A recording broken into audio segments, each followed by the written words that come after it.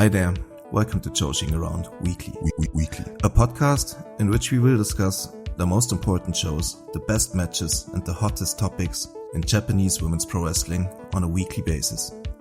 I'm Tim. And I'm Eric. And welcome to the show.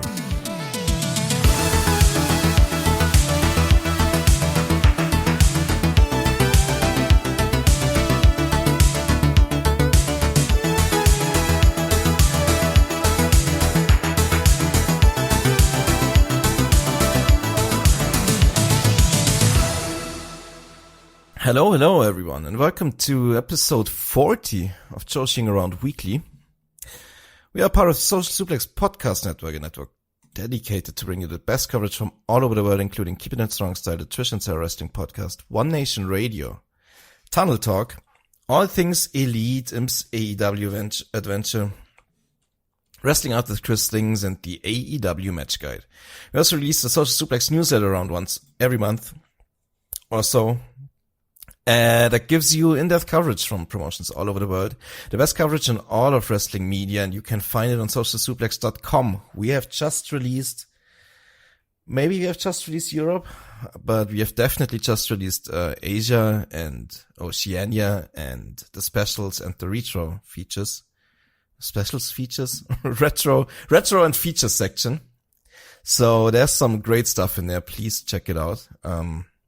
Brand new on socialsuplex.com. If you have any questions for our podcast or for us, you can join the Social Suplex Discord, where you can find Eric and me. Links in the description.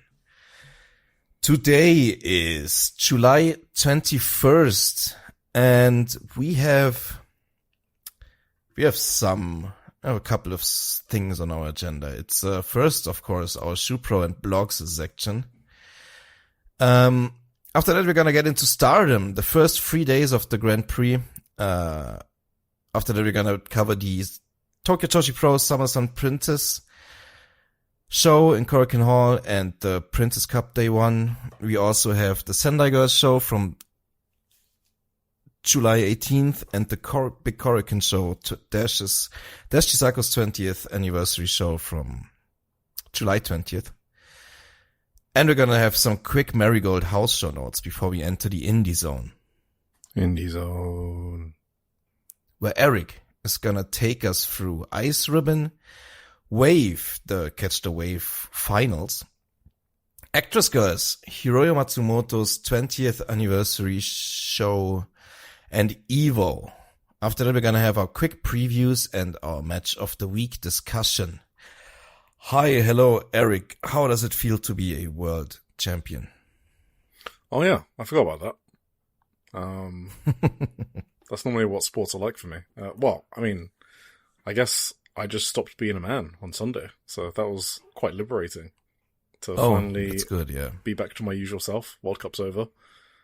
We can never talk about sport again. Yes, exactly. So, we didn't say what we were talking about, so yes, it feels great to be a world champion of an unknown category. Yeah, you enjoyed that?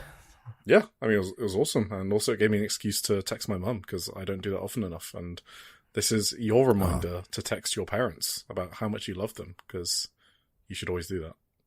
Do that, absolutely. After this episode, of course. So yes, in another 2 hours. After you listen. Yeah. In 2 hours, yeah. Well, I guess 1 hour. We had a shortage in, yeah. 1 hour if you listen on 2x. Yeah. Yeah, basically. This is our 40th anniversary. What do you think about that?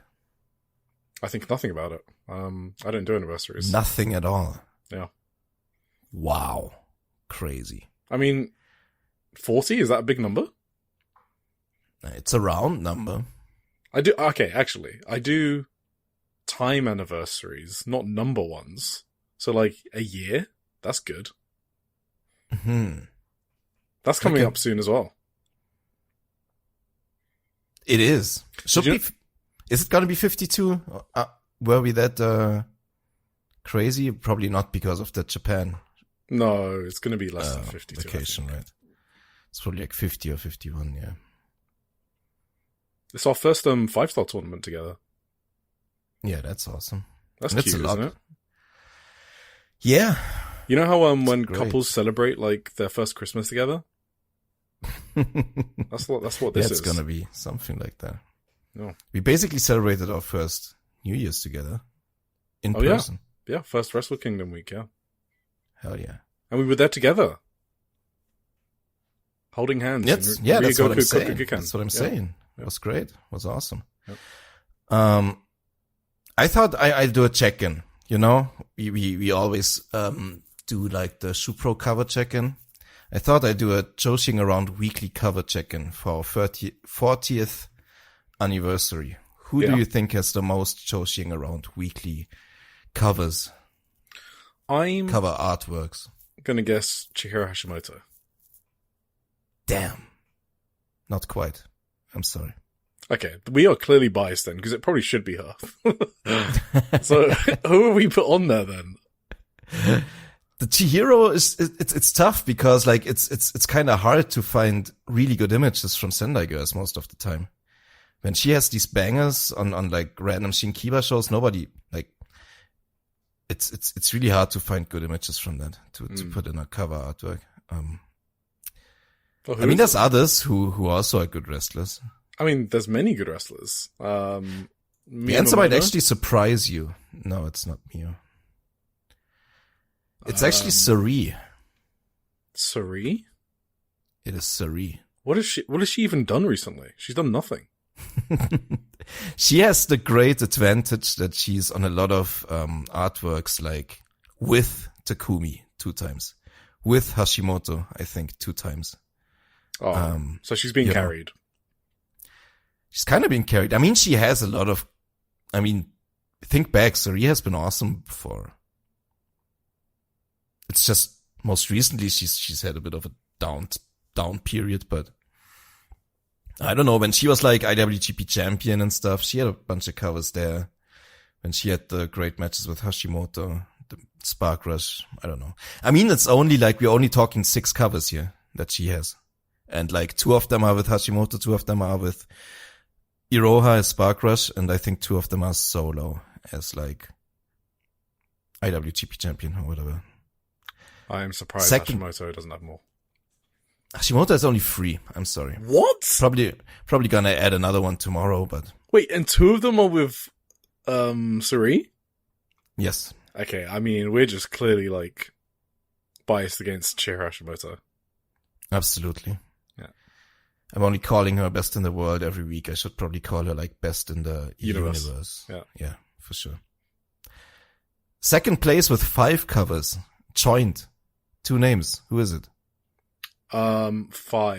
Takumi Iroha. No. Fuck. Starlight Kid? No. Who the fuck? Saya? Yes.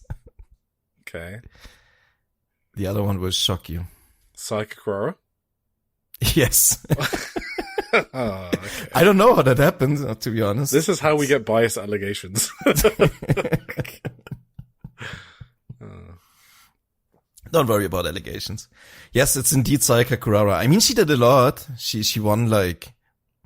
Oh yeah, they're not allegations. They're real. We are. Yes, we are. It was like she won the tag league. She got one there. She won the red belt. Obviously, she got one there. She had this great match with Suzu. She got one there. She had this great match with Tomoka Inaba. The first one. The Cindy she one, got one there. And what was the last one? Another big win at some point. I don't remember.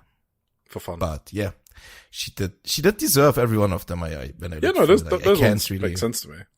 But yeah. I just wonder, in the weeks where Hashimoto's having these crazy matches, I wonder what we put on instead.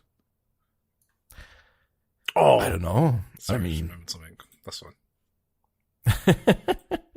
That's for later. I mean, her big matches were mostly on like random house shows against like I always remember the YUNA one, the Manami ones. Those were all like random Shinkibas, and they were probably like big Stardom shows that week or whatever. I don't know.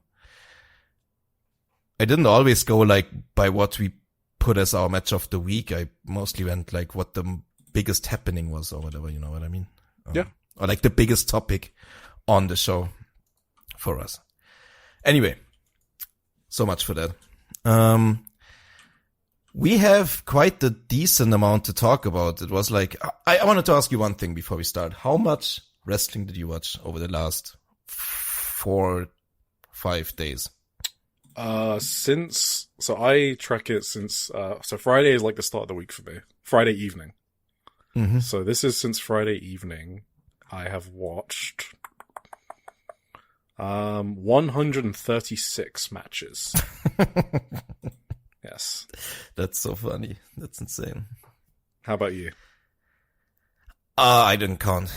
Oh, okay. I figure somewhere in like the 60s, 70s, around there. I watched like 8 different shows. If you say like between 5 and 11 matches per show, I don't know. Whatever. 2, 3, 4. There was a lot of good 6, wrestling 7. this week. I mean, yeah, there was absolutely an insane amount. So, should we just get into it? Should we get first into we gotta we first do the Shupro, of course, right? Shupro. Do you know who was on the front cover of Shupro? No. You really don't know at all? Is it Chihiro Hashimoto? It is not Chihiro Hashimoto. It is, in fact, See, Yuya. so it's not only us that are biased against her. Yeah, it's Yuya. Your boy. Is he your boy? I actually think you don't. No. You don't like not. Yuya? I mean, I don't hate him. He just does nothing for me. Oh, damn. I'm like, what's it called? Right in the middle on him, you know. Well, and you're not Shotsuka. Wait, you're an Oiwa guy like me. I'm an Oiwa guy. Yeah. I mean, I'm an Oiwa guy. I'm a Oleg Bolton guy. Maybe I'm a Newman guy also. Callum Newman guy. Okay. But I'm also not a Shota guy. I understand why he's heralded as like the next big thing, but I don't know. Cool. Well, just does less for me than he does for others. Oh, actually, we're so fucking disorganized. I forgot. So you plugged the newsletter, you plugged the features. Yes. But I did actually want to talk about those features. I just completely forgot. Sorry. Oh, no. So obviously one of those features is by David Hayter about Utami Hayashishita. Yes. And did you read it yet? Did you manage to read it? I haven't gotten through the entire thing yet. I read some of it when I put it into the backend, but when you inserted it, yeah. I didn't have time yet. I set it for like my plan was to read tomorrow morning at work. Oh, should I not spoil it for you then?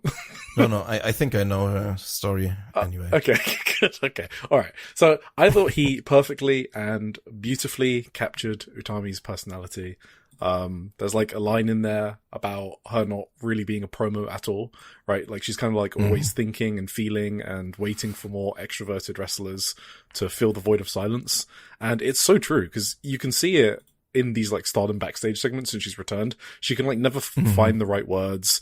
When she returned, something didn't feel right, but she didn't know what and didn't know how to express it.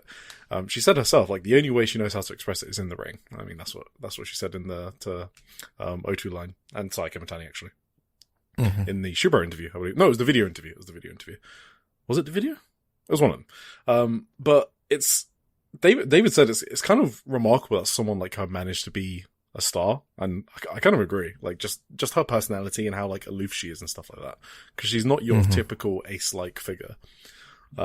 He spoke about her selling, and yes, Utami is my favorite seller on the planet, bar none. So thank you to David for re-explaining why. And the way he described it is it's kind of very similar to Mi Watanabe, who's also one of my favorite sellers, of course. So that's a good read as well, that analysis.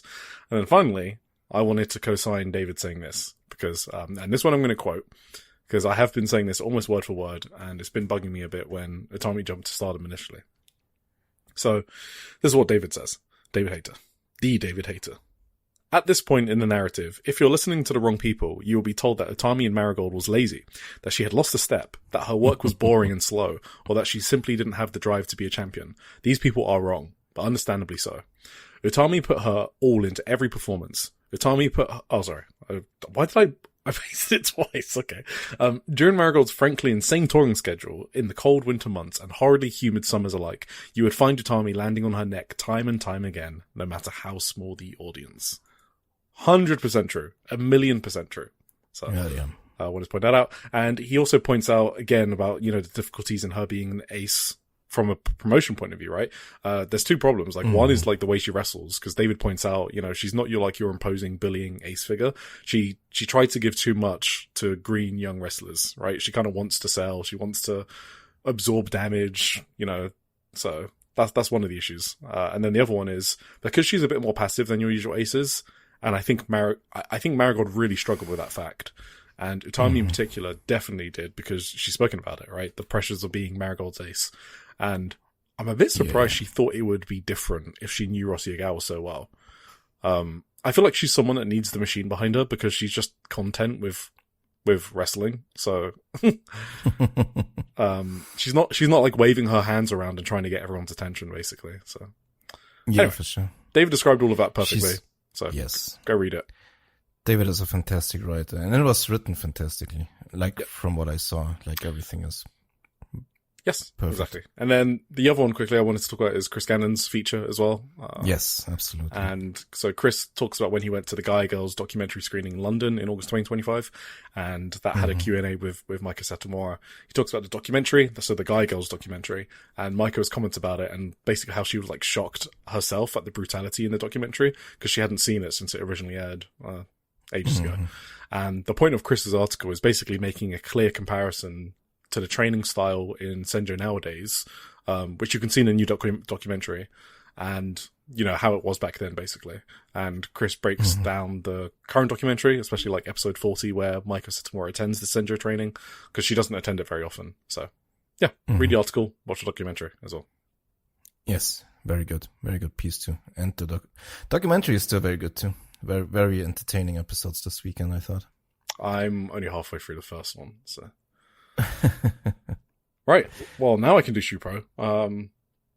And yes. So where was I? Go on. What? I'm curious about this one. You allotted 60 minutes there. You told me earlier that there was barely anything in there, but we'll see. Yeah, but it's us. I mean, I just default put 60 minutes just in case we get distracted by some random topic. Okay. And I did get distracted. People listening might not notice, but I got distracted for a couple of minutes because my brain I can't explain how my brain works. If I have something on my brain, I need to deal with it right then and there. Otherwise there's real big problems. And I remembered that I was going to do something for the podcast and I didn't. So I was frantically thinking, okay, how do I get this done? I'm just panicking. But I've now got it done, so that's why I'm okay now. But yes, I do a lot of time for random shit like that. Because it's us, Tim. It's us. Yes. Saya-sama. Saya-sama is back in Shupro. And so this is her, it's not weekly, I guess. It's however weekly column. Regular column. Let's just say that. Regular column. She talks about how she's the vet in the 5-star tournament now. And she's probably near the top of the list of 5-star appearances. I do not have that list, but I wouldn't be surprised. She's participated every single year since the year after her debut. So right. So since, is that 2020? I don't know. It's her 7th, she said? Something like that. Yeah, that makes sense. It's around 6 or 7. So, yeah. I don't know when it started. When did the 5-star start? Has it always been a thing? I think it's pretty much always been a thing, right? Maybe 2014 or something? Yeah, I'd be surprised if she was at the top then. Surely people like Izumi... I don't think Azumi and Starlight Kid, all these, it was a lot harder to get into the 5-star. Oh, of course, a couple of years ago. Yeah. Yeah, it was only 12. So, no, 12 was too little. Yeah, it was 16 to 20 most of the time. Yeah, okay, that makes sense. She now refers to herself as Lady Saya.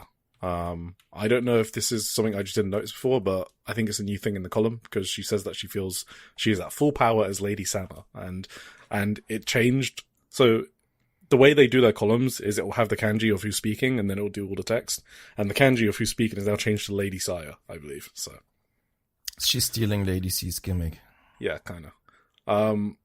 She's obviously co-founder. 5-star Grand Prix has been a thing since 2012, so since the very start of the promotion, basically. All right. Do you want to put up the appearances? I can look for it, but I also want to listen to your recap because I didn't get the chance to read the Shupro. She referred to the exchange with Suzu during a tag match where she shouted for her belt back.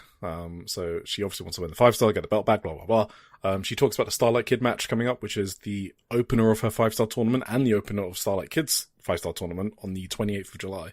By the way, they haven't been on these shows, the 19th and 20th. Who? Starlight Kid and Saya. Oh. And they're starting on the 20th. I mean, I just don't know why, I guess. Oh, we knew that beforehand, right? That they got the first 5 shows off or whatever. Yeah, but we're just wondering what they're doing with that, and it doesn't seem like anything. I mean, maybe they're just having time off. Just resting their bodies. Yeah, good for them. Yeah. So she refers to her post-match promo in February, where she was kind of out of character, said that she wanted to have the Starlight Kid match again. Do you remember that? Mm-hmm. After the she was kind of out of it. She was like exhausted, or like she was out of it. She was kind of exhausted. very nice to Starlight Kid. And so this is the first singles match since that happened, coming up on the 20th of July. And she confirms here that those were her true feelings, which is basically a phrase they say to mean out of kayfabe without being too out of kayfabe. That's kind of how I've interpreted these when I've been reading these articles. So obviously it could be in character as well. She finally repeats that she refuses to let someone who has never won the red belt call her weak. You know she's talking about there, right? Who called her weak? Momo? Peach? The Peach. Oh. Black Peach. It's true. She called her weak. Yeah, that's true. So she said that she's going to destroy her in her upcoming 5-star match, basically, on the 3rd of August, also at Korakuen Hall. Fun times. That's it. All right. Then the only other thing we got in Shupro is a Chikagoto wrestler story. So if you want a reminder, the wrestler stories are huge articles talking about the entire life story of a particular wrestler. So we've gone over Emma Maeshima, we've gone over Yuna Mizumori, Senkira Katsuki. Yeah. And I think that's it. Maybe some more. So her dad owned a restaurant called Goto. Yeah, that's it. Goto. Her and her mum worked so hard on that venture that they didn't come home for dinner, and so it was just her and her brother, and she felt lonely. So she started helping out when her little sister was born. So she's got a sister that's 10 years younger than her. So when Goshika was 10, she started helping out in the restaurant. But her dream in elementary school was to become an idol. And she names a lot of idol groups that she was interested in, including AKB48, which was the one that Sayaka Mitani worked for as like a low-level background dancer or administrative staff. I don't exactly know what Saya's role was. Even after reading her book, I don't know what her role was with that idol group. All I know is she wasn't one of the idols. But yeah, it was kind of a bit confusing. Well, especially as someone who doesn't know about idol culture and is still happily learning. One idol group, Morning Musume, had an ace called Maki Goto, and she was nicknamed Go Maki, and that's where Chika Goto got the idea to have a nickname called Gochika. So there you go. She put her idol dreams on hold because apparently it cost 1 million yen to join an agency's training school, which is a requirement before you can apply to get into an idol group. So she didn't want to spend that cash, so she just put it on hold. She did baseball during childhood, but in middle school, they didn't allow girls to play baseball, so she switched to volleyball instead, because she's a tall gal. And she said that she focused on being a gyaru in high school. Oh, no, not that again. We know all about gyarus. We are very, very well informed. We're very up to date now, friends. Yes. Sorry. On Reiwa gyarus. Thank you to Spirit of Jazz, one of our listeners. She was very close to her grandpa, and unfortunately he developed tongue cancer. And she saw him in a state where his food was changed to like a liquid diet, and he was like choking during meals and stuff like that. Sounds awful. And seeing that, she decided to go into nursing. So I didn't know that. And she began working at a private nursing home just because of seeing that experience with her grandpa. And because she loves surprises, she also became a wedding planner at a wedding venue, while also working part-time at an izakaya. So she was doing nursing on the weekdays, wedding venues on weekends, and izakaya at nights. 4 years of that. Damn. And she Do you said know that who she's also was a wedding planner? Mina Shirakawa. Yes. Yeah. And she said that she's happy about it because she loves making people happy. I mean, that tracks, to be honest, because she is infectious. She saw that her friends were getting married and having kids and stuff, and decided it was time for her to chase her dream. and that's when she decided to become an idol. She took a loan out for the first time in her life to try and pay for those agency training fees, and she did it. And she got a lot of acting on stage plays. I mean, she wasn't like a famous idol or anything, but she did acting on stage plays and stuff. But what actually captured her was gravure. She said that she had a lot of fun, and she's always loved looking at cute girls, so it was time to become the cute girl, and she was the cute girl. And she sees gravure as very similar to, do you remember the article that Aya Sakura did? In her blog about gravure, and she was basically explaining why it's meaningful to her and why she likes it. So Gotchika has basically the same view on that for gravure. I mean, that's a healthy view, I think. Yeah, and there was also a fun line in here where the person who's writing the article says she used her prized rear asset as her main weapon. There you go. They're talking about her ass. No, they mean her ass. She still had to work part-time jobs to make ends meet. Then, here's where things get a bit more fun. Things turned around in October 2021 when she appeared in a play called Kokoro wa Kuruku na Atom. And I could have said that in English. Heart. Yeah, but I deliberately wanted to do it in Japanese. So, and yes, Kokoro does mean heart. I think it means like, oh shit, what was it? Like my heart is in something about my heart in the atom or something like that. Yeah, something like that. So she met Act Yasukawa here at that play. And Act is obviously known for her glorious days in early stardom and now known for her time in Actress Girls. And she basically, invited her to do wrestling. You look like a tall person. Why don't you do some wrestling? Have you been interested? Chikugoto turned her down. Then she turned down Asami Hisato, who I don't know who that is, or even if that's the correct reading of the kanji. And finally, Actress Girls president, Keiji Sakaguchi, invited her to a meeting and said, "We are creating a new kind of entertainment. It's pro wrestling, but not quite pro wrestling." Okay, I mean, it's pro wrestling. So Sakaguchi... It's not. Yeah, of course it isn't. So Sakaguchi, the fucking snake oil salesman, now we know how he's recruiting all these fucking idols. He said, "Hey, do you know WWE? You could become a superstar." The fucking slime bag. I mean that in a joking way, of course. Sakaguchi was so enthusiastic that Gotchika joined the Actress Girls practice sessions and just decided to give it a shot. And then she debuted in August 2022 at Korakuen Hall. And the rest is history. So, Natsumi Shizuki trained her, according to Gotchika. And so during her Actress Girls time, so maybe like late 2023 or so, she keeps watching other promotions. Like, guess which promotions she's watching. She starts getting into other ones. Big Japan, Freedoms.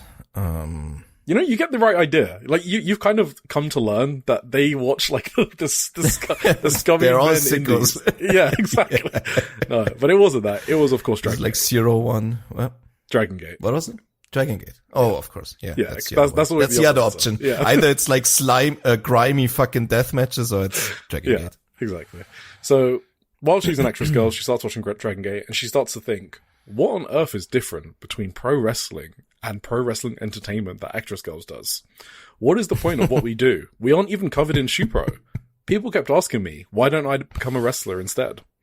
That feeling she had, she couldn't shake whatsoever. So Gotchika says that one day, she heard of Rossi Agawa starting a new promotion. And she asks Fuka, who's an old acquaintance of Rossi and who worked at Actress Girls at that time, "Hey, wouldn't it be great if we collaborated with Agawa-san?" Fuka replied, "Should we go and meet him?" So then they go and meet him, and Chikugoto calls Rossi a larger-than-life presence, blah, blah, blah. She pitches these ideas back to Actress Girls, but Actress Girls had its own stance, and Gotchika's ideas and the ideas from her colleagues were not accepted. And that became the catalyst that set up their move to Marigold. So apparently, Natsumi Shizuki said, "When I heard Gotchika was going, I thought, I'll go too. I was so excited. I knew some people might see us as betrayers, but I was worried what the fans might think, but it's my life." Sorry, and I was worried what the fans might think, but it's my life. Okay, I'm not sure if Natsumi actually decided to go to Marigold because Gotchika was going to go. That sounds I mean, that sounds fun. Why not? So, anyway, you heard it here first. Gotchka is the reason for the actress girl split to Marigold. Wow. I mean, she's the one. Yeah, I mean, I'm joking a bit, but she does kind of say she started, like, asking Fuka questions which set things in motions. Like, that's how the passage reads, at least. So. That's that. That's the Gotchka story? Yeah, that's the Gotchka voice. Well, we know where she is now. She's in Marigold. We watch her. Yeah, well, sure. I watch her. You watch her once a month at Korakuen Hall. Yeah, I mean, I would watch more Marigold, honestly, if I found the time. It's not infinite. That is true. Should we do our blogs quickly? Sure. I read some of them. I liked them. Awesome. YUNA. So YUNA was basically doing a diary of the days leading up to the Great Senjo show on 12th of July. She said she hit her limit on the 9th of July and cried because she was so busy and had to do so many jobs leading up to the big show. And she found a moment to quickly let out some tears before she could get up back to work. She basically said that's her coping mechanism. I mean, that's kind of how I read it. Like, when things are getting too much, she finds a quiet place, cries for a bit, and is immediately able to, like, switch on again. So. Okay. Whatever works for her. I mean, yeah, I think there's something therapeutic about crying. I can see it working for some people. Oh, for sure. Yeah. 10th of July, she stayed behind in the dojo to help staff member Kato laminate some merchandise display posters. And the only reason I point that out is because, like, it's just an example of the shit YUNA does, right? She's not just a wrestler. She basically has an office job too, at the same time. Yeah. Which obviously a lot of people on you know, the smaller companies, I'll say, because it's not just the indies. A lot of people in the smaller companies have multiple jobs, right? Yeah, for sure. I mean, TJPW wrestlers probably don't, right? I mean, actually, I know Himurari does, like, stage acting and stuff. Yeah. So maybe even some of them do. A lot of them do, like, don't they do, like, idol gigs and stuff like that? Yeah, some of them definitely do. Yeah, so there you go. I don't know much about TJPW, to be honest. No, I don't know which wrestlers have part-time jobs. Yeah. Go on? Yeah. No, it's whatever. Okay. I was going to say maybe it's just Stardom that probably pays enough not to, just because they're bigger, they're owned by... I think so, yeah. If you consider, like, the Stardom schedule and, like, their touring... Yeah. I think it would be hard for anyone, like, who works every Stardom show to also have a job. I think maybe, like, maybe someone like Kyoka Kotatsu or something, she probably has a job on the side. Because she's only... like, for sure. there every now and then, but... Yeah. So, yeah, no, YUNA does a lot of shit. It's crazy. 11th of July. Reina Takano trains the whole day up until 9 p.m. at night. And Dash Chisako stayed the whole time to watch over her. So, obviously, even though Chisako is pregnant, she's obviously helping a lot with the training sessions. 12th of July. So, this is the day of the show. She wakes up at 6:30 a.m., does her makeup immediately, goes to the venue, sets up the ring, meet and greet, showtime, match, was a second at ringside, signing session after the show, post-show breakdown meeting, left the venue, unloaded the merch and the ring, got home at midnight. She hadn't eaten a single thing since breakfast at 7 a.m., and she said she almost fainted. So even though she pushed so hard, she's so happy at seeing the crowd at Zebu Arena, and it made it all worth it. She says 4,000 people. So that's kind of like what everyone's saying that. Like, that's the number that people are giving. So, yeah. I mean, it can hold 4,000. And, I mean, yeah, exactly. It's kind of like, I mean, there maybe was 4,000. There maybe was, but it doesn't mean there's 4,000 paid, right? So. No, I don't think there's any comps. So she says that there are a lot of people there watching wrestling for the first time, and she talks about facing Spike at Korakuen Hall, which we will talk about later. Says that Spike is devoted to social media, but that her Japanese is improving so fast, and she works so hard at it. And then finally, she cried on the 14th of July when she saw she was on the cover of Shupro. Oh, sick. That's awesome. Itsuki Aoki. She talks about the end of the Catch the Wave tournament, which we'll talk about later too. So, I mean, we can... I feel like... I mean, I didn't really take notes on this one because I thought... You mean because of spoilers and stuff? Yeah, we might as well just save the spoilers for the Indie Zone section. Yeah, let's talk about it then, for sure. Yeah. Yes. Rina. Rina talks through her 5-star Grand Prix bracket. And That's fun. yeah, I was amazed. Like, it goes back to what you said earlier, that it was much harder to be in the 5-star Grand Prix. I was amazed that she said last year was her 5-star Grand Prix debut. I don't know why I didn't know that. Yeah. Yeah, it sounds crazy, but yeah, of course, yeah, 16 competitors before, and she's super young, right? So she was probably like 17 when they had 16 people in the tournament, so she could sort of exactly. the future. Yeah. Yeah. So I think she wasn't a regular back then too. Like, I think Rina and Hina had a lot less of a schedule while they were still like, obviously when they were in school and stuff. And the 5-star GP is like the most grueling schedule of all of them. Yeah. And when you have to go to school, you can't even participate. So it's, yeah. Makes sense. Or do they have summer break during that time? I'm not sure. I actually don't know when summer break is in Japan. I've got no idea. I'm not even going to speculate. So, Saika Kurara, so she speaks about this, and so this match has happened already, obviously, and we'll talk about it later. But she said that she's now faced her in the Cindy Final 2025, the 5-star in 2025, the Cindy in 2026, and now again in the 5-star 2026. So this was their 4th encounter. And Rina says that watching Sayaka put on a match at All-Star Grand Queendom that made everyone acknowledge her gave Rina the feeling that Sayaka was incredible, even though she never wants to lose to her. Love that. Yeah. And she explains the Cinderella lost this year because Sayaka was distracted by Saya, which obviously was the story told at the time, right? So yeah. She thinks that this fight is the real first fight they could have, which we'll talk about later. Akira Kuragane. Rina says that out of all of the recent newcomers, Akira stands out the most in terms of her personality and knows how to present herself. Yes. So true. Yes. Sorry, I was just filling my glass. I was muted. Oh, okay. No, Yeah. I was just saying. Very right about that. Yeah. Absolutely. I mean, this is Rina saying that, so it's not just a Stardom podcasters talking point, right? I mean, it's very obvious. It's very obvious. If you just of course. watch So her. she says if Akira is going to just lose and hand points to others, then she shouldn't be in the tournament. But she thinks Akira is someone who hates losing, gets fired up, and so will fight in every match. So she's kind of nice to Akira. And that's Katora. She's nice to everyone. That's something I noticed during this. Like, this is full on, like, there's no kayfabe in here or something. She's Rina nice is a to cutie. everyone. Yeah. Yeah. Yeah. She's a cutie petite. She just says everyone is awesome. I love every other wrestler. Yeah. Yeah, Natsukatora. So her match last year with Natsukatora won the best bout match. Do you remember that? We covered that in our first ever episode. Yes, absolutely. Yeah. She says that she learned a lot from Natsuko, blah, blah, blah. Wants to surpass her. You get the idea. Itsuki Aoki. Rina says Itsuki is genuinely incredible. Yes, Rina. Yes, she is. Rina says that she was surprised to find out that Itsuki had been competing in the Catch the Wave tournament at the same time. She calls her a genius and loud. Rina says Itsuki was born to wrestle. And Rina says that in tag matches, when Itsuki gets to tag, she has an ability to liven up the atmosphere, and that ability stands heads and shoulders above others. Yes, Rina. Yes, It does. And no, I did not write this. This is genuinely Rina's comments from her blog. I did not make this up. Rina says that the match against Itsuki is in Tochigi, in her hometown, and she cannot lose, even though she has on several occasions. Maika. Rina is trying to remember the last time she faced Maika. She said she remembers getting destroyed by Maika when she was still in middle school. Rina says she's never spoken to Maika.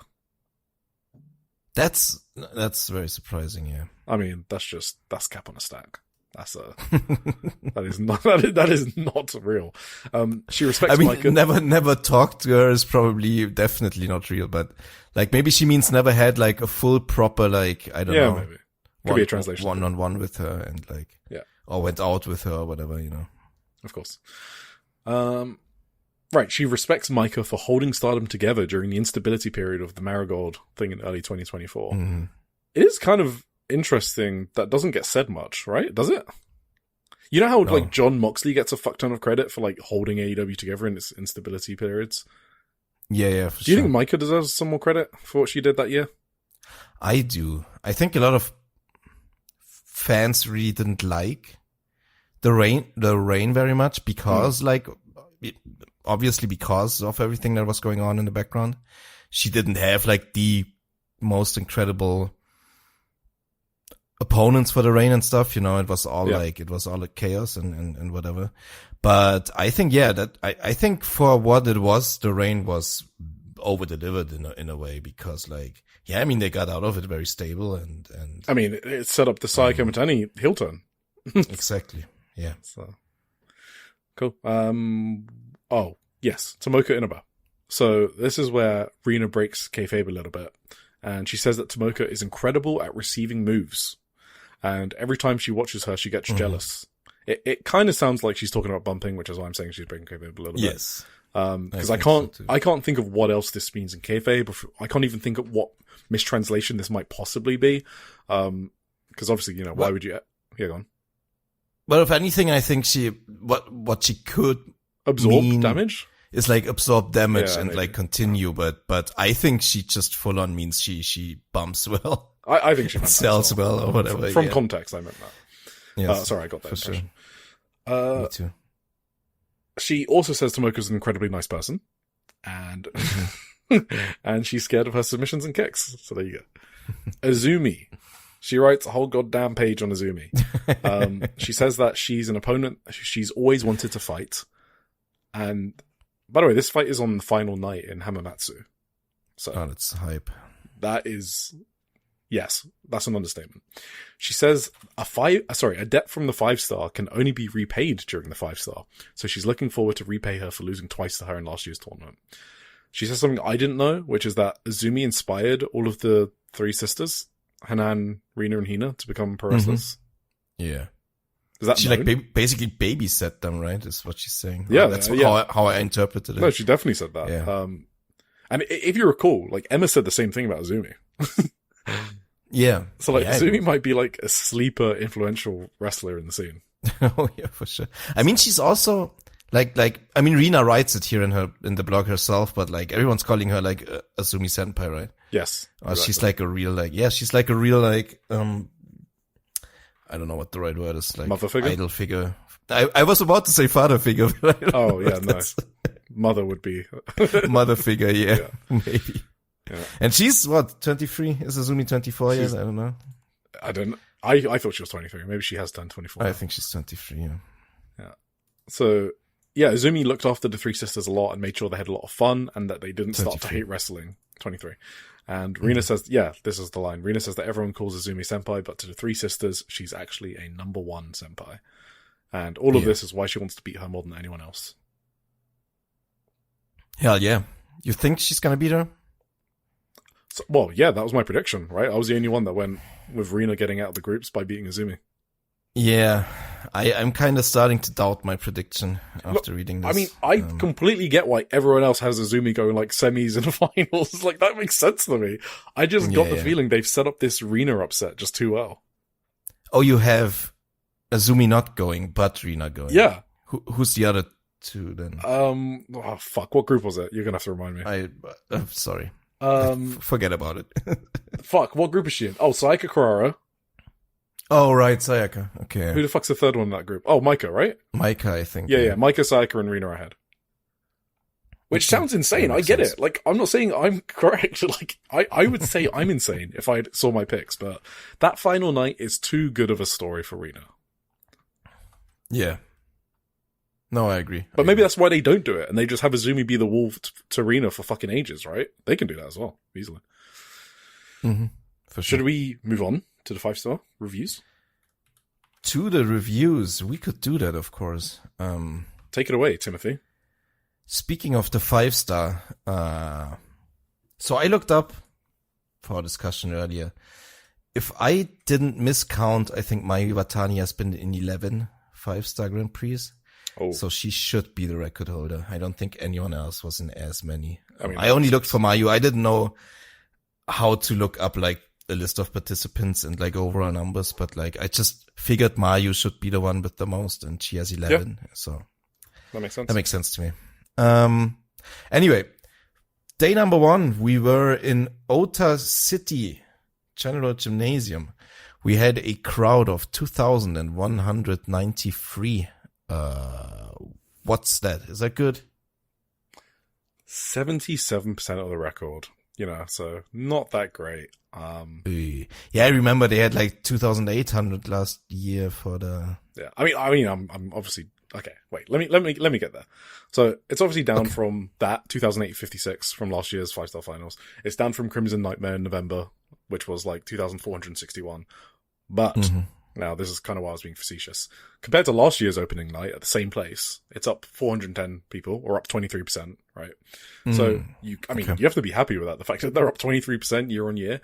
And the 5-star opening nights are just never going to draw as well as like the finals, obviously. Or like no, I was going to say that the opening nights are not the finals. That's not a good comparison point. Yeah, exactly. Finals is one of the most important shows of course, in Stardom every year. The opening is just whatever.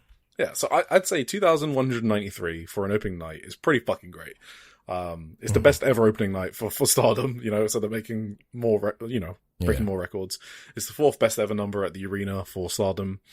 Behind the 2 events I mentioned, as well as, of course, Natsupoi and Sariano's insane 2,831 in May last year for their fucking Actress Girls Stardom Senjo Proto show, which is still absolutely insane.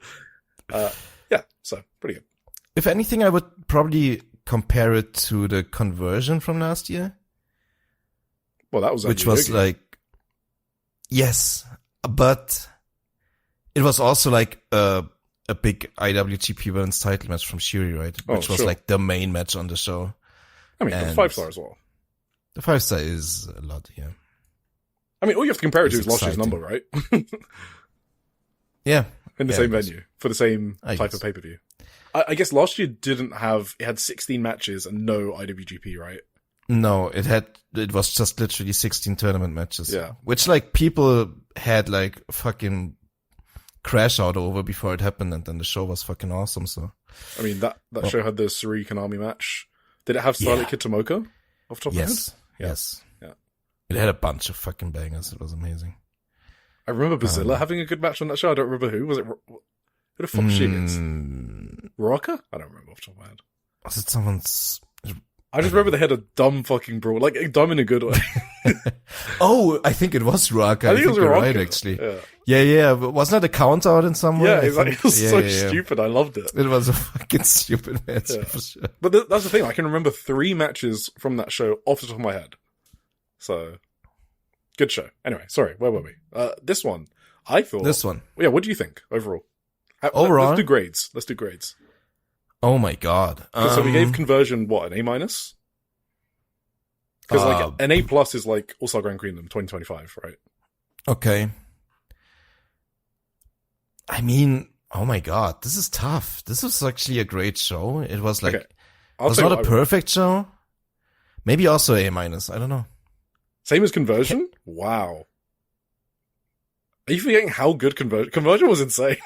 Yeah, Conversion was kind of insane. But like, is B+ too harsh? I mean, this was also pretty insane. Yeah, but B+ is good. It was really good. B+ is really good. Yeah, I guess. Remember, it's in comparison to Stardom's other insane pay-per-views. So, on the Stardom scale, it was B+, which is really good. It had a few great matches. It had one sick match, obviously, which we'll talk about at the main event. And then 2 matches, I guess I could have done without, but so, I guess. Well, we started off, obviously. Should we even get into this pre-show? Like, do you have any big notes on this? Yeah, Azumi, new gear. Azumi has a new gear and a new look. Yeah, maybe we should talk about that. Yeah, go for it. Oh, I don't like it very much. Oh. I don't want to be rude or anything, but I'm not the biggest fan. I prefer her previous look. I'm sorry. Azumi. I think I prefer it. I think she looks more red belty. Red belty. Okay. Yeah, that's the only way I could put it. She looks more red belty. Okay. I like her hair as well. So, yes, cool. She was against Fuwa-chan, right? Yeah, it was a fun match. I got nothing to say. Yeah, both good. Then we had we had an 8-man tag match. Woman. That was kind of crazy. Kyoka Tatsumaki, Ito, Starlight Kid, and Utami Hayashishita defeated Emma Maeshima, Matoi Hamabe, Rian, and Waka Tsukiyama. That's like 4 of the greatest. That's like not 4 of the greatest, but that's like 4 crazy. It's a crazy constellation, as I want to say. Starlight Kid, Utami, Maki, and Kyoka. How the fuck does that work? But I thought you were about to say Emma, Matoi, Rian, Waka is like the greatest 4-woman team in history. That's where I thought you were going. Yes, no. I thought about it. A mishmash. I thought about making the joke, but yeah, it was a fun match too. So, did you see what happened in the entrances?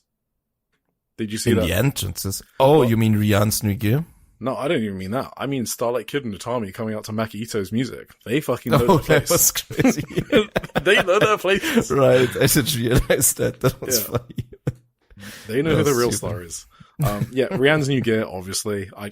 So, again, probably what happened. Tried on Maki's gear. Too big, uncomfortable, injury risk. Got her new gear made, and while it was getting made, reverted back to her old gear. That's probably what happened. 100%. And she went up against Maki in this match, which was also kind of fun. But cool. Did you see Emma get fucking folded by an Utami German suplex on the pre-show? Did you see Emma get folded by an Utami lariat on the fucking pre-show? Poor Emma. Like, Utami took her to task, huh? Dude, Utami fucking destroyed her. That running lariat was just, it was so sick. I need that to be a finisher. For people like Emma, for sure. Mm-hmm. Yeah. Absolutely. Then we had our big opening. Hey, Utami's extensions, bro. What about them? She has hair extensions. Yeah, you like them? Well, it's interesting. When it's kind of like when you start a new job, or like the first day of school and you like try something new, like you get a new suit or you wear something you normally would never wear because you want to make an impression. I feel like Utami's going through that phase and it's cute and I like it. That's what I want to say. Well, I don't want to break your immersion or whatever, but she used to have those on and off for like, I know she never used them in Marigold. No, I know. I've seen a picture of her with the red belt with the extensions. Yeah. Wait, were they extensions though back then, or her real hair? I'm pretty sure she always went to extensions when she was in the mood for longer hair. I don't know. Maybe it's like maybe in 2021 that was natural. I don't know, because she had like the long hair almost the entire year, I want to say. So maybe that was her natural hair. Do you think she's trying to look like Aphrodite Utami to like lull Sire to full sense of security? That's a great theory. Why not? Just to fuck with her. You know how you fuck with your ex? Maybe. I think they were together as Aphrodite with short hair too, but that's still a good theory. Like in the later years when they had their like second run as champions. 2023 or whatever. Yeah, exactly. Did you have any thoughts on the opener, like the presentation of it? It hyped me up. I mean, I always love it. It's great. What? Yeah, I was hyped up. Yes. I think it's something that more companies should do for something like this. It's like, it's just a cool presentation. Sayaka started it, which I don't know if that was a sign. Akira looked fucking badass. Loved her. Aya Sakura also. I don't know. Lots of cool looks. Lots of really cool presentation as always. Did you have any special thoughts on that? Or? No, I just wanted to shout out. I like the production. Yes, definitely. After the ceremony, we had an 8-man, random fuck off 8-man tag team match. It was Hate, Sayaka Mitani, Rina, Natsuko Tora, and Konami taking on Hanan, Maika, Saori Anu, and Suzuki. That's also a crazy team. What's going on there? That's like an insanely stacked match, actually. I don't know what's going on there. I also don't know, because... So the point of this match was Hanan and Rina, right? Yes. Sorry, did we say the opponents? I assume we did. I listed the match, yeah. Okay, cool. So Hanan and Rina, and that was a Cindy final rematch. So first of all, I'm sure Rina's happy to be bumping in a Japanese ring again. So spoilers, obviously, I don't know why you need a spoiler warning. I mean, we're going to be talking about the outcomes of these matches. Rina pins Hanan, so that I feel like that was the point of this. And I'm just thinking, they didn't have to do that. They could have swapped any of the rookies from the pre-show in here, but I guess maybe they wanted, I actually don't know. This has to have been deliberate, right? I mean, the most obvious thing is that they're teasing a white belt match, right? Yeah, but Hanan's also teasing one with Mace Sarah, right? I know. Yeah, it's weird. Oh, I don't know what to do with it, but that's like, I mean, that's my first instinct is to say they're going in that direction. I mean, it was definitely the least expected result in this match. Like, if I had to bet who pins who before the match, Rina pinning Hanan would be like probably one of the last things I would have said. Yeah. And this would be Rina's third white belt shot, right? That's true too. I don't know if they want to have a lose like three of them. Starlight Kid, yeah, Konami, and then what? She loses to Hanan? I don't know. I mean, maybe, whatever. It's fine. She's young, right? Oh yeah, but she has time. Yeah, I mean, this was a good mini singles match between Hanan and Rina, though, and we know they have good chemistry from their Cindy final anyway. So maybe it was just about getting her win back, you know? Maybe. I mean, on a random tag opener. Yeah, sure. Maybe she played a Chris Jericho card and was like, I'm gonna pin fucking Hanan in this bitch. Yeah. You're gonna see. Yeah, Saya and Suzu are also still teasing something between them, so we'll see what happens there. Wait. What? They aren't in the same block, right? But they are on the same side of the bracket, I think, yeah. Yeah, they're both in Blue Stars, right? Mm-hmm. Right. Yeah, something might happen. I don't know. What do you think? Do you think there's anything more than Suzu just playing with her? Holding the belt in her face? Or Saya did say something about when she's around the red belt, she just goes crazy. And that's why she acts like that. She said it in this blog. I just didn't recap everything, but I do remember her saying that. And that she's just gonna sort of like wait and see and get it back in her own time, were the words she used. So yeah, it kind of makes me sound like she wants to put it on the back burner for a bit. But this is a random Shupro column, so it could be nothing as well. I never know with Suzu whether she's just playing around or. I mean, Suzu's been doing that for anything everyone, means anything. Right? Yeah, exactly. That's kind of the thing, right? So I don't think it necessarily means Saya is getting a shot. No, I do not think that, but it could be. For sure. All right, then we start with our first 5-star Grand Prix match from the Red Stars A block. This was specifically booked for me. Thank you, Taro Kada. That's probably going to be the last thank you, Taro Kada, I'm going to say on this show, but hell yeah. Fuck you, Okada. This was a match for me. It's like it's Akira Kurogane and then Sayaka Kurara, obviously. Sayaka's starting off the tournament. She started off the fucking ceremony as well. I think that means something. I think my finals prediction is true, but that's just my. All right, buddy. That's just me. I like this a lot. I like the urgency in this match a lot. They both try to just like do whatever they can to bring each other down, I guess. Akira, like, she has the running knee now, right? It's like one of her finishes. Yeah. And they just did spears and knees like all over the place from like short range, which is obviously less impactful, but they just try to really pin each other as fast as possible. Sayaka in the end dodged the real running knee from a distance and went into the ropes to do her real spear, which was great finish too. What are your thoughts? I really like this match. When you said urgency, yes, this match was going so fast, I stopped making notes. And that doesn't normally happen because I can touch type. Okay. No, just bragging, about my touch typing skills. So normally I can type really quick. So this one I was like, what the fuck is happening? It was like a high speed match and I just wasn't expecting that from these two. No. Like, I love the way these two wrestle. It's kind of like a style where you don't want to take your eye off the screen because you'll miss something cool. And not necessarily in like a moves way, but both are really expressive. So, if you look away, you'll miss a facial expression, body language. Just the way they want to carry out their matches is in an attention to detail sort of way. And I liked it a lot. For example, like Akira's facial expression before she went for that last running knee strike, right? It was like a bit of cockiness in her facial expression. Like she thought she had Sayaka exactly where she wanted her. And that set up the Tokimeki spear counter, right? So for sure. I just really like the way these two wrestle, and this was really good.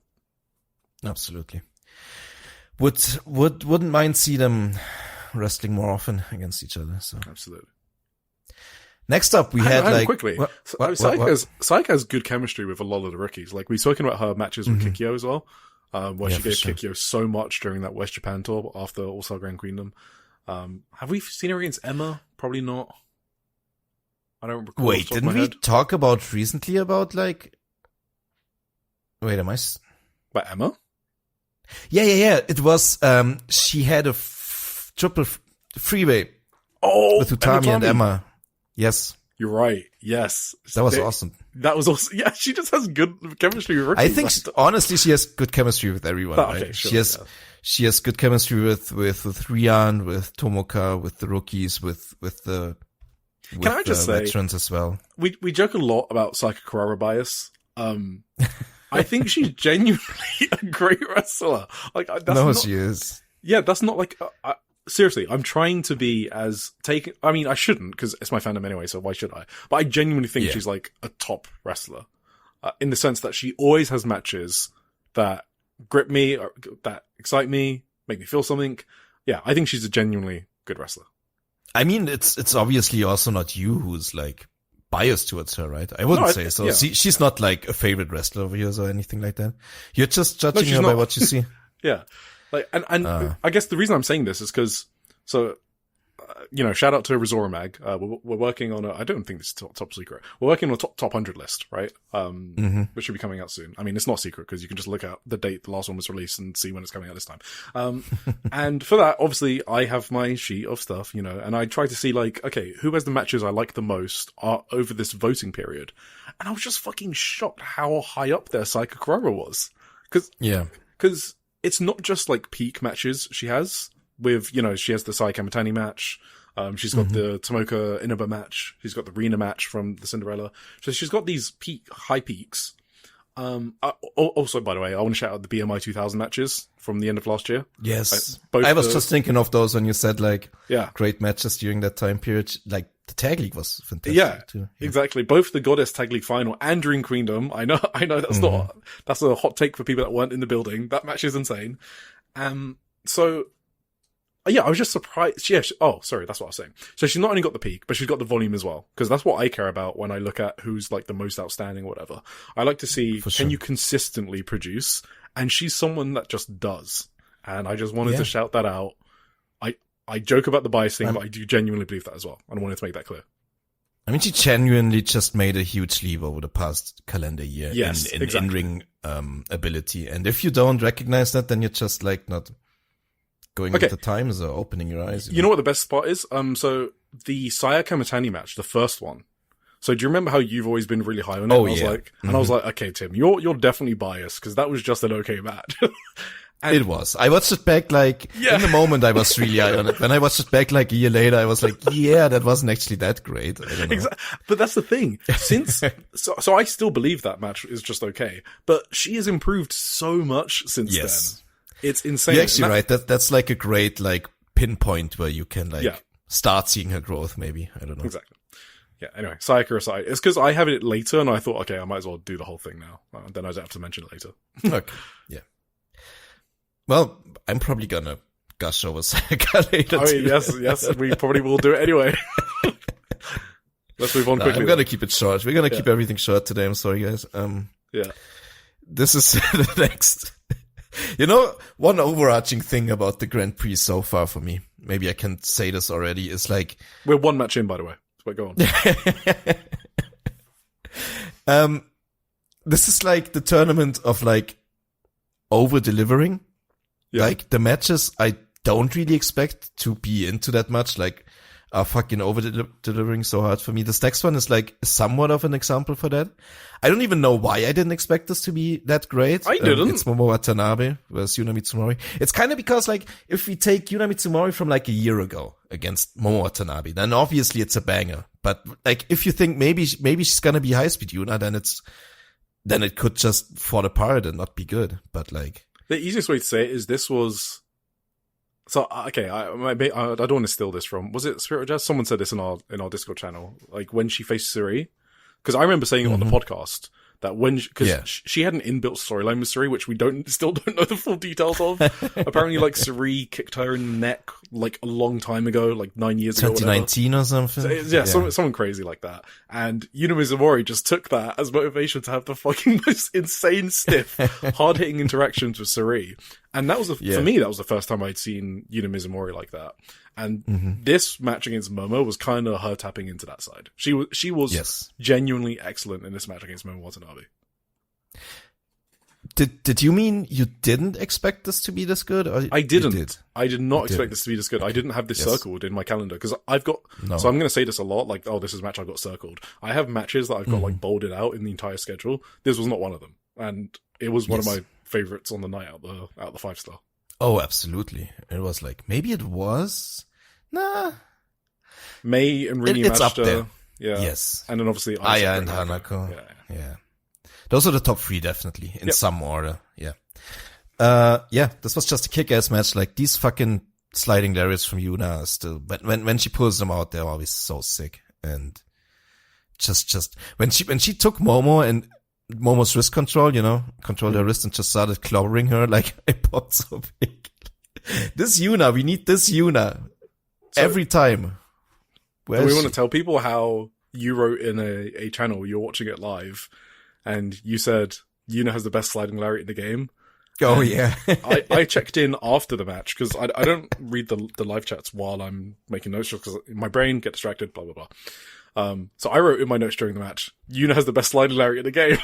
And I read your message and I'm sitting there, honestly, like a minute. Like, I'm just sitting there thinking, wait, is my notes like synced to the cloud or something? And maybe he has access to it. I'm like, how did this happen that we wrote the exact same message word for word? So yes, Yuna has the best sliding lariat in the game. Yes, Yuna has the best sliding lariat in the game. Yeah. Absolutely. In the end though, shouldn't be enough for Yuna, unfortunately. Momo just fucking executed her with a buzzsaw kick and dumped her on her head with, what's it called? I don't know. Call it whatever you want. The B driver, whatever. I don't know. The B driver is the backwards one, right? This was like the front. This was like the Takeshita one, the front loading. What does Takeshita call it? Is it like the bastard driver? He calls his the boss. I don't fucking know. I always get confused with these names on this particular move. Me too. Yeah. You know what you mean probably. Oh, you've probably seen the match yourself. It was a great match. If you haven't, go and watch it after the podcast. I've got some backstage on some of them, by the way. So okay, for this one, Unimon ambushes Momo backstage and says that she wants to fight Momo forever, and she's going to win the block and go to the final. And she basically cuts a passionate promo about shining even brighter and getting even stronger this year. Good for you. Hell yeah, let's go, Yuna. But I need to shout this out as well. The point where I was like, "What the fuck's happened to Yuna?" is when she did a Pele kick into like a Death Valley driver. I was like, that was so sick. I just saw that in my notes. Yeah, so definitely big shout out to Yuna Mizumori in this match. Oh my god, so good. After this, we had Koguma against Kikyo Furusawa. Yeah. Do you want to go through this one? So when Kikyo was putting the leg locks on Kuma, Koguma, I actually just called her a bear. I heard the commentator say Zack Sabre Jr. Oh shit! What do we think they were saying? Were they comparing Koguma to Zack or? No. I actually had this. We watched. No, whatever. I watched the third show with someone. Who did she face on the third show? Let me look real quick. Koguma? No, Kikyo. Oh. Kikyo faced Momo Watanabe, right? No. That was the Momo match. And we like both at the same time said like, did she go to training with Zack Sabre Jr. or something? Well, I mean, so maybe the Japanese commentators were saying that. Yeah. Yeah, maybe. Yeah, because like she does these like, I just don't know who teaches her these transitions, like these weird, crazy ass flip into ankle lock transitions. Right? I don't know. Yeah, but have you ever seen Shui do anything? No, like I'm sure she knows how. Like remotely close. Maybe she just doesn't. I don't know. It's crazy. No, I love those though. I thought Koguma sold exceptionally well for her too. Like, Koguma can be kind of a prick sometimes, you know? Yeah. No selling for the rookies, but she sold for this one. definitely was in pain, I guess. But won in the end. There was a really cool near fall in here, which I thought was awesome. Really good. Really good near fall, actually. It's that small package, you know, the Soreyame style small package, where you kind of like sit on them, sort of. It's like a really tight small pack. I love that pin. Yeah, it's one of my favorite things. And I say all the time with Soreyame, I want to pick up wins with this. I was kind of praying for that to be like a shock win on Koguma. I thought that would have been really cool, but obviously she's rookie. Yeah. She has to go 07 or whatever it is. I did believe for a second. I did write that this fucking rocked in the end, so it kind of sounds unspectacular from my recap, but I think this was really good as well. It was a good match. It was definitely a good match. The finish was probably the funniest thing I've seen in months. The finish was what? Sorry. The funniest thing I've seen, like, in a long time. The funniest? Yes, it was fucking hilarious. I don't remember what was funny about it. It was a German suplex, right? Doing a super high angle German suplex. Oh, you mean because you're not used to seeing that from it's fucking Koguma. Okay, I'm not used to, I don't think I've ever seen, I know it was her finisher, like, back in the day or whatever. I haven't seen that side of Koguma. Yes. So when she did that, I did just uncontrollably laugh. In a good way. Like, so much joy was brought to me seeing her execute perfectly a super high angle German suplex. It was amazing. I popped out of my mind. I mean, I told you this before that Koguma used to go really hard sometimes if she wanted to years ago. But, like, she didn't even do it in the Hazuki match, which is probably what you'd expect. Wait, didn't they? Did she do a German? I think they Germaned each other a lot. No, okay, like this one. This one was like maybe not exactly like a super one. Yeah. And she did say backstage. Sick. Yeah, she said backstage that it's been a while since she's used her German suplex finisher, and that she had kept it sealed away. Hell yeah! Show us more of it, please. Yes. Next up, we had Ruaka taking on Miyu Amasaki. Oh boy. And maybe one of the less matches of the show. Why you can skip this one. Like, this actually just annoyed me, by the way. I hate I hated this. I read that you it's just maybe watched it, yeah. The problem you were the problem pissed isn't from that, the start. Okay, so it's not that Ruaka can't wrestle. She obviously can. She's been wrestling since she's been 12 or whatever, right? The problem is that she never tries to be interesting. That is what I don't like. There's like no effort from her to entertain. But like people are saying that Julia Hart and Ruaka will have like worst match of the year potential. I don't actually believe that. I just think it'll be boring.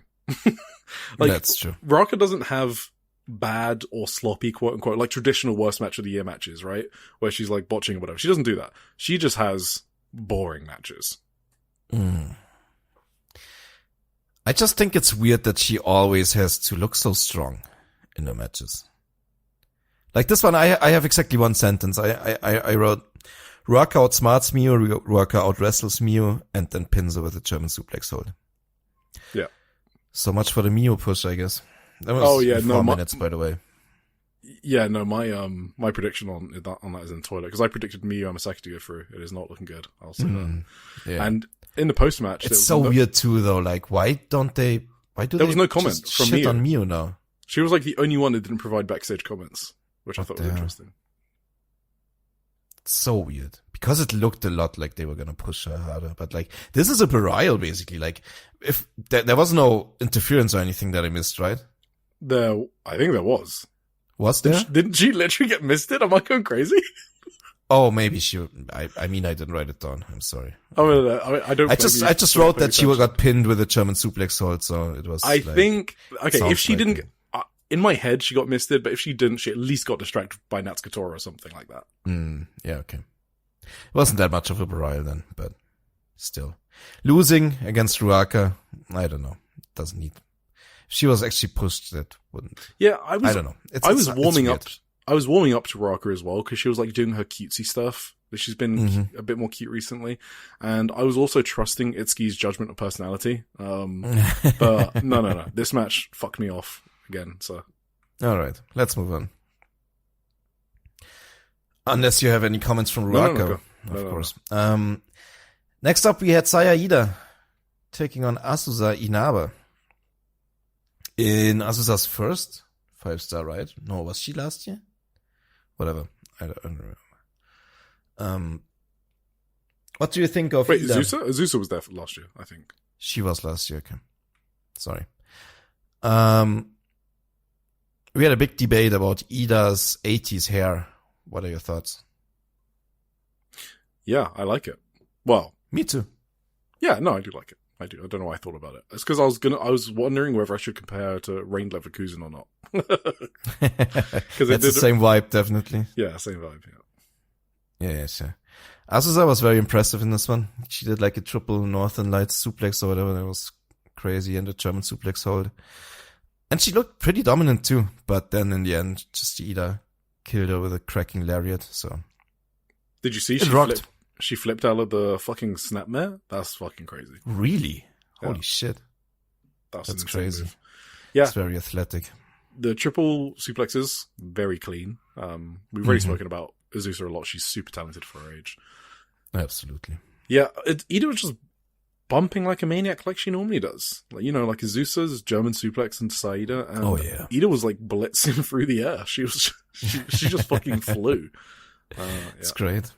For the time this match got, I thought it was really good. And there was like a little bit of red Azusa in there. So. For sure. Absolutely. Any comments here or? No, if I don't have comments, it just means it was the most normal, I lost, I'll win next time sort of thing. Yeah. Okay.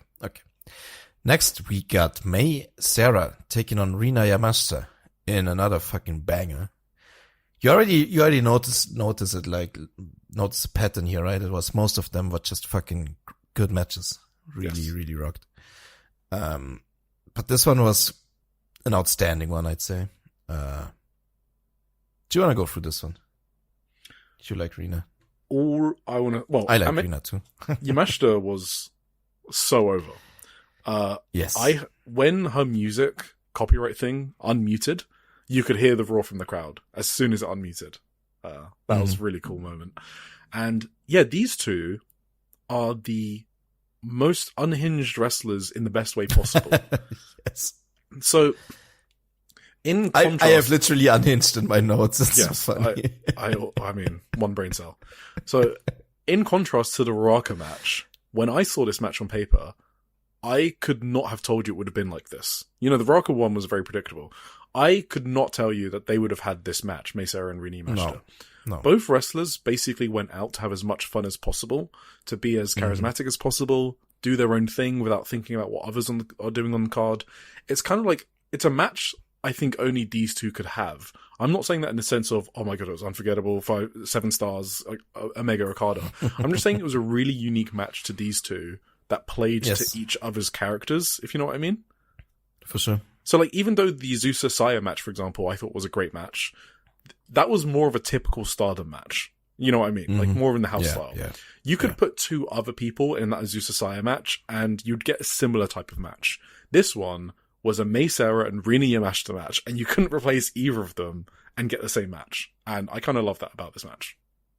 Absolutely. No, that's a perfect description, kind of. It's crazy. I don't even want to talk about the spots. I kind of...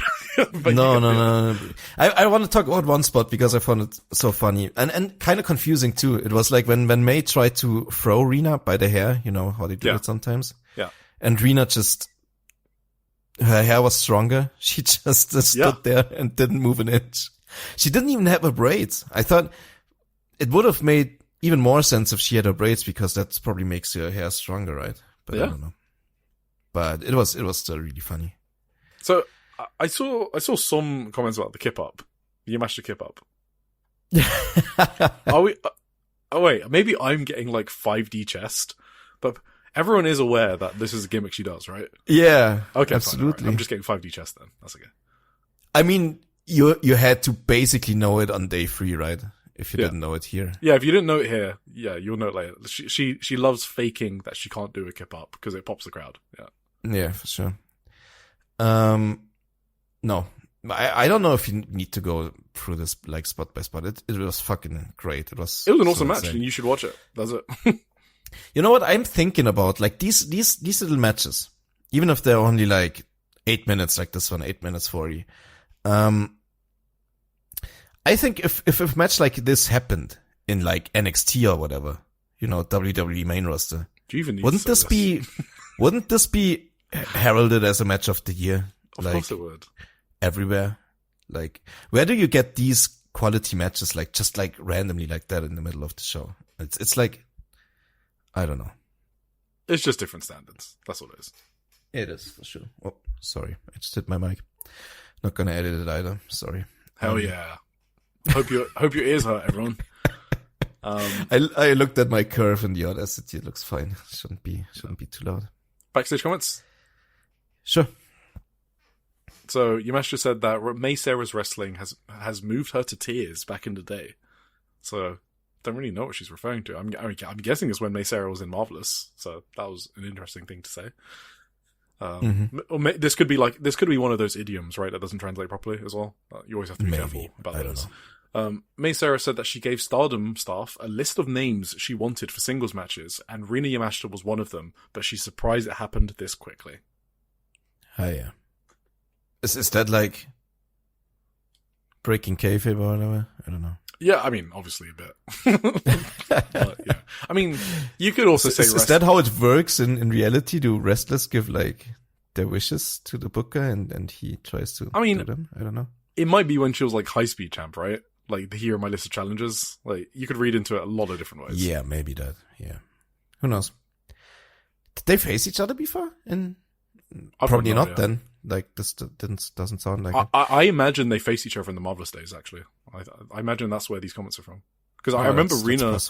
I looked at Rina's cage match once, and I noticed a bunch of Marvelous back in, like, the pandemic and before that, so... Okay. Or maybe I made that up, but I don't think I did. Maybe. Nobody will ever know. Nobody will ever know. No one's going to be bothered enough to check, so... It's true.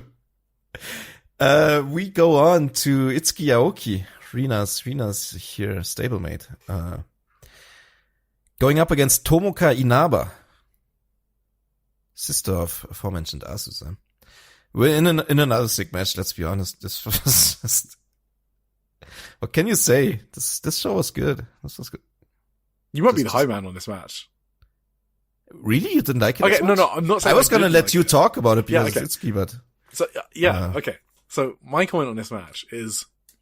This is basically the most basic match these two could put on. Like, you could see this match on an Oz Academy Shinjuku Fascia, like the opener. Like, it was good, but it's also exactly what the type of match Itsuki Aoki and Tomoka Inaba could have. Do you know what I mean? Yeah, I guess. Like, it was an Itsuki and Tomoka, like basic match. I did think it was pretty hard hitting, to be honest. I mean, yeah, but that's what I'm saying. There was an insane roundhouse kick in there. There was a giant lariat from Aoki that I popped for. It was like... Yeah, but I'm saying that is like Itsuki Aoki and Tomoka Inaba. I guess I get what you out here. So really good for the time given, but it like didn't surprise me, I guess is what I'm saying. No, this was not a surprising one. Yeah. This was not like an over-delivering one. This delivered to expectation. Yes, exactly. Agreed. Which was good. Very good. Right. Do you have any more notes or do you want to... No, that was it. No backstage comments? Okay. No, and then we had like the big highlight of the show for me, maybe. At least the one I like. I am look forward to the most, I guess. Yes, aside from the main event, of course. Aya Sakura against Hanako, because those two have... I mean, we've talked about it a lot over the existence of the pod, basically, because they've been feuding forever. Yeah, they have a really good feud going. They usually bring the best out of each other. And I've loved every match I've seen from those two. So, yeah, I was expecting a lot and I got a lot, which I loved. A lot of people said they wouldn't have had the streak.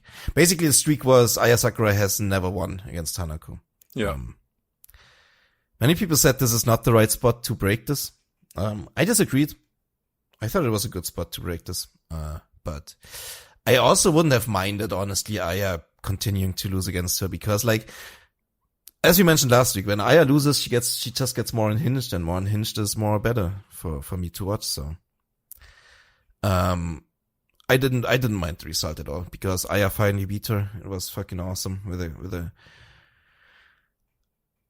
blooming dream. Is it Twilight Bloom? No, it's blooming dream, right? It is blooming dream, I believe. Yes, the old straight-jacket German after big kick combination, which is fucking her kicks land super well these days. And this was also a bit of a race against time. Like the time calls were coming in, and I was getting anxious about it. So they really got me from that side as well. No, really, really good. I loved it. What were your thoughts? I feel like you've undersold it. Probably, yeah. Yeah, I thought this match ruled. I thought it was excellent.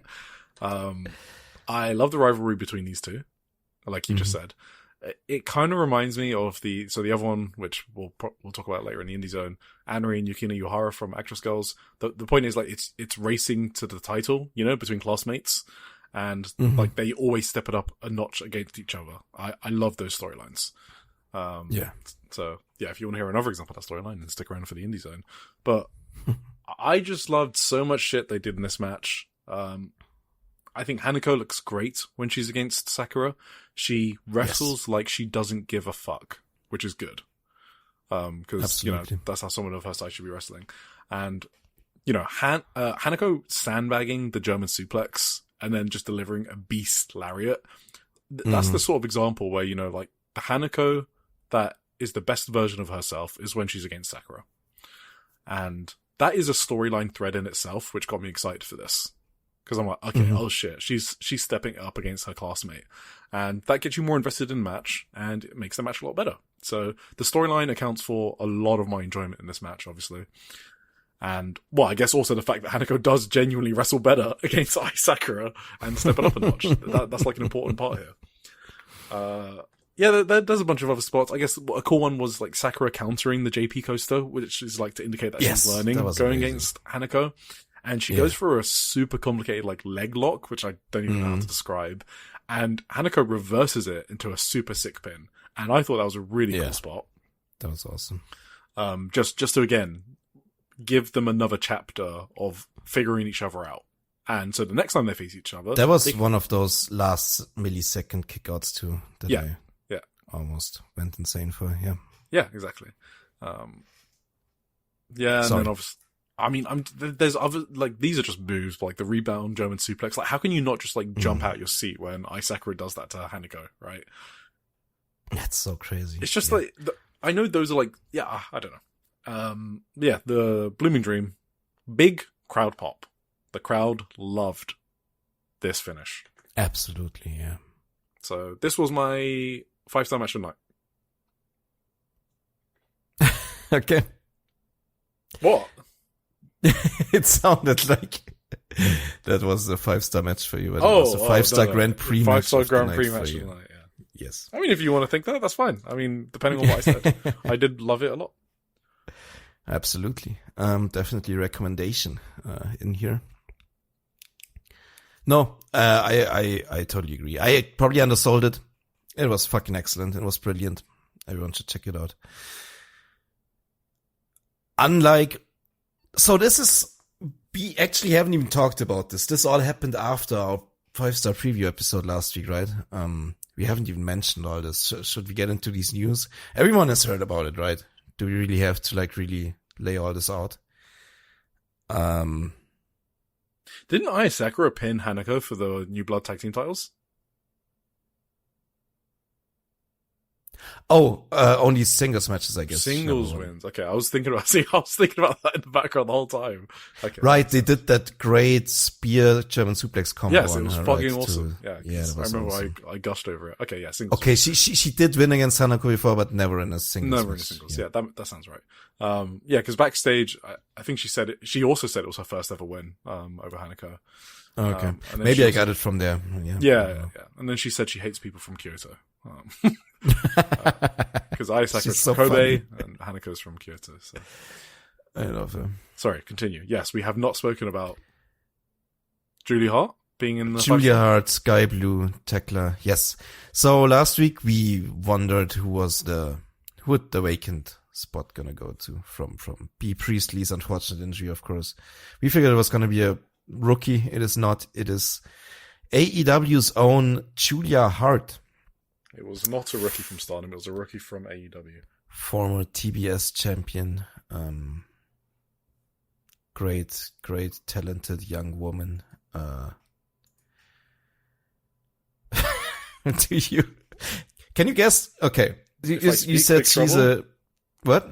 If I speak, big trouble. I prefer not to speak. You called her a rookie, right? What do you guess? How long has she been wrestling? When was her first match? 2018. Is that dark? Or 2019, I guess. 19, yes. Yeah. And I'm guessing she's had 14 matches since then. Times 10. 140. Okay. And I'm going to guess, let's think of a Stardom 39 rookie. To be exact. Let's think of a Stardom rookie that's been around for at least a year. Let's go with, who's one? Oh, okay. Akira. Akira's a good one because she hasn't had injury time off or anything like that. I'm going to guess Akira has had 100 plus. You mean 100 more than Julia Hart? No, just 100 plus match. So similar to Julia Hart. No. How much has she had? She had 38 matches more than Julia Hart. Oh, yeah. Okay, yeah. No, I said that. Around Julia. 177. Okay. I mean, that's not around, that's 20% more than Julia. Okay, right? sure. Or something. Yeah, sure, relative wise. Or 30%. Yeah. I mean, this isn't even against Julia Hart. I don't want to turn this into I mean, she could obviously go wherever she wants and wrestle more. She was injured for a long time. That's gotta factor in there, but, and to be honest, we have always said we will never be down on someone that goes to Japan to try and improve. So, yes. if Stardom want to sign her up, that's fine with me. I respect it. No, I agree. I'm obviously not as down on it as a lot of others. I don't expect her to run through this block and get into the semifinals or whatever people were predicting. I don't even know if she gets B. Priestley's booking, which also I wouldn't have said she would. What? I was joking about the signing thing, just to be clear. No, but I also don't care. I mean, look, okay, yeah, sorry, you finish. Go on. Well, for me, it's just well, first of all, I think the trios match was always booked like this. I think the trios match was always happening. That wasn't a last minute decision because Julia Hart is coming in. I think it's the other way around. The trios was always happen anyway. And since Julia Hart was over there, they said why don't we just have you in the 5-star instead? You know what I mean? Yes. Agreed. And don't assume, I did falsely predict that they were going to lose the trios match, that this was just a way to balance out the Tekla win over Starlight Kid without having to pin Tekla herself. That didn't come true. I should have maybe not been as optimistic for that. But I still hold on to my belief that Julia is not gonna be a strong force in this 5-star. She's gonna get a good 6 points or whatever in the midfield of her block.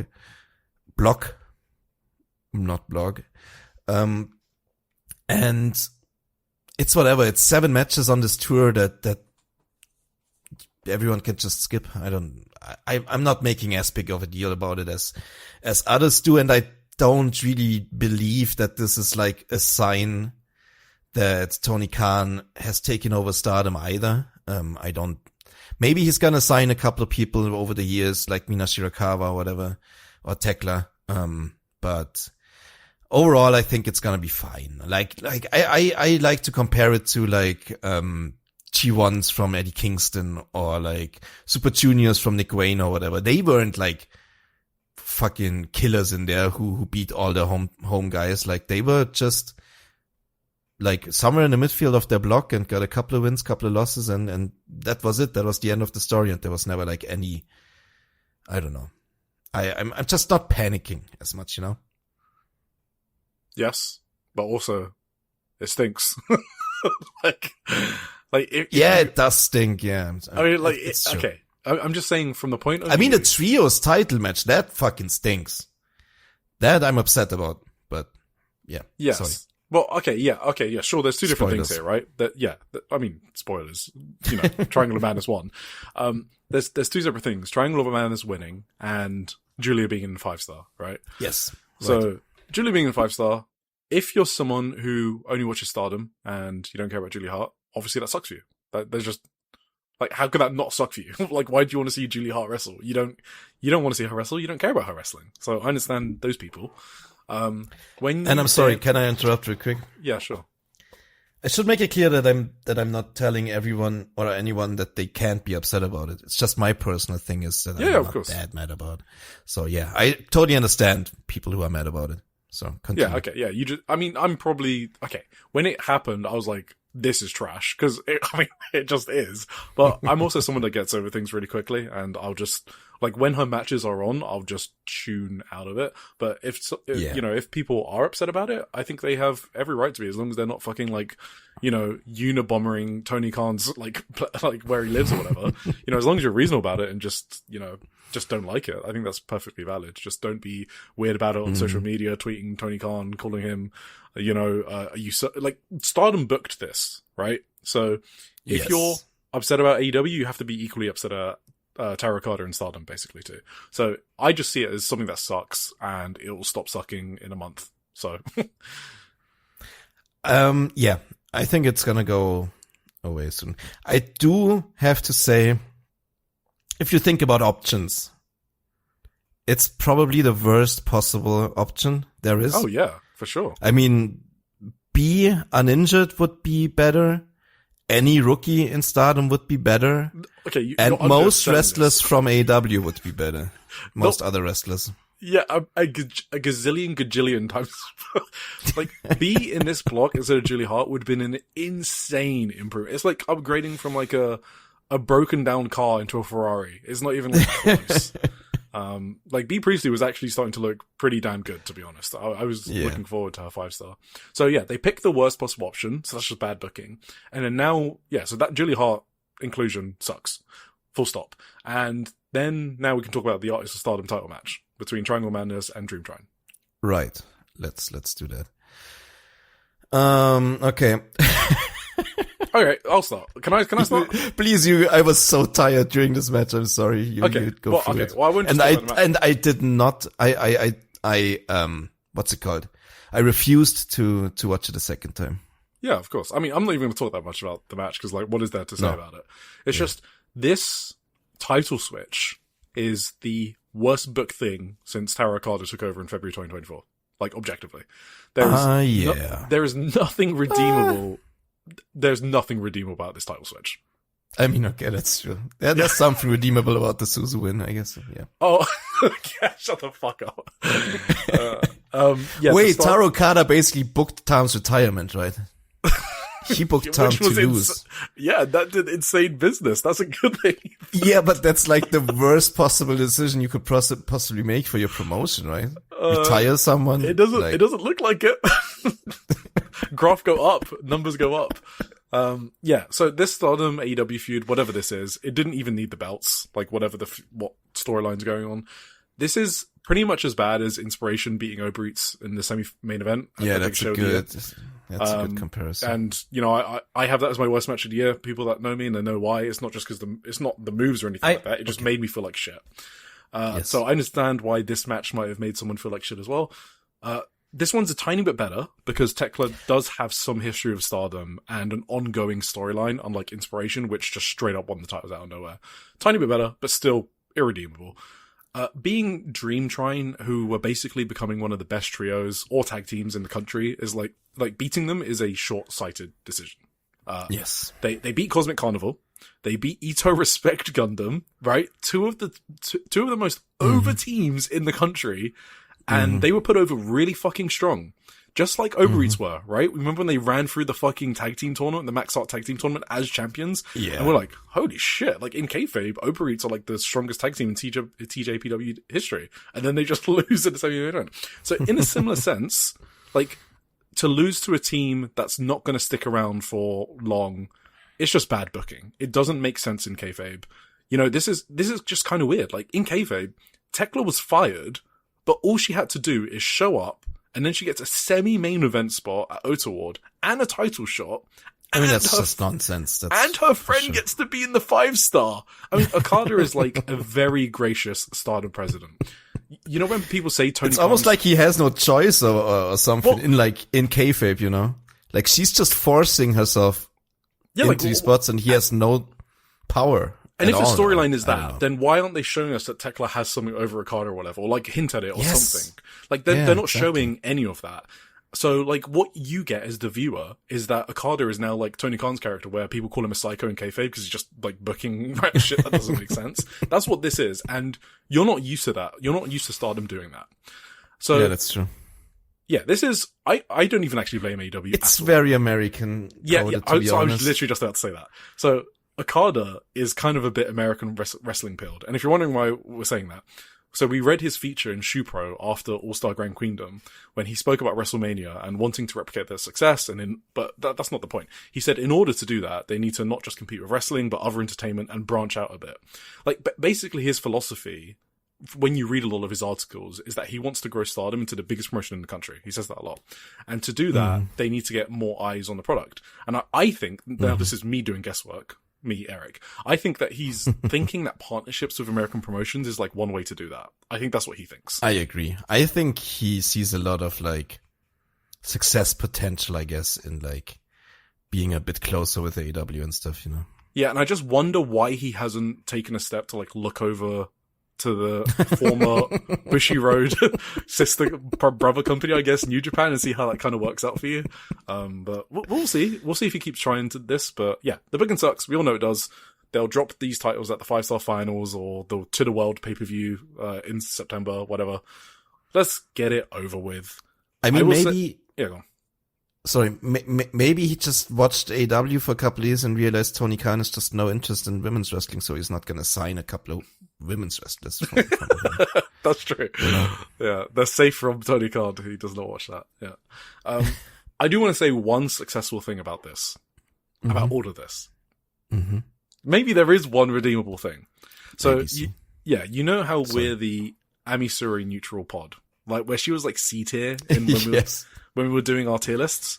So that's not skill ranking. That was just like a favorites ranking. This match has totally babyfaced every single member of Dream Tribe for me massively. Ami and Lady C, of course, because Hina was already babyfaced. I feel so bad for these wrestlers. Oh my god. They were so happy with these belts, man. They did a whole thing, a storyline on social media. They were, they were having banger matches. Like, honestly, banger matches. Sure. This was their time to shine, and it kind of got thrown away, and they're the ones that got screwed over from this. And I'm going to be cheering both Ami and Lady C on. I was already cheering Hina on, going forward, just because of this. So I guess, good job, Terracotta. I guess, I don't know. I mean, they should get the rematch straight up. They should be the ones who take the titles back from them. Like, I don't even see any other option at this point. I mean, if they don't, then by the end of the year, I want Ami red belt, Lady C white belt, I don't know, whatever. She can hold the artist by herself. And this is where I bring another... Well, maybe I don't know how to say this.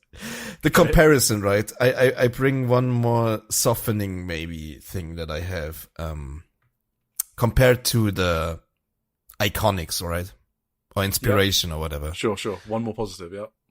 The Inspiration, they just like, they wrestled for 12 minutes, hit their bad looking finishing move and pinned them clean in the middle, right? Yes. I think they did as much as they possibly could to like protect Ami Sourei here. She took like, they pulled the ref, they cheated in like three different ways. They misted her, everything they could possibly do to make this loss look as unfair as possible. And like, just like, Dream Train got screwed over. Like, this was a complete screw job, and that's, which is also why I obviously think that they should get the rematch. Like, that only makes sense to me. It wasn't like they got just fucking pinned clean in the middle in 12 minutes, like, like Wakana, like Uber Eats did. So the ref pool was actually really good, by the way. Oh yeah, I lost my mind. I was legit upset because that was also kind of for me the sign that they're gonna lose the titles when the ref got pulled. It was a perfect spot. I'm not gonna lie. Yes. Yeah. I mean, but maybe not for the right reasons, but like obviously Yes. everyone wanted Ami to win there. She hits the Fire Thunder driver. That's her finisher. Oh yeah. And literally perfect timing on the ref pull. I got so mad. Yes, In a good. I mean, it was such a good timing. I feel like that was good heat in the way that I got mad at that spot. That reminded me of that happened before, where it was so insanely perfect. I think it was actually in a I don't remember. Was it in a Sayata match? I think so. Oh, was it? Okay, yeah. Oh, maybe the March one? March Korakuen? Yeah, that's what I'm thinking of, but I'm not 100% sure. Anyway, so yeah, I mean, I think we've spoken enough about this. No. Yes. They won. It's over. Fuck. They should lose ASAP. Anyway. Main event time. We got 2 more nights to go. All right, and this one's going to take a while. Let's go. Well, this was the big news, right? Yeah, this was another fucking terrorism job from Tarokada for me in the moment. I gotta really say, I was not happy after this match. Like, when I saw the match of the year calls, at first I was like, wait, am I the low man on this? And I just realized that I was so like invested into the booking that like the decision to make Natsupoi get this new finisher, get all this nice story in, and then have Shuri kick out of the new finisher and just beat her 1-2-3. That legit made me angry. Like, I was upset after this. I was probably just as upset, or maybe I was just still also upset about the trios titles. I don't know. Maybe I was just in a bad mood for the rest of the show. I don't know. Obviously this was a fucking brilliant match. Otherwise this was excellent. But like, this is legit one of those few examples where like the match quality is kind of clouded by the result for me, because I was such a mark for the result, you know, for what I wanted to be the result. So that's fair enough. So as an unbiased, did not care who won maybe this you match. go for it. I thought this was incredible.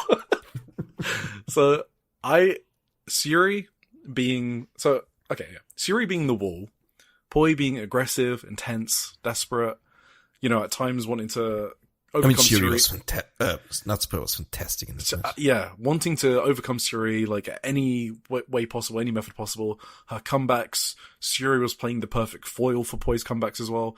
It was just so good. My heart was fluttery during this match, and to tell you guys why that's kind of important is these are not my favorite wrestlers. Natsupoi or Shuri are not my favorite wrestlers. I accept they're excellent wrestlers. They're just not my wrestlers. They're not my characters. I'm not as invested in their careers and their journeys as I am other wrestlers. But I obviously know that they're some of the best wrestlers in the world. So when I get that feeling, I know it's a great match because I don't actually care who's winning. Mm-hmm. So both of them I thought were flawless. And I honestly think since I've been watching STARDOM in early 2024, this is my favorite performance of both of these wrestlers, like independently. Like even more than the Starlight Kid match for Natsupoi, actually. For me, it's the most I've ever been invested in Poi. And it's the most I've also been invested in Shuri. Like during the match, I was like, oh my god, I actually kind of want Poi to win. And I went in there not caring. I was like, Poi is so... Like, her babyface fire and her comebacks are so amazing. And Shuri's being such a motherfucker, such an annoyingly good motherfucker that I want Poi to win. And for me to feel that way can only be because they've done their jobs perfectly. So for me, this is for sure a match of the year contender, like easily in the Sayaka Suzu territory for me. And I did not expect that going into this. Okay, yeah, that's a fair. Yeah, I thought it was just going to be like an awesome match, which I'd enjoy. It was way more than that, and I don't even know how. Like, they were just so good. Both wrestlers treated this like the biggest match of their careers. It's an IWGP title match. Yeah. Like, the fans always think that title doesn't matter, but it depends on who holds the fucking belt. And it's fucking Shuri. And she's putting her entire heart and soul into every match, every title defense. Like, look at her face when this match is over. She put everything into this. She was fucking crying after winning as well. And for Poi, like I mentioned, I think it's Poi's best performance since I don't know when. And when you have two wrestlers that are combining to both have some of their best performances in a long time, you just get magic. And they told the story that it was an important belt. And because they told that story, it was. And incredible match. Just an incredible match. Okay. Yeah, no, I totally agree. I disagree with one thing. I do have the Starlight Kid match over. Yeah, this, I mean, you were there. personally. Yeah, I was there. That's one of my favorite matches of all time. So was my match of the year in that particular year. So can't put it that high, this Shuri match. And I wanted to say, you said look at her face after the match. Look at Shuri's face during the match. She was like, Yeah, of course. she was Miyu Watanabe's levels of fucking face acting in this one.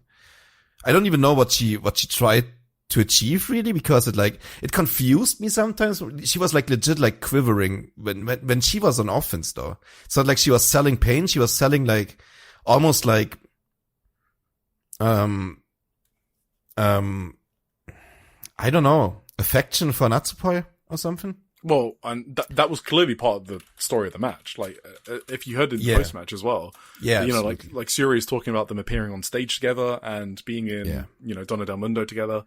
Mondo? Mondo. Right? Mondo, right, yeah. And she said it's the first time that she's, you know, main evented with the IWGP as well. Like, this felt like an important match for Shuri, and that was the story they told, yeah. She cares about Poi. Yes, and yeah. It was almost like she felt bad for having to do this to her, right? That's what her face acting told me. But of course still doing it. Yeah. Yeah. But that was brilliant. Like Shuri's performance in this.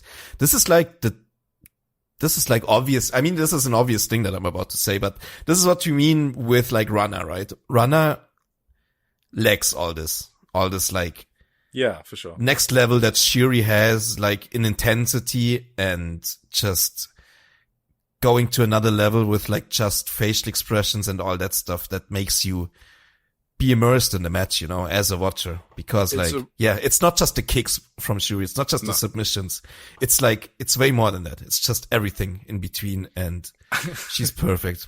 I'm going to say something blasphemous here. Like, okay. Do not send me hate mail for this. Just my opinion, okay? My opinion warning. I'm not even that into Shuri striking. Okay? I think she pulls a lot of her strikes. Yes. A lot of them. And, you know, I just struggle to get into them a lot of the time because of the way she pulls them. So the fact that I have that opinion, right? And she still kind of made me forget that and believe that she was destroying Poi. I think that skill is even harder than throwing a stiff kick. Do you know what I'm saying? I will say yes, I know. I mean, I have said this a million times that I hate her running knee because it looks so soft. Exactly. Yeah. I will say in her defense, she 100% used to not pull her strikes as much because I've before seen, you watched like, yeah. Her red belt reign, she was pulling nothing.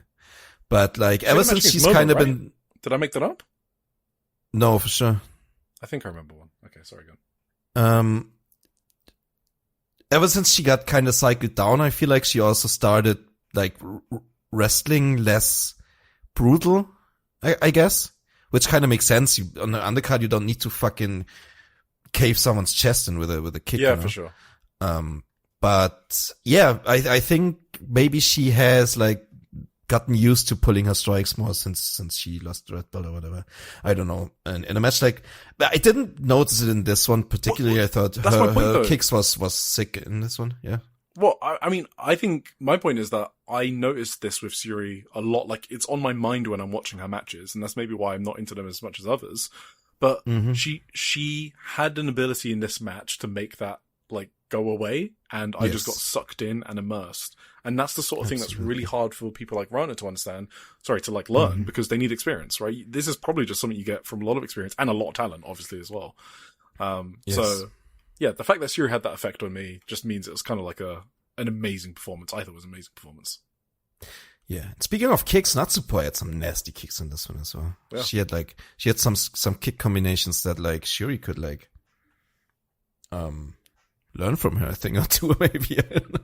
I mean, they set the tone for the match with those fucking apron bumps, right? Oh like, my god, that apron bump was the nastiest sounding thing I've ever. Oh my god. Should we talk about what Dave said about this? Whoa, that was what did he say? What? I forgot that Dave reviewed it. What did he say again?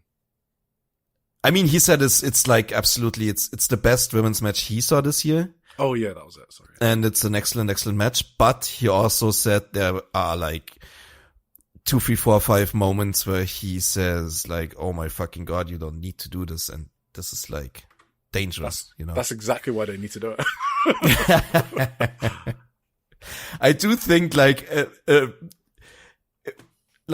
this apron bump sounded so disgusting that I almost want to say I see why Dave said that about, like, he specifically mentioned the apron bump too amongst those things. So obviously the shoot headbutts he said, and then he said the apron bump, and then he said the high angle German suplexes, but yeah. Yeah, I guess so. That upset him very much. But I was thinking, like, how does anyone know how hard that bump is compared to a normal bump? Like, does anyone... I mean, she obviously like was fine too. Yeah, I mean, I just don't know how they created that sound. Like, it sounded exactly, like she fell straight onto like a couple of steel pipes or whatever. Isn't that part of the magic trick? I mean, sure, yeah. Do you know what I mean? Like, I don't know. Sorry, I don't want to get into the safety policing argument, actually. I wasn't going to safety police it. I just wanted to express how fucking sick that apron bump was. Yes, and that it was everyone sick, should watch the match just for that alone, basically. Yeah. It was almost Amisuri Saida levels. Not quite, but almost. Oh, yeah.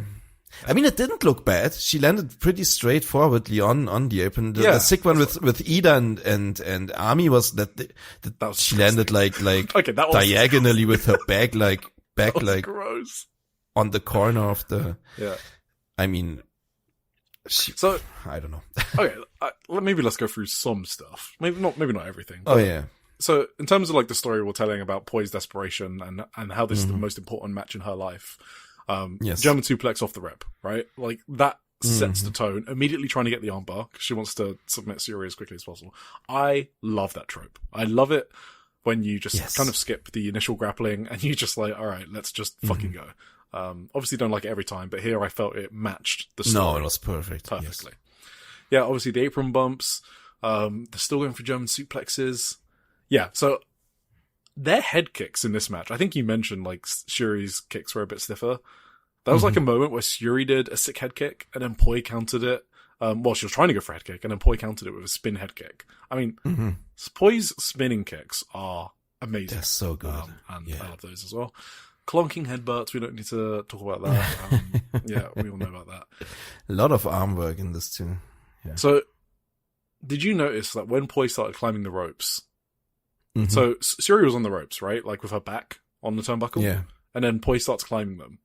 And the whole crowd is going like, eh? Because they're like, huh? What's happening here? And Poi just screams, like a feral scream. A bit like the Starlight the Sayaka Mitani one. Starlight yeah, absolutely. She just screams and then launches a second rope German suplex. That was awesome. That was sick. Yeah. And the crowd is just buzzing at this point. And I feel like we're not even halfway through. And we've just seen 10 crazy spots already. And not even halfway through the match. And the crowd feel that they're watching something special. And that kind of gets you into it as well and gets you more invested into it as well, right? Like when Syuri does her avalanche Kimura lock suplex thing, right? Yeah. And she's going crazy with the submission. And the crowd are going crazy. Yeah, it's just... I lost my mind at then, yeah. That was a crazy rope break from Poi. No, that's what I was gonna say. That's one of my favorite spots of the match, to be honest. Absolutely. That's like just the fight over the second arm first. Like at first, Shuri only has her like in a single arm lock, you know, like the Kimura thing. And you can see Shuri tries to go for the second arm because like her ultimate submission thing is like she ties everything up, you know. And just the fight for the second arm, and when she gets the second arm and Natsupoi starts screaming, and she basically has no fucking chance to get anywhere. And I was chomping at, what do you say? Champing at the bits over there. Yeah. And yeah, when Natsupoi got the ropes, that was like such a, like I thought it was over at that point. Was a sick rope break. Like you think that Poi is literally just about to submit. And Poi just hits the rope. So again, it's kind of like this story again of desperation, right? Poi was getting super desperate, but her comebacks and her selling just really on point. Like you can, and her forearms stopped like having any impact at that point too, because she was just, her arms were so weakened, you know. Yes, There was that was desperation. Exactly. That's quite desperately just fucking elbowed Shuri over and over and just had no effect because her arms didn't have any strength. I don't know. It was great. She started crying, like, after Yes. the wrist clutch forearms because she wanted it so bad. And that's when the comeback happened again, right? The strikes, the German suplex. She goes for a maiden Japoi and Suri counters it, and so she does a Farian ring instead. Suri does a gutbuster, which was cool as fuck. There's Poi chance, and then the electric chair. Oh my god. So This Suri fucking gets Poi up on the electric chair, and you're like, oh, okay, this is Suri's super finish. This is the same one she beat Mayu with, right? Yes. I mean, it's her, basically her one-winged angel type move. Yes, it's exactly. Like, yeah. And you're like, uh-oh, she's in an electric chair. She's going to hit it. And then Poi hits the fucking, what is it, the Fairying Magic? Something like that. I always call it swirly pin thing. I never know the name. It needs more credit than that. It's the most fucking sick move. It's so awesome. It's incredible. And I think because, I hadn't seen it in a while, right? Obviously, I've seen it before in like clips or whatever. It's been a while since I've seen this in a match. So when I saw her in the electric chair, I was like, oh, okay, it's just going to be over now. So I was not expecting her to do the spinny fucking pin thing from the electric chair position, which is how it's normally done. So like, you would have thought I would have thought about it, and I didn't. I didn't either. It caught me by surprise as well. Exactly. Yeah, for sure. It was And such that's a why good spot. I thought that was the finish. That was an incredible spot. It should have been, honestly. Honestly, sure. But she finally hits the maiden Japoi, and I thought that was 3, and it was not 3. Cause that should have also been the finish, yeah. Yuri kicked out. And the way she kicked out, did you notice the way she kicked out? Not specifically. It was really cool. It was like, she just slightly lifted a shoulder. Like, it was literally... Oh, yeah. It was so slight. It was awesome. She does the Shiyu Sekai buzzsaw kick out. Then Suri stares into Poi's eyes and hits a headbutt. Electric chair. God. So now you're like, okay, now this is definitely it. Yeah. But you're thinking, wait, does she have one more escape in her? You're thinking about it now because they did it earlier, right? But she does not, and she folds and loses. I knew it was over at that point, to be honest. I knew it was over when she kicked out of the maiden Japoi. That's crazy. Yeah, of course. That's crazy work. So, anyway, just a really well told story, and both having the best performance in fucking ages, to be honest. Yes. Yeah. If this had the better booking and the better finish, then definitely one of the greatest. I thought it had perfect booking and a perfect finish. Wouldn't it have been better if she won with that fucking spinny pin counter? That would have also been very good. Yes. Yeah. Who's being Suri now? What do you think's happening? I'm going so far as to say that this was a change in plans, honestly. I do not know why they would set all of this up for Natsupoi just to have a fail like this. That doesn't make zero sense for me. Sorry, I have to push back. Why do people... Because failure is a storyline. It's been her storyline for 1.5 years. This was supposed to be her redemption. They worked towards her redemption angle. This is like Naoi Ishikawa, who like gets pinned by fucking a British rookie after like her redemption angle started. You cannot do that. You cannot do that. This is the main event in Otaward, and how invested were you in this match because of her previous failures? It worked. It's good booking. I think something changed, and they're gonna have Tekla versus Shuri, and they wanted to have Shuri specifically because they're doing like the whole Tekla versus Scott's Eye feud. I mean, I can believe that. I do believe Tekla is probably going to challenge, yeah. But wait, why can't she challenge Natsupoi? I mean, have you seen the confrontation when the Madness Triangle came in at like this 5-star preview show or whatever? Yeah. Like her confrontation with Shuri was very it looked very much like a setup for something. And that's why I thought it changed, and they're planning a Shuri Tekla match instead of giving Natsupoi the belt. I just think they were always planning that, but yeah, for sure. Anyway. I don't know. That is the show. Is it? Yes, it is. Nice. Poi says that she put everything on the line for the IWGP belt, and she's frustrated and shaken up. She said that this summer was meant to be hers to reclaim what she had left behind, and the feeling of pushing forward reminded her of what she had missed out on, and she said that she's glad to be a pro wrestler.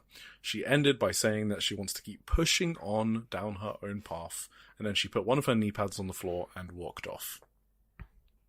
Can we also, like, stop talking about retirement for every single wrestler out there? Like, why is everyone always suspecting retirement immediately? Like, for everyone. I do think Manami Katsu's retiring soon, but... Sorry. I mean, I don't think just obviously... because she got married, she's gonna retire, right? Yeah, I don't know how true that is with Poi. I've got not... Yeah, there's nothing to go off except the fact she said she wants to settle down or something, right? Did she say words to that effect? I don't know what she said. I don't remember that at all. Cool. All right. Wrestlers are liars. Anyway. We have half an hour to get through 2 nights, which obviously isn't happening. Yeah, that's easy. So I genuinely don't have too much to say about those. Huh? We should be quicker with the matches we don't have much to say on. Absolutely. Okay. Day 2, Toyohama. Wait, where is it? We got Toyohashi Hall. Yes. Why did I write Toyohama? I don't know. 857. I heard that's pretty good. Do you want to go through it real quickly? Everyone stop. Drop what you're doing. Think about this number. 857 in a regional city outside of Tokyo. And that's not Osaka or Kyoto or Kobe or even a big city. They sold out, not super no vacancy, but I mean close to a sellout. So, okay. This is Sayaka's hometown, right? So, there's no doubt in my mind that Sayaka contributed to this. I don't know how to put it into terms that make sense how big this number is. This is in Toyohashi, and you shouldn't have almost 1,000 people coming out to watch wrestling in a city like this. You just shouldn't.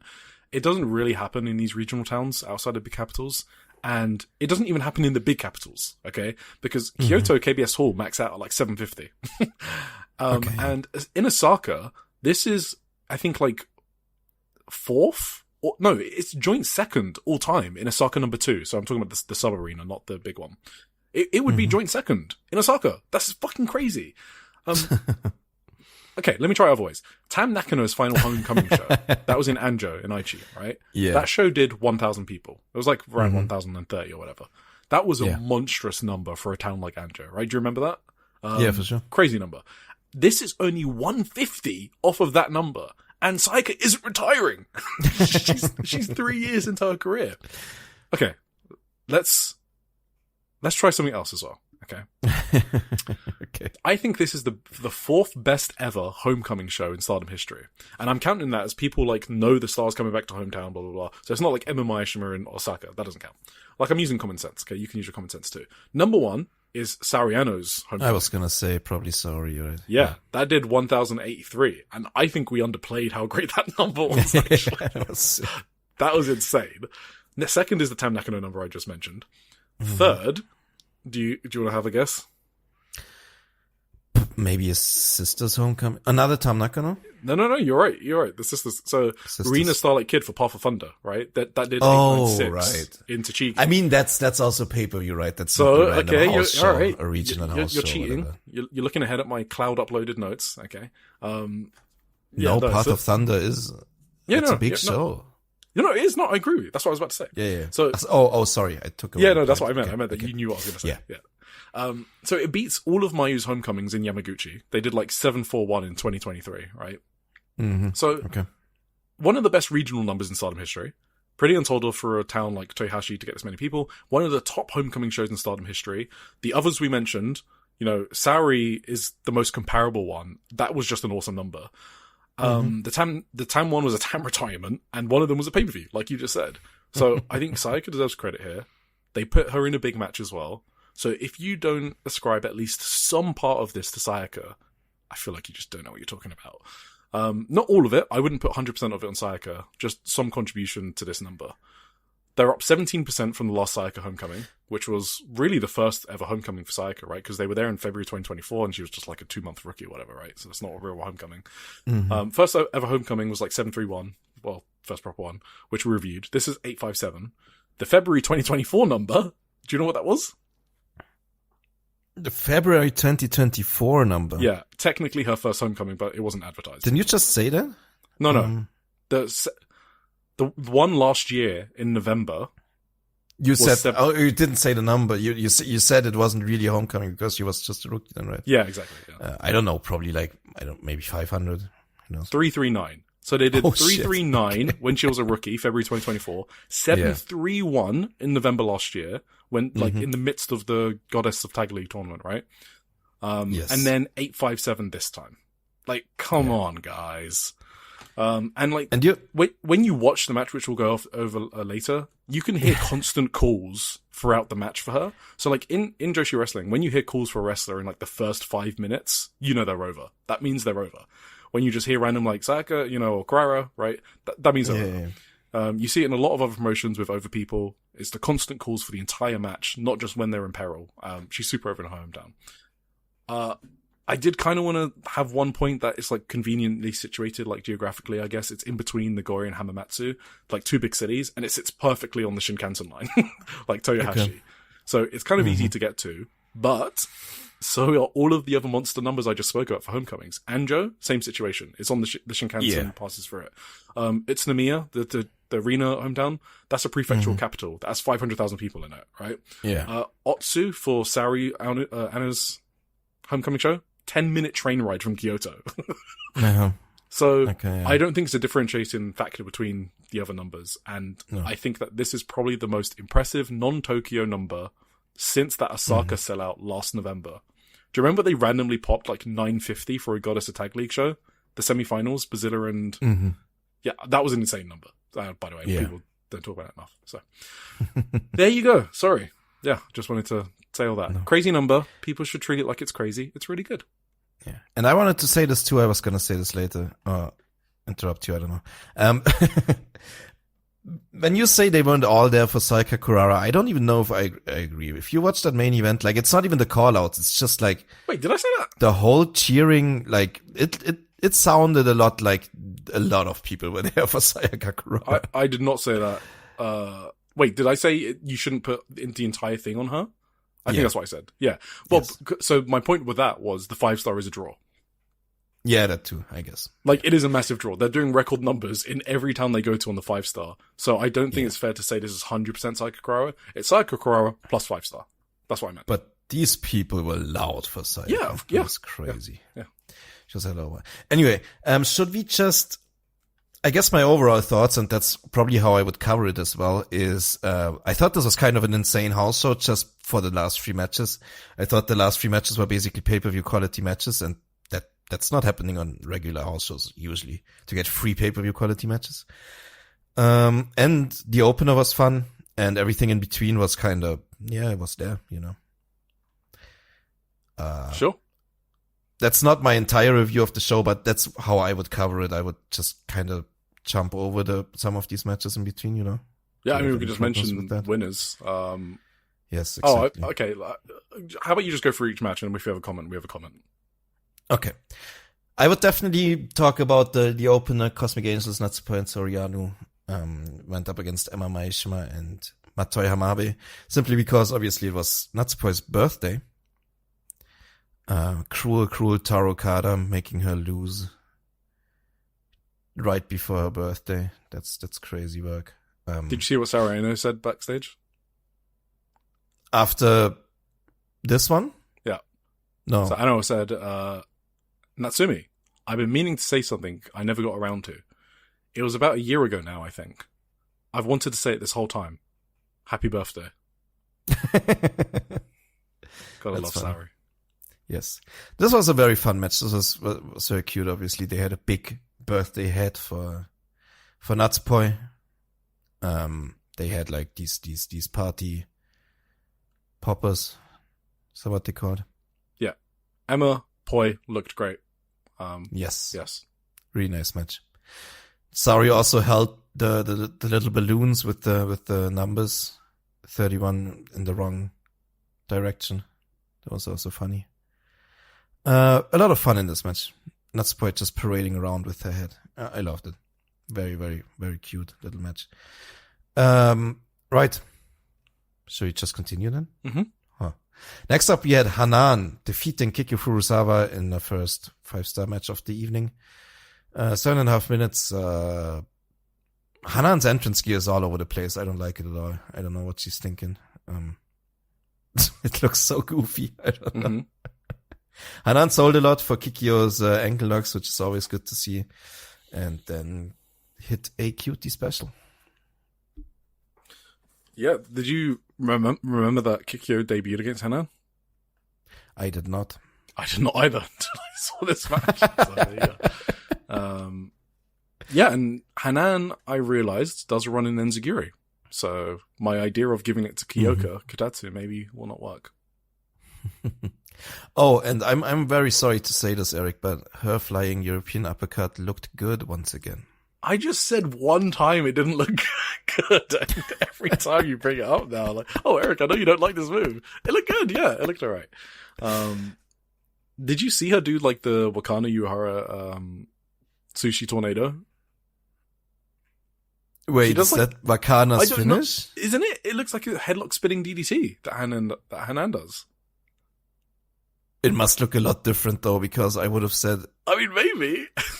that there was a really shitty move in here if she did that. It reminded me I don't have that in my notes. Maybe it's not the same. But yeah, I do like winning with a cutie special. Kikyo is a rookie after all.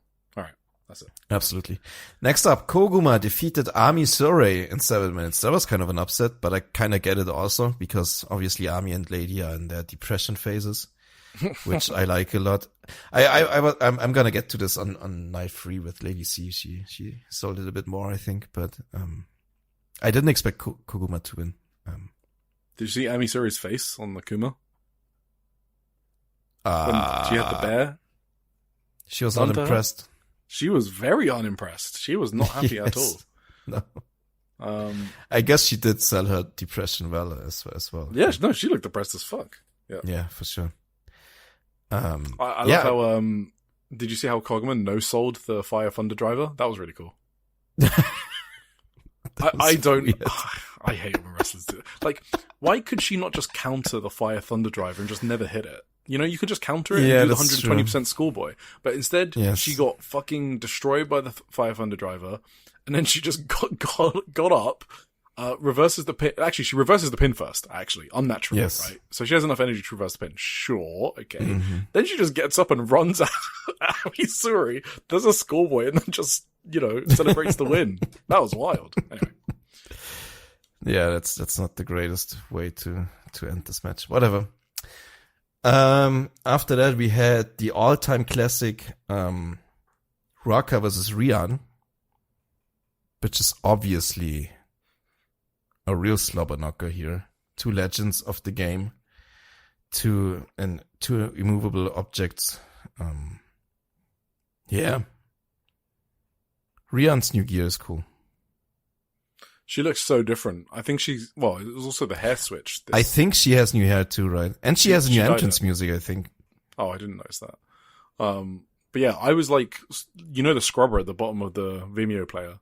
Because I was just trying to, I normally skip the entrances. And I hovered over it. And I was like, who the fuck is that? I legit thought, is that Mochi Natsumi? No, that can't be her. Is that fucking Tam Nakano? I was like, no, that can't be her. I was so shocked when I actually, okay, fine, let me see who this is. And it's fucking Rian. I was like, what? Yeah, she looks so different. Yeah. Rian fell for all of Ruaka's stupid moves, so that's not good. Didn't. She didn't? Well, I mean, didn't she, return? Okay, she did. She got her back for it she got with the foot stomps, but she still fell for it at she first. Did fall for it, I guess, yeah. I don't even know how this ended, to be honest. Well, Rian did a fucking fighting spirit spot. You get so fucking hyped up. Yes. And she ran straight into the choke bomb. Like she does. I love it. Yeah. Dude, that's a good bit. Just fire up at the most random times and just get fucking killed by a big boot or something like that. She is a comedic genius. I'm not taking that back. She is. Yeah, I mean, sure. She knows what she's doing. After this, we had obviously, I don't know. Obviously, it was Maki and Mei Sarah, dumb fucks, obviously. With another, weird outcome, in my opinion.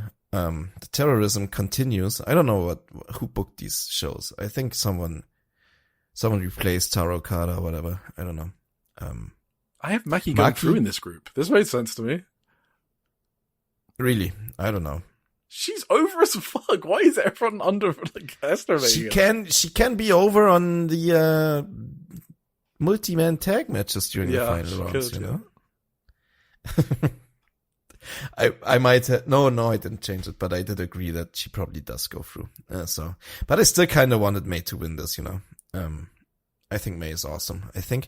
But that's the other thing. I still expect May to get the white belt shot, right? So I think she should be pushed a little bit. Mm-hmm. So I guess she did win her first match. She said, yeah, it was, she said 1 win, 1 loss at this point, I guess. Crowd was really hot for this. I don't know why. Someone in this match was probably over. I can't tell. Couple of big kicks. Release German. That was awesome. May takes these unhinged bumps. It looks crazy. I don't even know. Like not in a classic. She doesn't bump in a classic way, you know. It always looks like she rolls over uncomfortably on her face and whatever. I don't know. Looks like she's not taking it easy in there. Whatever. May tapped out to the. I mean, I did mention before that Makito has the best clever leaf in the game, and she showed it again here. So May had to tap out to then. I can respect that. What are your notes? Nothing? I absolutely fucking knew that May Sarah was going to interrupt Maki's entrance. I knew it. Why did I know? It's just such a May Sarah thing to do. I was honestly expecting the dropkick sooner. I just can't believe how well I know May Sarah that I knew that was going to happen. And when it happened, it popped me. That's all I want to say. I did think in a moment that would have been actually a great finish. She immediately went for the flash pin, right? When she interrupted, after she interrupted. Yeah. And Maki kicked out at the last second. If she just won there, I would have popped big. That would have been awesome, I think. Anyway. Oh yeah. We need some more short matches. You know, switch it up a bit.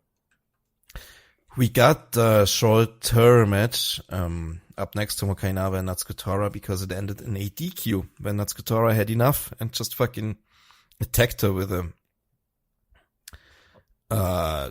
chair shot, right? It was a chair shot, yes.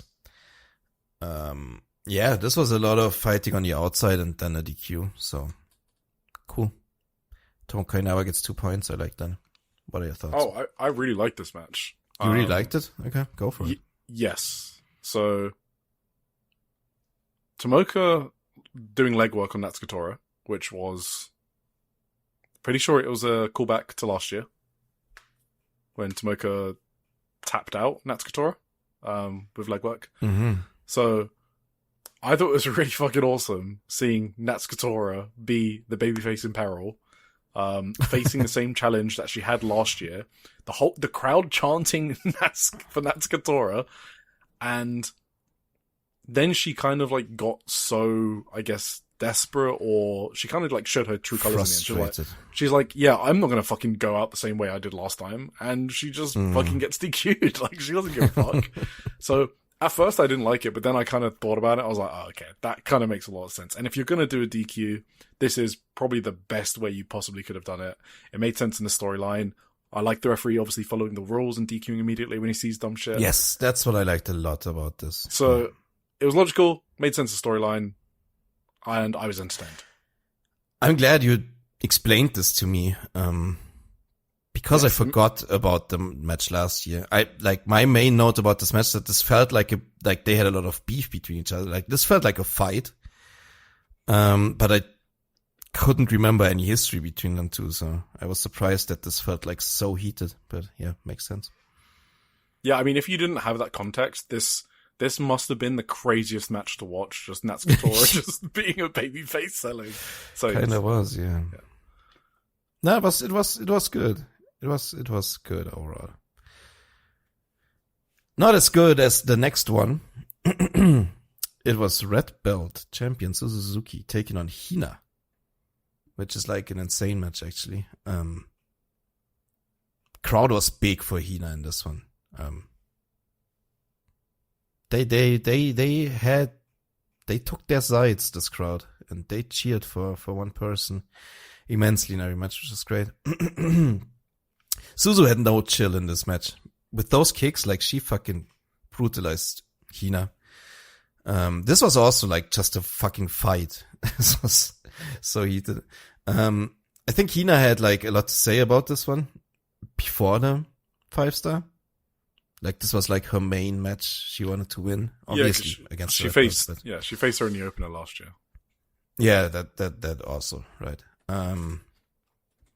And yeah, this was just awesome. Like, when Hina got her up for the jackhammer, that was insane. That was great. And I bit hard on the pin as well. So that was one of those like last millisecond kickouts from Suzu. It was crazy. Then Hina crashed and burned, missing the frog splash, and Suzu had an incredible running knee. Her running knees are so brutal. Like, she runs through her opponent's face with those. That's crazy. Headbutt, obviously. The rolling elbow from Hina, but she misses and Suzu turns it into a tequila shot. Hina kicks out of that tequila shot, which fucking, surprised me. Then Hina gets her into a Gedo clutch, which is also a last second kick out. Like, these kickouts were insane. You gotta watch them too. I can't really like get it over here, like how good these kickouts are. And then, Suzu killed her with another knee and did a German suplex hold. And in the end, it just wasn't enough for Hina. Was sad. But this was just an insane match for a house show, I thought. What did you think? Yes. I don't think I have anything to add to that. You know that throw that Hina does? That every time I called it out because I love it so much. Oh, the crazy one? Yeah. Like the half and half suplex thing. Mm-hmm. I got annoyed at not knowing the name anymore. I went to the report to finally figure out, what do they fucking call this? Does it have a name? And they called it a modified reverse throw. So it does not have a name. But that modified reverse throw is beautiful. To be honest, that's kind of the story of this match. These two are just two excellent wrestlers. And they wrestled excellently. The story was good in terms of, like, you know, Suzu is the wall for Hina, right? Yes. Going back to last year and now obviously again. I don't have many notes on it because it was just like, anyone can watch this and realize why it's a good match. It doesn't really need any filling in. It's like it's an obvious great match. The thing that probably does need more mentioning, highlight, you've already spoken about it, but we can't really get over how good that Gedo clutch near fall was, to be honest. It's kind of something you have to watch to believe how good that was. It was one of the best near falls I've seen in a long time. And Hina's done those Gedo clutches quite a lot, actually. People are really good at kicking out of those at the very last second, I will say, because this obviously takes two to tango. And Suzu kicked out at the perfect moment. Yeah, really good near fall. I did call it just sick half and half in my own report. I know. Yeah, I called it a half and half suplex thingy. So yeah, about right. We had another fucking sick one. Following this, Rina Yamashita taking on Utami Hayashishita. These two, I've never thought about this, right? Because you never really, like, you don't think about every random matchup, but these two were just like made for each other. Like, their styles match so well. You know, when two people have very similar styles, sometimes it doesn't mesh well.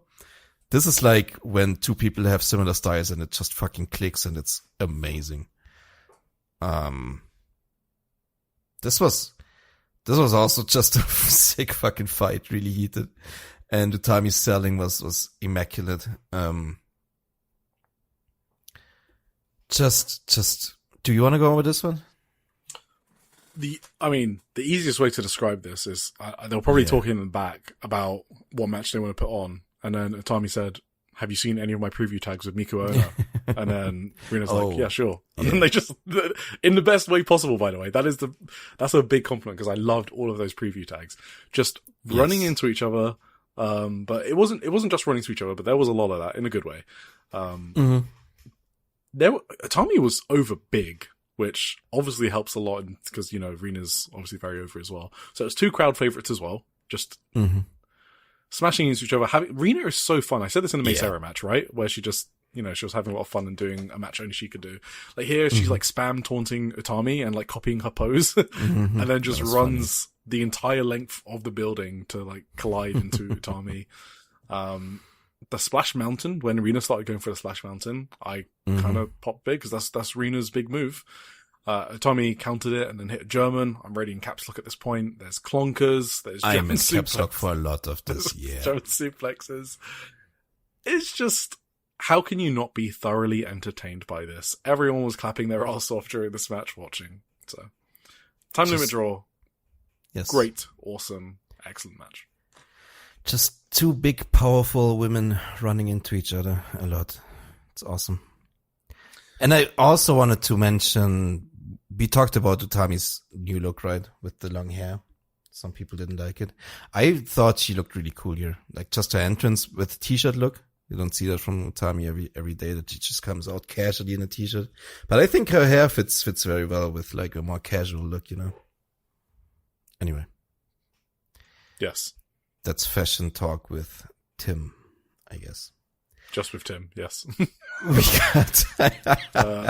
Yeah, I liked her vibes in this one. I don't know. I just had a big fat smile on my face when she walked out there in her casual, just strolling out there. I liked it a lot. Poppy, I like her. She's cool. The main event, third match in a row. Post-match, I'm sorry. Rina Yamashita joked that next time she wants a 1 hour match with Utami. Perhaps referencing the Utami match, or maybe just complimenting her and saying she wants to wrestle her forever. I don't know, whichever one you want.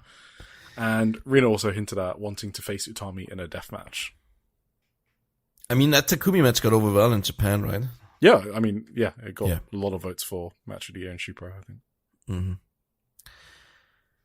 So, speaking of, like, I've mentioned it before, these last 3 matches were insane. This main event was no less. This was maybe even the best one of the day. What are your thoughts on this? Rina I think, like, versus Sayaka Kurara. The consensus was, I think, that this was the best of the 3. Do you agree with that, or? The best of the 3 between Rina and Sayaka Kurara? No, between Suzu, Hina, the Rina, Utami, and the main event, this one. Which one did you like best? Good question that I don't remember off my head. Let me just scroll up and see. Yeah, I mean, off the top of my head, it's level with Rina Yamashita and Utami. Mm-hmm. I can see why people really loved Hina and Suzuki. Like, I would recommend it for sure. But I had Rina Yamashita and Utami just a bit higher, and Rina Sayaka Kurara as the best match out of the 3. Yes. Okay. Yeah, I think we agree then. Pretty much. And it's wild for me that I think that as well, because I was spoiled for this. So, oh, really? Yeah, because it was I don't know if you remember, this was my most anticipated match of the entire tournament. Mm-hmm. Oh. Yeah, so. How did you get spoiled? That sucks. So, I mean, I went to Shupro to get some translations. Oh, okay. And normally I'm really quick at scrolling down and not seeing the cover image. But because I saw Sayaka in the cover image, I already know she's won, because why else would they put an image of her? You know, if Rina won, they would have put an image of Rina. So anyway, just my fault. I think I was justified in saying why this was my most anticipated match of the tournament. So it was obviously 3-1 to Rina, as we went over earlier, heading into this. Sayaka had only won at, last year's Cinderella. So, anyway, you go for it. This is your SLG. Yeah, I mean, this was insane. I thought, like, the crowd heat for this was incredible. I don't really subscribe to the thing that crowd heat matters a lot to match quality itself. Like, I need to be entertained. I don't care what the crowd does, really, sometimes. But in this one is to what? That the crowd heat is very important. Yeah, we have a different, like, it gets me more into a match, I should say. I agree, it can do that, which was gonna be my next point.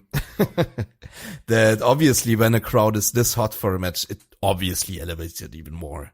I'm just saying that I can appreciate a match regardless of crowd heat, I guess. If I get into it big. So, but like, yeah, I was just gonna say, like, the way this crowd was behind Kurara and the way they also booed Rina the entire time was so funny to me. That was very, very good to watch, I thought. yeah, this was just like, you could tell, like, obviously the story here is, as Rina already said, as you already said, they have faced each other a couple of times already, and this was basically kind of the story of the match, because they were like just reversing each other nonstop. Like, nobody really got anything done for some of these exchanges, because they was just reversal after reversal, which is cool. I just think these two should be forever rivals, you know? I think this should be like one of those, eternal foe kind of things where they just kind of face each other for their entire careers. I think Sayaka's, violet shootings are fucking sick. They were so good in this match. Loved that. Big shoulder tackle in the corner.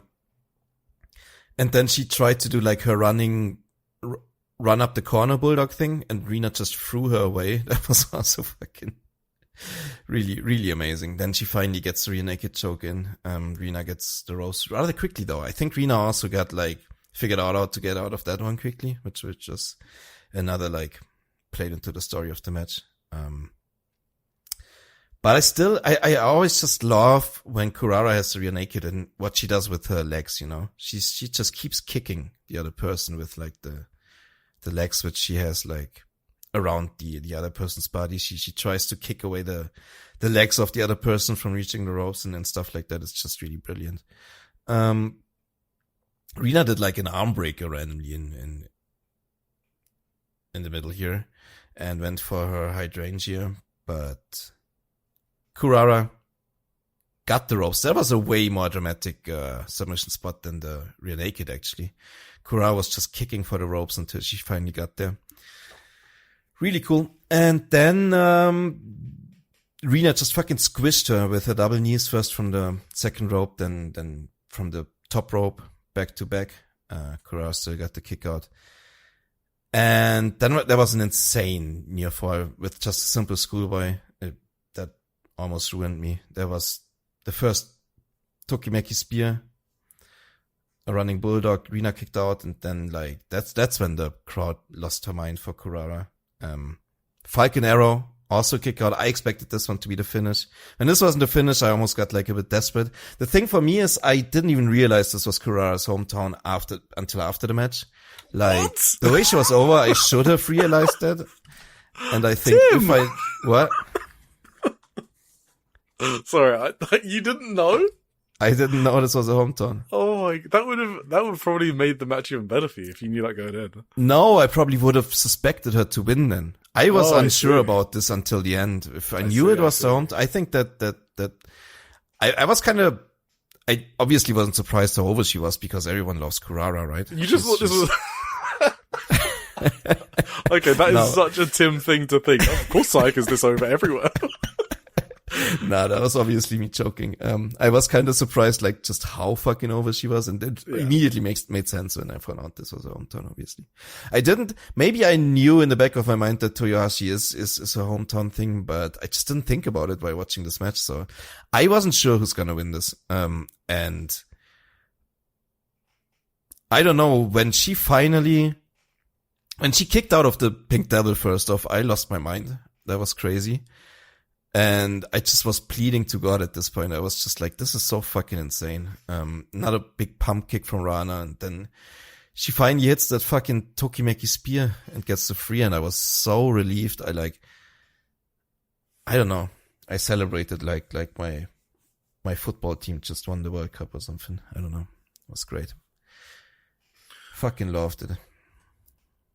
Just the finishing sequence was crazy for me. I think it kind of says a lot that they have a lot left in the tank for even better matches. That's kind of what I got from this match. The story of this match is obviously, they've wrestled each other 4 times now. And like you said, like the countering, right? You mentioned it. Like the countering of moves. Like Psycho goes for that turning DDT, the spinning DDT she does, but Rina counters it into that underarm suplex that she does that everyone seems to do after Sai Kamitani caused an epidemic of it. And then the counters with the violent shooting, right? It's just, they don't want to lose to each other. And they did fighting spirit quite early on. I don't know if you noticed, there was like a double down where like Rina hit a knee strike and Sayaka did the violent shooting. This can't have been more than a couple minutes into the match. Yeah. Mm-hmm. And why they put a fighting spirit spot so early into the match is just to show, like, I'm not fucking losing to you. That's it. That's the reason to do it. That's why you do fighting spirit, right? Yes. So they're already tapping into that early in the match. I thought it was also really cool. That was actually, sorry, let me go back to this double down. Yeah, you go for it. After that, they were crawling towards each other, and Rina had this like insane deranged smile on her face. Did you see that? Yeah. That was awesome. It was just like, you could tell she loves this shit. She loves wrestling Kurara, I think. Yes, exactly. Great. Yeah. Sorry, you they're kind of like, they're becoming wrestling soulmates, I guess. It's the start of, like you said, a career-long rivalry, hopefully. And I did like the callback to the previous match. So, Sayaka, she went for her turnbuckle bulldog. And if you remember, in the Cinderella match this year, Rina fucking spiked herself in the most crazy way. You're not supposed to bump that way, but I'm going to try it anyway because I'm 18 sort of shit. Yes. Like, utterly insane. And she landed on her back. She landed on her front while not having her arms available to protect her head because it's a bulldog and you don't have your arms available. But she wanted to do it. Then with like a headstand. Yes, exactly. Headstand with no hands. Yeah. Yeah. Yeah, it was one. But Rina countered it this time, right? And I thought that was cool. But not only did Rina counter it, immediately after, Sayaka got the rear naked choke on. I love no wasted moment stuff like that. No wasted movement, no wasted motion. Mm-hmm. So yeah, that stuff obviously Rina's working over Sayaka's arm for the hydrangea. Well, you covered all that. Don't need to go over all of that. What was the other thing I wanted to mention? Oh, did you talk about when she had her in the hydrangea after, and Sayaka countered it by forcing a pin to break up the move? This was like later in the match. I thought that I wrote that she fought out of it. Maybe she did turn it into a pin. I think she turned it. She forced a pin break. Oh yeah, and I thought that was kind of my spot of the match. Just because I just wasn't expecting that. So I think they both figured these things out. It was the same. Like Rina got out of the rear naked choke a lot quicker than anyone else has in recent memory, and I think they just looked for ways to counter it. Yes, exactly. So that was the story of this match, absolutely. And I don't think we need to go anywhere. Why I was like saying that they still have like more potential. Obviously, Rina has like 5 billion moves in her arsenal that she didn't pull out. So they teased the Kudo driver, for example, and Sayaka just, I keep saying Sayaka just immediately countered it. I like that. I don't know. I'm really looking forward to these two wrestling in the future. Yeah, for sure. It's gonna be a red belt match at some point. Yeah. Right. After the match, Kurara closed out the show, which was very sweet. People love her. It's awesome. Do you have anything, post-match comments or whatever? Nah. Just the usual that she wanted to bring the red belt back home and she couldn't, so she will next time, obviously. Hell yeah. Okay, we're gonna do the next show very quickly, we promise. Way quicker than the previous two, right? This was day 3, July 20th. This was in Osaka, Herbis Hall, 744. Is that super? No vacancy, sell out. Super, no vacancy, sell out. Sounds good. Yeah. Not a bad house again. I think this promotion is quite successful at the moment. They're going to keep breaking records during this 5-star, just like last year. It's awesome. It's great to see. Opener, we don't really need to talk about this. Sorry. No. Beat Emma Maishima in a 4-way against Matoya and Natsupoi. Cool finish. Was fun. Sorry, Natsupoi were fighting. That's awesome. Anyway. First Grand Prix match, Momo. This was the show where I thought like every match kind of over-delivered for me. That because I didn't have many like highlighted or whatever in this one. I had 5 circled for this. Oh, really? Yes. Well, let me say it like this. The ones I haven't circled definitely over-delivered. Oh, no, I agree. Yeah, so the ones I don't have circled, Lady C, Saida over-delivered. Hanan and Koguma actually You're right, there are actually a lot of... Yeah, and Hanako and Miya Masaki probably over-delivered for me as well. And then the other 5 I had circled. Yes. Because I wanted to see Momo and Kikyo, because I didn't know... Like, because you remember, Momo hasn't been around while the rookies have grown a lot. Yes. So you kind of miss a lot of their growth. Yeah, So you said it last year. I think you said it last episode. So I was really, so I was excited to see what this would look like. Sorry, go on. Yeah, that was awesome. Kikyo needs to work on her chair bowling. She takes it very softly. She kind of just lays down onto the chairs. The chairs don't even fall over or anything. She just, that was funny. But then in the ring, it was back in the ring. It was really, really fucking good, I thought. Did you hear the little kid? There was a little kid going, Kikyo Gambare. It was so cute. Kikyo was over big in general. She was very big. Lots of Kikyo fans in this one. Yeah. She's not from there, right? She's from Tokyo, I think. No, she's from, wait, where is she from? No, she's from Fuji. She's a worker. Fuji. Right. Okay. Yeah, you want to go through this? Oh, sorry. Go through some of the spots? Sorry. No, I actually don't have many spots. I guess I just like this match. I like that. Yeah, Kikyo showed a fire up that I haven't seen very often from her. Maybe because it's like not really in her character to do so since she joined Maki Ito's. Is YUNA like Rian has the jokey fighting spirit. Yeah, Kikyo. I don't know. She has a real fight. Yeah, when I saw Kikyo's, I was like, oh, I don't see that very often, but maybe I do and I've just zoned it out. Anyway. I agree. This was like, I have it in my notes too that she had a lot of fire in this one. Oh, okay, yeah. Specifically. Yeah, firing up to Momo's kicks. Sick buzzsaw from Momo. Should have been the finish. Oh, yeah. Give me my buzzsaw kick finishes, Momo. Miku Ono started listening to me. I need Momo Watanabe to start as well, or else. Absolutely. There was one sick thing I wanted to mention when Momo had in a pile driver position and somehow Kikyo transitioned that into a ankle lock. It's like just kick your things, man. Yes, just kick your things. Right, next match. Momo won in the end. Unfortunately for the Kikyo fans in the house. Just a sign of how over Kikyo is. She got chance while she had a lock on Momo. Yeah. So people just really wanted her to tap out Momo, which doesn't happen very often. Normally you get a chance for the people, even if it's Momo, you get a chance for the people who are in the lock. And that, she put Kikyo's arms like in a pretzel, basically. Pomo. That looked insane, that one submission she did. Like she could have snapped her arms. I don't know. It looked very, very, very ruthless and painful. Rina Yamashita took on Azusa Inaba in a very fun match. And another, this way over-delivered for me. Did you have that one circled? Yep. Oh, okay. I mean, I guess from the names on paper. Yeah, I guess. I always just think, Azusa in Stardom for me is kind of still she's like a nothing pin taker user. But consider this.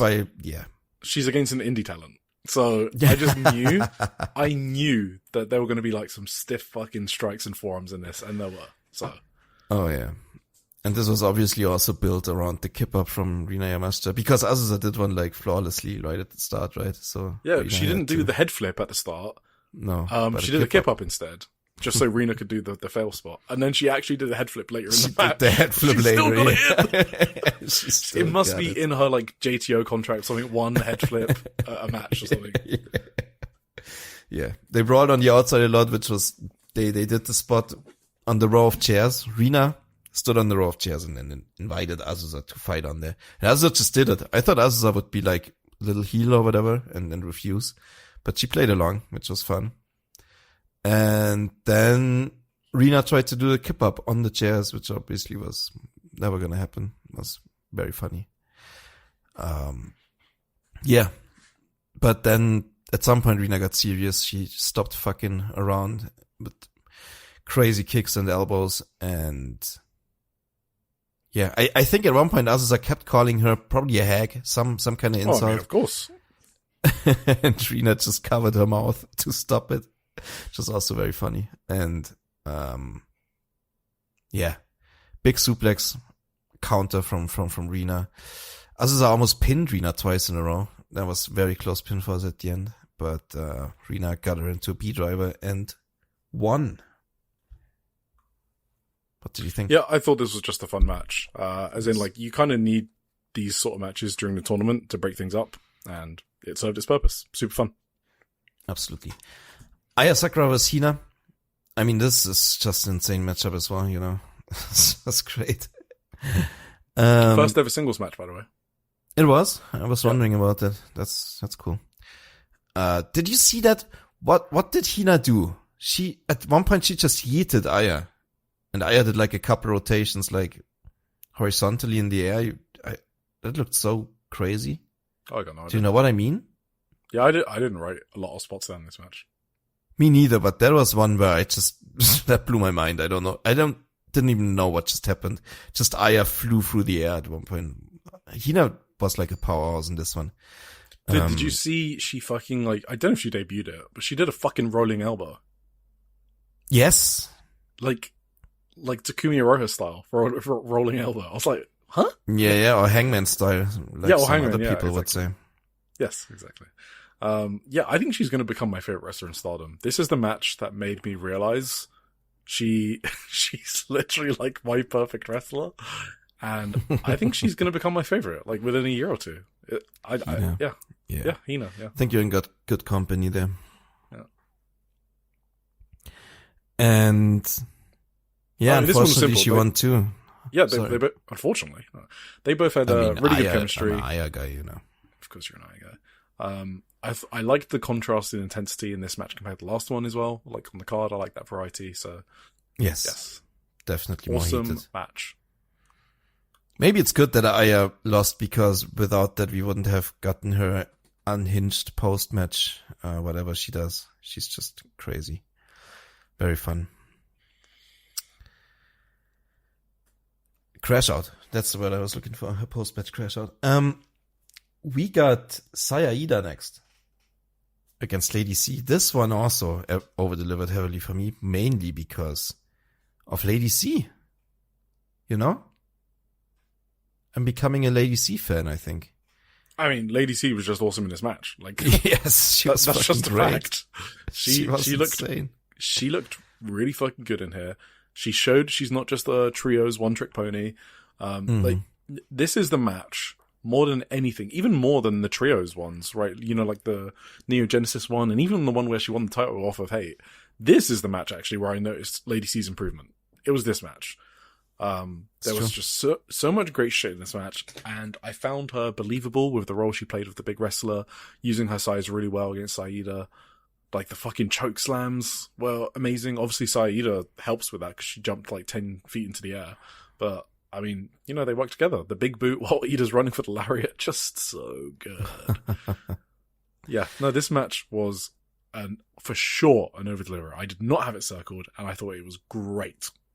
It was absolutely great. And not just her work, her character work was great as well.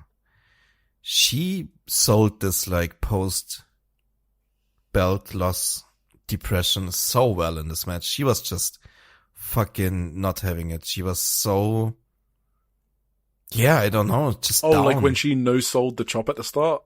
She just fucking looked at Saida and like, look, I ain't got time for your bullshit, okay? Exactly, yeah. But like, she did stuff like that the entire, she was just super serious the entire match and just super like, I don't know, it was very good. She played her role well. I've never seen her like that. Like, I'm becoming a big fan of that. If she continues that, it's great. Loved it. Her first like story arc, I think, really that I can think of in Stardom. If they keep this going. It's great. After this, unfortunately, she lost 2 in the end, which maybe adds to her story arc. So maybe her losing is good. Saya Ida with 4 points at this point. Hanan took on former stablemate Koguma in our next match, and she actually beat her. Big Koguma losing, crazy. I thought also, I wasn't looking forward to this one very much, but I thought it was actually pretty good. Awesome. It was good. Yeah. It was better than expected, let's say that. They went to the fighting spirit spots very early. It was like 2 minutes in or something. Maybe. No, it was good. It was a fun match. Yeah. Solid. Hanan won, which is great. After that, we had... Okay, we had the rematch of one of my matches of the year. This was Tomoka Inaba with Sayaka Kurara. I mean, what can you say about this match, really? I thought they played it kind of brilliantly. Yes. They said, we're not gonna compete against our previous match. We're not gonna try and outdo our previous match. Our previous match was perfect. We're never gonna top that. We're gonna do just the opposite, not really the opposite type of match, but like in a way, the opposite type of match in a great way, and just end it really early and unexpected. Do less of the super dramatic submission work that we did in our previous match, but we just knock each other out and I mean, not each other, but like, I'm just gonna knock you out and pin you in under 5 minutes, which worked great. Like the finish. Yeah, but why? That's the important thing, right? It's the storyline going into it. Because what happened in the Cindy match? I mean, in the Cindy match, Sayaka won. Yeah, do you mean that? But she was not on the forefront. She was not controlling that match, right? She was getting fucking destroyed by Tomoko, right? Yeah. But that was a great leg selling match, right? Yeah, that was an awesome leg selling match, but Sayaka somehow still pulled it out.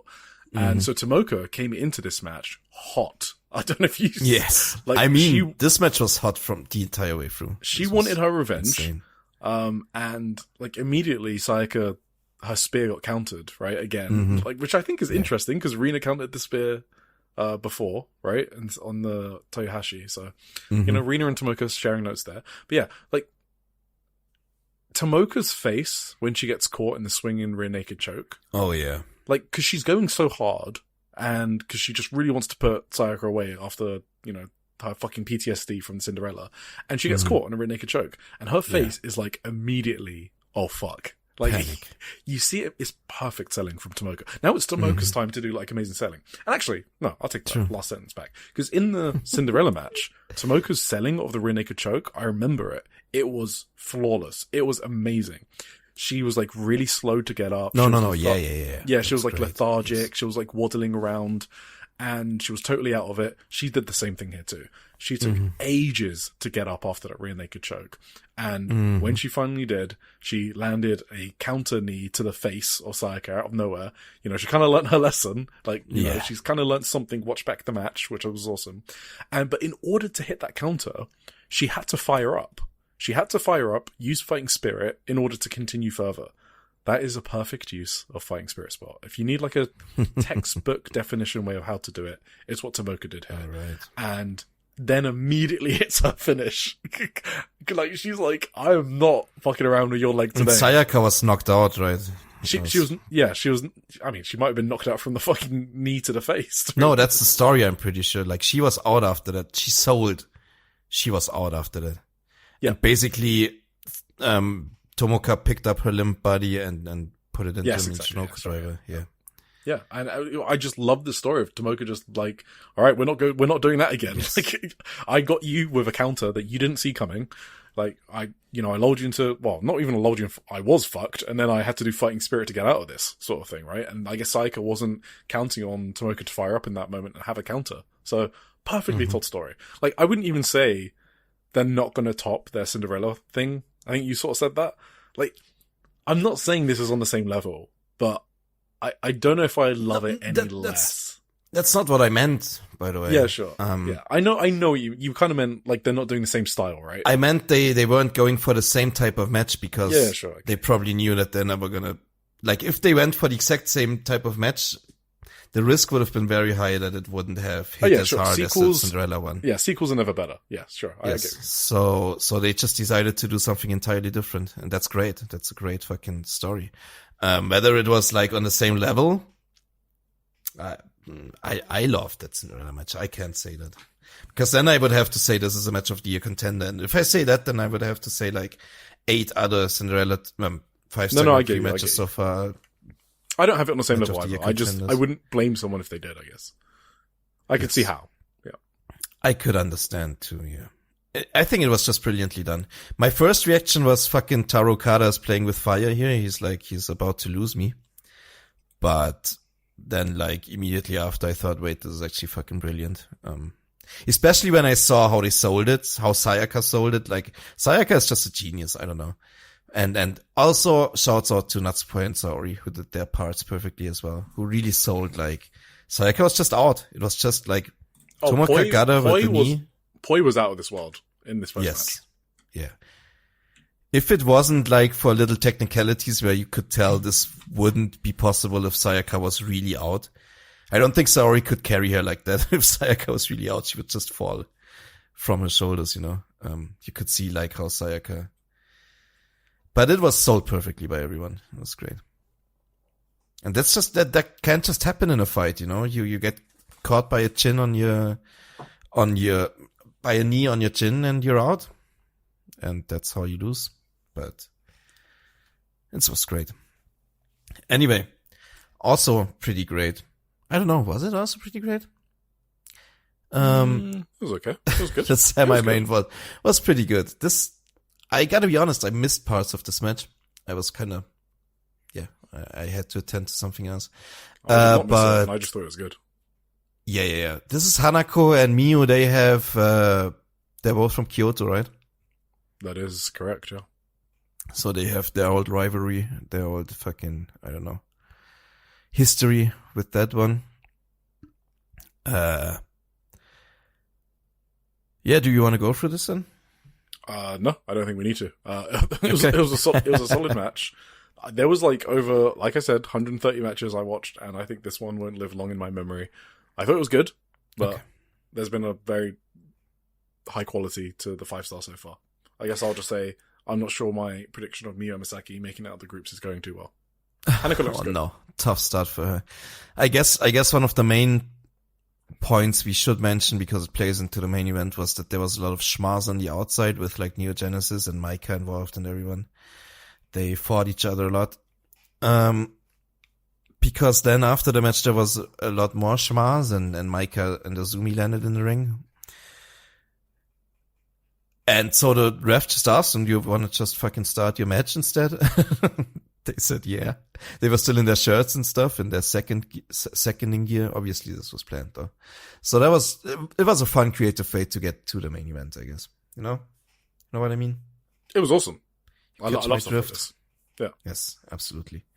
And then Maika and Azumi. Am I going to trigger everyone if I say this is straight out of American Wrestling TV? Like, I mean that in a good way. I mean, it's one of the good things they do. That's true. I really like it, yeah. I remember AEW doing this before, yeah. Yeah, and I just don't see this very often in Japanese, like, wrestling, I guess. Yeah, it's cool. It's cool. For sure. No, you're actually right. I couldn't think of a single example from Japan. That's very unusual, but it worked. Worked well. And because I think the crowd was very hot from this because of that, because of how they transitioned into it. Yeah. Yeah, it was great. And this match was this was a fucking banger. Is this the best match of the tournament so far? Not for me, but I absolutely understand if it is for other people. All right. It was awesome. It was awesome. It was just, I mean, have we said everything's awesome? Have we just been saying this is awesome the whole, all 3 days? It's such a high quality tournament, is it? It's fucking great. Just watch it. I mean, I don't know how anyone could watch these 3 days and not come away with thinking this promotion is the best promotion in the world. No, it's crazy. Also, I'm not sure if this, it's so tough to decide the best match of the tournament. I can't really tell. But in the moment, Hanako or Sayaka Tomoka for me. Okay, you have Aya Hanako that high? I don't have that high. But yeah, Sayaka Rina is for... Wait, did you say Sayaka Tomoka? Oh, Sayaka Rina as well. Yeah, sorry, those 3. Okay. So both Sayaka matches and then Sakura Hanako. Okay. Now, for me, this is up there with Sayaka Rina, I think, as like my 2 favorite ones. This was crazy. I don't know, we've said it a lot, or I have said it a lot. I think I was always higher on it than you. That Maika and Azumi were fucking incredible on the warm-up matches, tune-up matches for their tag title match, and in the tag title match itself as well. And this was just more of that, like, Maika just froze Azumi over the top rope at the start with nobody there to catch her. You couldn't really see how she landed because of the camera angle and stuff. But that was fucking crazy. I don't know. At one point, like after that, Azumi had like an armbar on Maika and she almost fell over. So the ref had kind of had to catch her and push her back up because otherwise she might have just broken Maika's arm there. That was a bit scary. She then did like a double foot storm flying over half of the ring, like just impressive as fuck stuff. They have their crazy fighting spirit session as well, where like Azumi Azumi gets a brain buster on Maika, then Maika immediately kills her with the lariat, and then Azumi immediately kills her with the destroyer, and then Maika kills her with a Michinoku driver, and that's their double down, which is just an insane fucking sequence.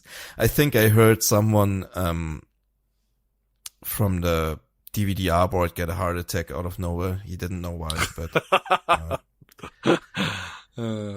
that's what happened. They just started dropping bombs on each other at this point, like just another destroyer. Then Maika turned the third destroyer attempt into something like a go to sleep. She didn't really hit it, but it looked fucking sick still. Does a running power slam, does a big Michinoku driver. Azumi fights out of the wrist clutch Michinoku and did an insanely nice La Mystica into Azumi Zushi, and Maika kicks out of that, which was crazy. Big running knee, and then Azumi just starts killing Maika with these buzzsaw kicks, which is also amazing. And, yeah. Hey, one of them was a fucking question mark kick. I popped for that. Oh, yeah. Yeah, I screened for that one. That one was sick. Yeah, they it was had like a Brazilian kick. Whole kick combo, yeah. It was great. Yeah, she tried to do this crazy, like, Maika was sitting on the top rope, right? And Azumi tried to do like a springboard Frankenstein off of it, but Maika just caught her and gave her like an avalanche Michinoku driver. Obviously, avalanche Michinoku driver is not a finish, so, Azumi kicked out. I mean, that should have been a finish. I don't care what anyone says. That was an awesomely done move, right? Because it was like she was countering the springboard, right? Like Azumi was going for like a springboard Hurricane Run or whatever, and she countered it into Michinoku driver. It was just so natural, and it would have been an amazing finish. And if you're going to win anyway, I was gonna say, especially if she wins right after anyway with the wrist clutch Michinoku, yeah. That was definitely one kick out too many for me, yeah. That's kind of true. It would have been a perfect finish. Learn from her tag team partner, Miya Masaki, with the Avalanche Tensei. Okay. Yeah, true. She won with it. This was a really cool match with a lot of creative counter spots, though. So yes. That's basically my summary. This was your maximalist, typical Maika versus Azumi match. If you like it, you love it. If you don't love, if you're more of a mat work freak, then you probably hate this match, but I can love it. You know? Yeah. You know what I mean? You catch my drift? I thought it was great. Catch the wave. Right. My predictions were pretty on spot, I think, for Catch the Wave. Do I have that correct? Are we there yet? Indie Zone? Okay. That was fast. Yeah, we made it. We transported 2 hours. We made it. All right. Oh, well, shit. Wait, why are we at 3 hours? Listen, we're at 3 hours. We got a big TJPW show, a big Korakuen haul from Sendai. This is a disaster, bro. I mean, I told you. I said this to you. I said we're going to have issues with this episode. We were so quick with Stardom 2, right? Of course, yes. We only took 2.5 hours on this. Yeah. 1 hour, 1 hour above scheduling. So I'm not going to go through all of the standings. Previews. No. We got 3 coming up for next week. There's a lot of good shit in here. I will only go through the bolded ones that I have, the circled ones, just so you can see what's coming up and so you don't miss them. Okay, guys, get into the 5-star Grand Prix. We have Maika. So this is 25th of July in Kanazawa. Maika and Sayaka Kurara. We have Azumi and Tomoka Inaba. Konami and Mei Seira. Those are my 3 circled for those. In Juetsu on the 26th of July, we've got Natsuko and Rina. That's just a fun 5-star rematch from last year. Azumi Sayaka Kurara. Akira Kurigane and Itsuki Aoki, which is unit mates. That sounds awesome. Azusa Inaba versus Mei Seira. and Saida versus Utami, who they're just gonna kill each other. Oh my god. So, and then finally, the big one, 28th of July, Korakuen Hall. It is the debut in the tournament of Sai Kamitani and Starlight Kid. They are against each other. So you know it's going to be in the main event. You know they're going to sell it out. It doesn't even matter if it's on a weekday. That shit's getting sold out. Sai Kamitani... Well, okay. I'd be surprised if they did less than 1.5k. I'll say it right now. It's Sai Kamitani versus Starlight Kid. Other circled ones, Konami versus Utami is a fun one, I think. Mm-hmm. Maika versus Natsukatora. So obviously there's some history here with the Sai heel turn, which I'm looking forward to see how they play this one out. And I'm looking forward to Itsuki Aoki and Saika Kurara. Yes, every Saika Kurara match is circled for me. Okay, get over it. Hell yeah. Should we move on to TJPW? I mean, why would anyone be upset with that? Just watch a tournament so far. Yes, let's do that. Let's go quickly through this TJPW show. No, we take it on. It was a good show.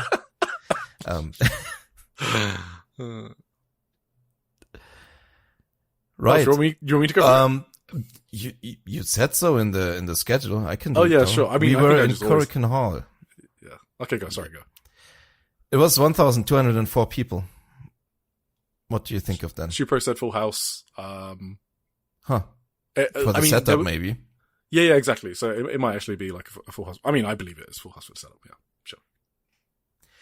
Like, on top of that, it's like the best ever non-4th January Korakuen Hall, I believe, for TJPW. Oh, really? Okay. Yeah, I mean, according to Odd Jobs, who I trust with this stuff, because I'm too lazy to look it up. So that's honestly amazing, to be honest. And they're doing well. I think people think I was joking when I said I want a 1,000-day Yuki Arai reign. I think it maybe came off as sarcasm. I'm being serious. I legitimately see no reason to take the title off her. Now that she's belted up, just keep it like that, just let her learn from each defense, keep growing, keep getting better. It'll be the best way to fast track her learning. Being in these main events is, against some of the best talent is what she should be doing. And on top of that, they're doing record business on top. So why switch it up? So yeah. For sure.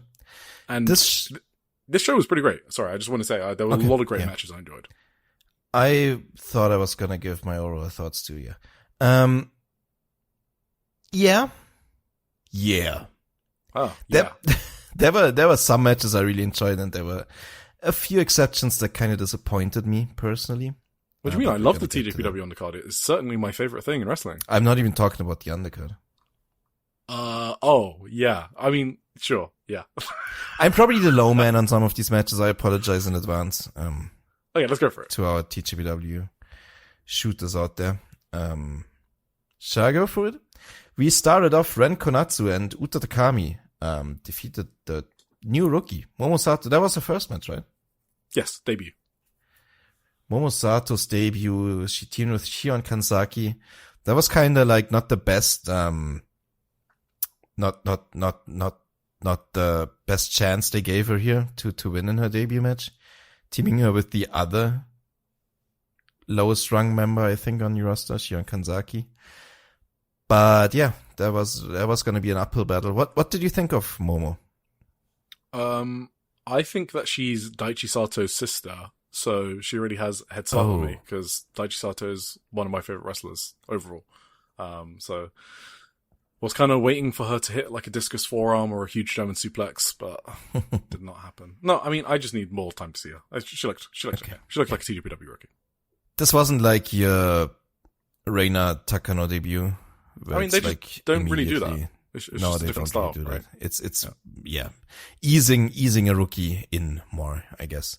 But I thought she did look pretty confident already for her first match, running the ropes and stuff at the fundamentals. I thought she was pretty confident in that. Uta choked her out with the panda lock or whatever. Koala clutch. I do love Ren Kanatsu though. I have to say it every single time. So like, the Shion Kanzaki cool thing where she it's a very TJPW gimmick. It's endearing. The whole crowd participates. Like, I don't need to be like a well-actually nerd, about how dumb it makes the opponent look. It's TJPW. I like it. It's good, cool. And Ren Kanatsu just mocked it afterwards. And I thought, that's my fucking rookie right there. I actually got these are my notes for the next show, but I can say it here, I guess. But first, I wasn't the biggest fan of the call thing, but like on the second show you watched on the Princess Cup show, Yeah. I thought I liked it. I turned around on it immediately. Like the call out thing I meant. It might be me too, yeah. I definitely turned around on these two shows. I don't know which one, but. Yeah, it was very cute on the second show for some reason. I don't know. I liked it. And Ren Konatsu also on the second show. It may have finally clicked. Hell yeah! With me for her. Let's go. She was very fun to watch on that show. I mean, obviously it was also Miyu Watanabe in there with her. So. Anyway, no, I thought her performance was very good though in that Miyu match. Like, you can tell that it's not just Miyu being good, right? Yes. Anyway, we had a 6-man tag following this. It was Himawari Mifu Ashida and Shin Sakura Hirota going up against Chika Nanase, Pom Harajuku, and Raku. Was this? No, Hirota used to be in TJPW more often, right? Am I mistaken about that? Wait, I thought this was like her debut. Wait, maybe I'm mixing it up. No, maybe I'm mixing it up with Sendai Girls? I mean, she definitely did a lot of Sendai Girl shows, that's for sure. Yeah, she did. No, I think... Wait.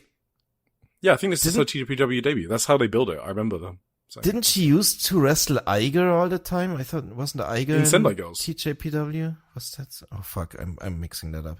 I for some reason thought Iger was a TJPW wrestler, but that's wrong. Yeah, I'm sorry.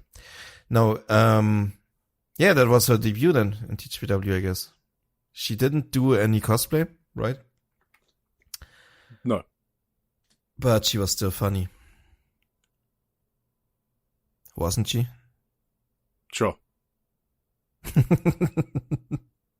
Sakura Hattori. No. Wait, which Sakura got the win? Wait, Sakura Hattori wasn't even in this match. I'm stupid. Sakura Hattori. No, my fucking notes are wrong. I'm sorry. I shouldn't trust those. She actually got the win in the end by unconsciously falling onto Pom. Oh, this was the match where they fucking stuck their fingers in their nose the entire time, right? And tried to stuck them in other people's mouths. Yes. Very funny. We move on. Or do you have, what were your thoughts? You're very quiet about this match, Eric. Did you not like it? You covered it perfectly. Shin Sakura Hirota, very funny. Go watch her if she's your thing. Yeah, she was against the Dream Team, Pom and Raku. A lot of fun in this match. Very funny people. We had a tag team match, third on the card. Haru Kazashiro and Yuki Aino. They went up against Mirai and Toga. This was cool as fuck. Yeah, sure. Let's go with that. Wait, I'm very much into Mirai and Haru Kazushiro after their singles match. I was very much into Mirai and Toga, and I was like spinning this whole thing in my head that they should like book Mirai more often and make this like a regular tag team and have them like go through the tag division and win the titles. And then they fucking lost, and I was like, okay, sure. No, never mind, that's not gonna happen then, I guess, if they immediately... I thought this was like the start of something, of a great tag run for Mirai and Toga, because they had the great match too, right? Yes, and they had like the moment after the match, if I remember correctly, where they were absolutely. Like, yeah.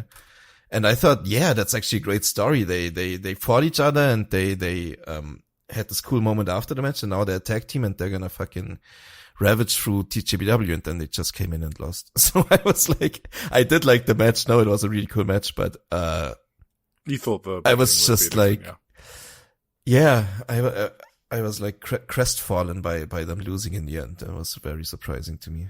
Honestly, didn't even think about it. But that kind of makes sense. Yeah, it would have been cool. Yeah, Mirai. So Mirai and Haru, that match, Haru Kazushiro, that match that was great, made me understand what Haru Kazushiro is about. Haru Kazushiro. Mm-hmm. I guess. I didn't get her before that match. I didn't even get her in the Suzume match, and I was there live. And I maybe it just didn't click for me because I was there live and all the things I spoke about when I reviewed that one. The Mirai match was like, oh shit, Haru is fucking great. Like, I get it now. I sort of get it now.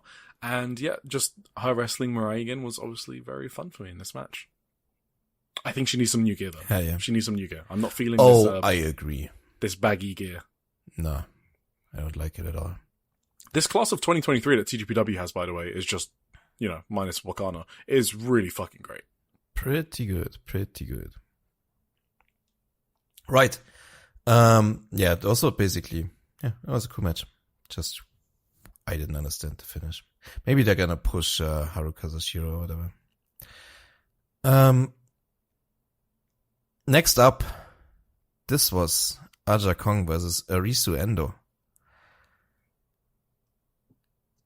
So, I have something to say about this. Do you want to go first through the match? I also have something to say about this. So who should say that's one thing first? Do you want to know what I want to say? I don't. Go ahead. I want to say I was wrong about this match. That's one thing, yeah. Yeah, I was totally wrong. Like, in the previews, I was not excited for this. I thought they would just do another TJPW Aja Kong match, and they absolutely didn't. As soon as the match got going, I was like, oh, okay. No, this is fucking awesome. And Aja Kong gave Arisu so much, like, kickouts-wise, obviously, and Arisu got in so much fucking offense. Like, this was wrestled more or less as a straight-up match, and that should tell you a lot about what both Aja Kong and TJPW think of Endo, I think. That this was basically... This wasn't like comedy TJPW Aja Kong. She was taking Arisu seriously. And okay, I mean, we could just jump to the spot. She literally kicked out of the backdrop suplex, which popped me hard, because, normally that's the one and done in TJPW. So, yeah. I was definitely wrong to be apprehensive about this. It was great. I mean, she also let Arisu slam her, right? She absolutely let her do a fucking... She did that, yeah. She fought off the backdrop suplex at one point as well. Again, like, she tried to fight it off again, but this time Aja Kong actually hit it. And the way she ragdolled was absolutely incredible. Like, an incredible fucking bump from Endo. Yeah. And yeah, Arisu got Aja Kong over her shoulder, right? It was like a backdrop, was it? I just wrote a slam. I think it was just like... Okay, just slam. Just lifting up and Aja falling down. It wasn't... Backdrop suplex would be crazy. No, not a suplex. Just like a drop hold, I guess. Just like yeah. Right. Okay. No, that was right after she kicked the trash can in Aja's face, and I think Aja's like kind of shoot took it like that. That looked brutal, actually. She like super kicked the trash can right in Aja's face. Yeah. Yes, but it really connected with Aja's face. Is what I mean. That was good. Yes. My thought on this it was awesome, actually. Sorry, I didn't stop that. This match was awesome, I thought. It was awesome. I think I have to make like an overall statement. Yeah, I think this is the show where we have time for statements like this. I think there's like a wrestler that people should talk about more, like as like excellence and like people should consider more in like their best of lists for like wrestlers this year, current active wrestlers. And I think that wrestler is Aja Kong. I think it's time that we give Aja Kong her flowers. I was quiet because I was sort of thinking about it, and yes, she's been pretty awesome this year. She has had so many great, like, whenever she's on a show, basically it ends up being a highlight. First you think like it's a groaner, like, oh, old Aja is coming in again, but it's been fucking great this year. Like in big 2026, like way more than in previous years. I think she kind of tuned it up this year. I don't know what it is, but I mean, the Senka matches, she had the Marvelous Rookies debut at Buntai. Yes. She obviously had the Senjo Girls debut, right? Reina Takano. She obviously had Mike Satomura's retirement last year, right? Like, like in 2025 and 2026, she's been pretty fucking great. Up and down. Absolutely. I mean, obviously she's one of the greatest wrestlers of all time. She's a legend. But I mean specifically in big 2026. She's been great. I don't know. And I'm the ageist guy, right? Yeah. I hate the old wrestlers coming in and beating everyone, but like, Aja Kong is my exception. She's fucking, I love her. Now. Lately. I don't know. She's great. That's my point. Match was good. Match was great. Match was awesome. Awesome. Fantastic. This is one of my favorites on the show, I think, actually. This was my match of the night. Maybe, yeah. It was my match of the night. Which is gonna be a hot take, but we're gonna get through it together. Six-man tag match followed it. Kumadori, Sakura Hattori, Yuki Kamifuku. They went up against Mahiro Kiryu, Sanshiro Takagi, and Yumehito Imanari. This was obviously like Yuki Kamifuku, Retirement Road, shenanigans, gimmicks. Yeah, I mean, just skip this. Okay. There were a lot of men in this match, so we were not talking about it. Kumadori is cool. It's a breakdancer guy cool. With the mask. So his background is basically a rapper breakdancer as part of Omen's group. He appears a lot on DDT. He's obviously a quite green wrestler, but very athletic, as you can see. Yeah. Finish looked terrible. Was big diving famous. Doesn't matter. We had next Chris Brooks went up against Mizuki. Oh no, I do have to mention like the fucking Kumadori when they threw the streamers and he did the breakdancing and he caught all the streamers and they like whirled through the air with the streamers. That looked like a fucking, I don't know, from an anime or something. That looked unreal. I don't know if that was planned at all even, but it looked crazy. Maybe he does that every show. I don't know. I can tell you. No, not with confetti. Sorry, confetti. Ribbons. We had Chris Brooks and Mizuki next, and this was also a lot of fun. I liked this a lot. This was obviously, really unfortunately, Willow Nightingale.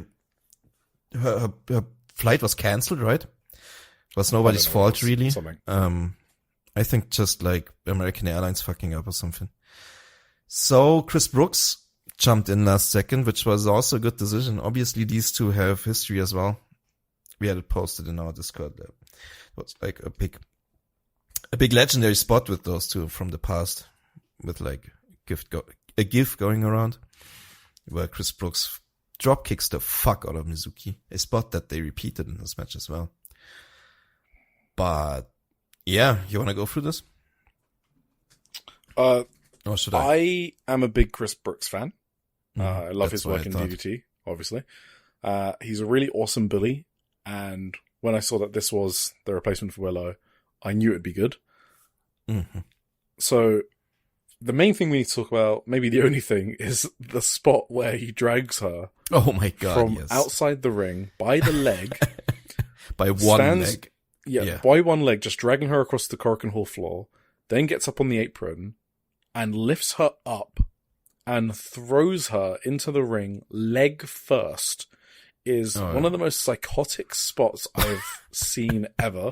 I don't think I'll forget it for a very long time, which obviously means I will not forget this match for a very long time, which obviously makes it an awesome match. But that one spot was absolutely incredible.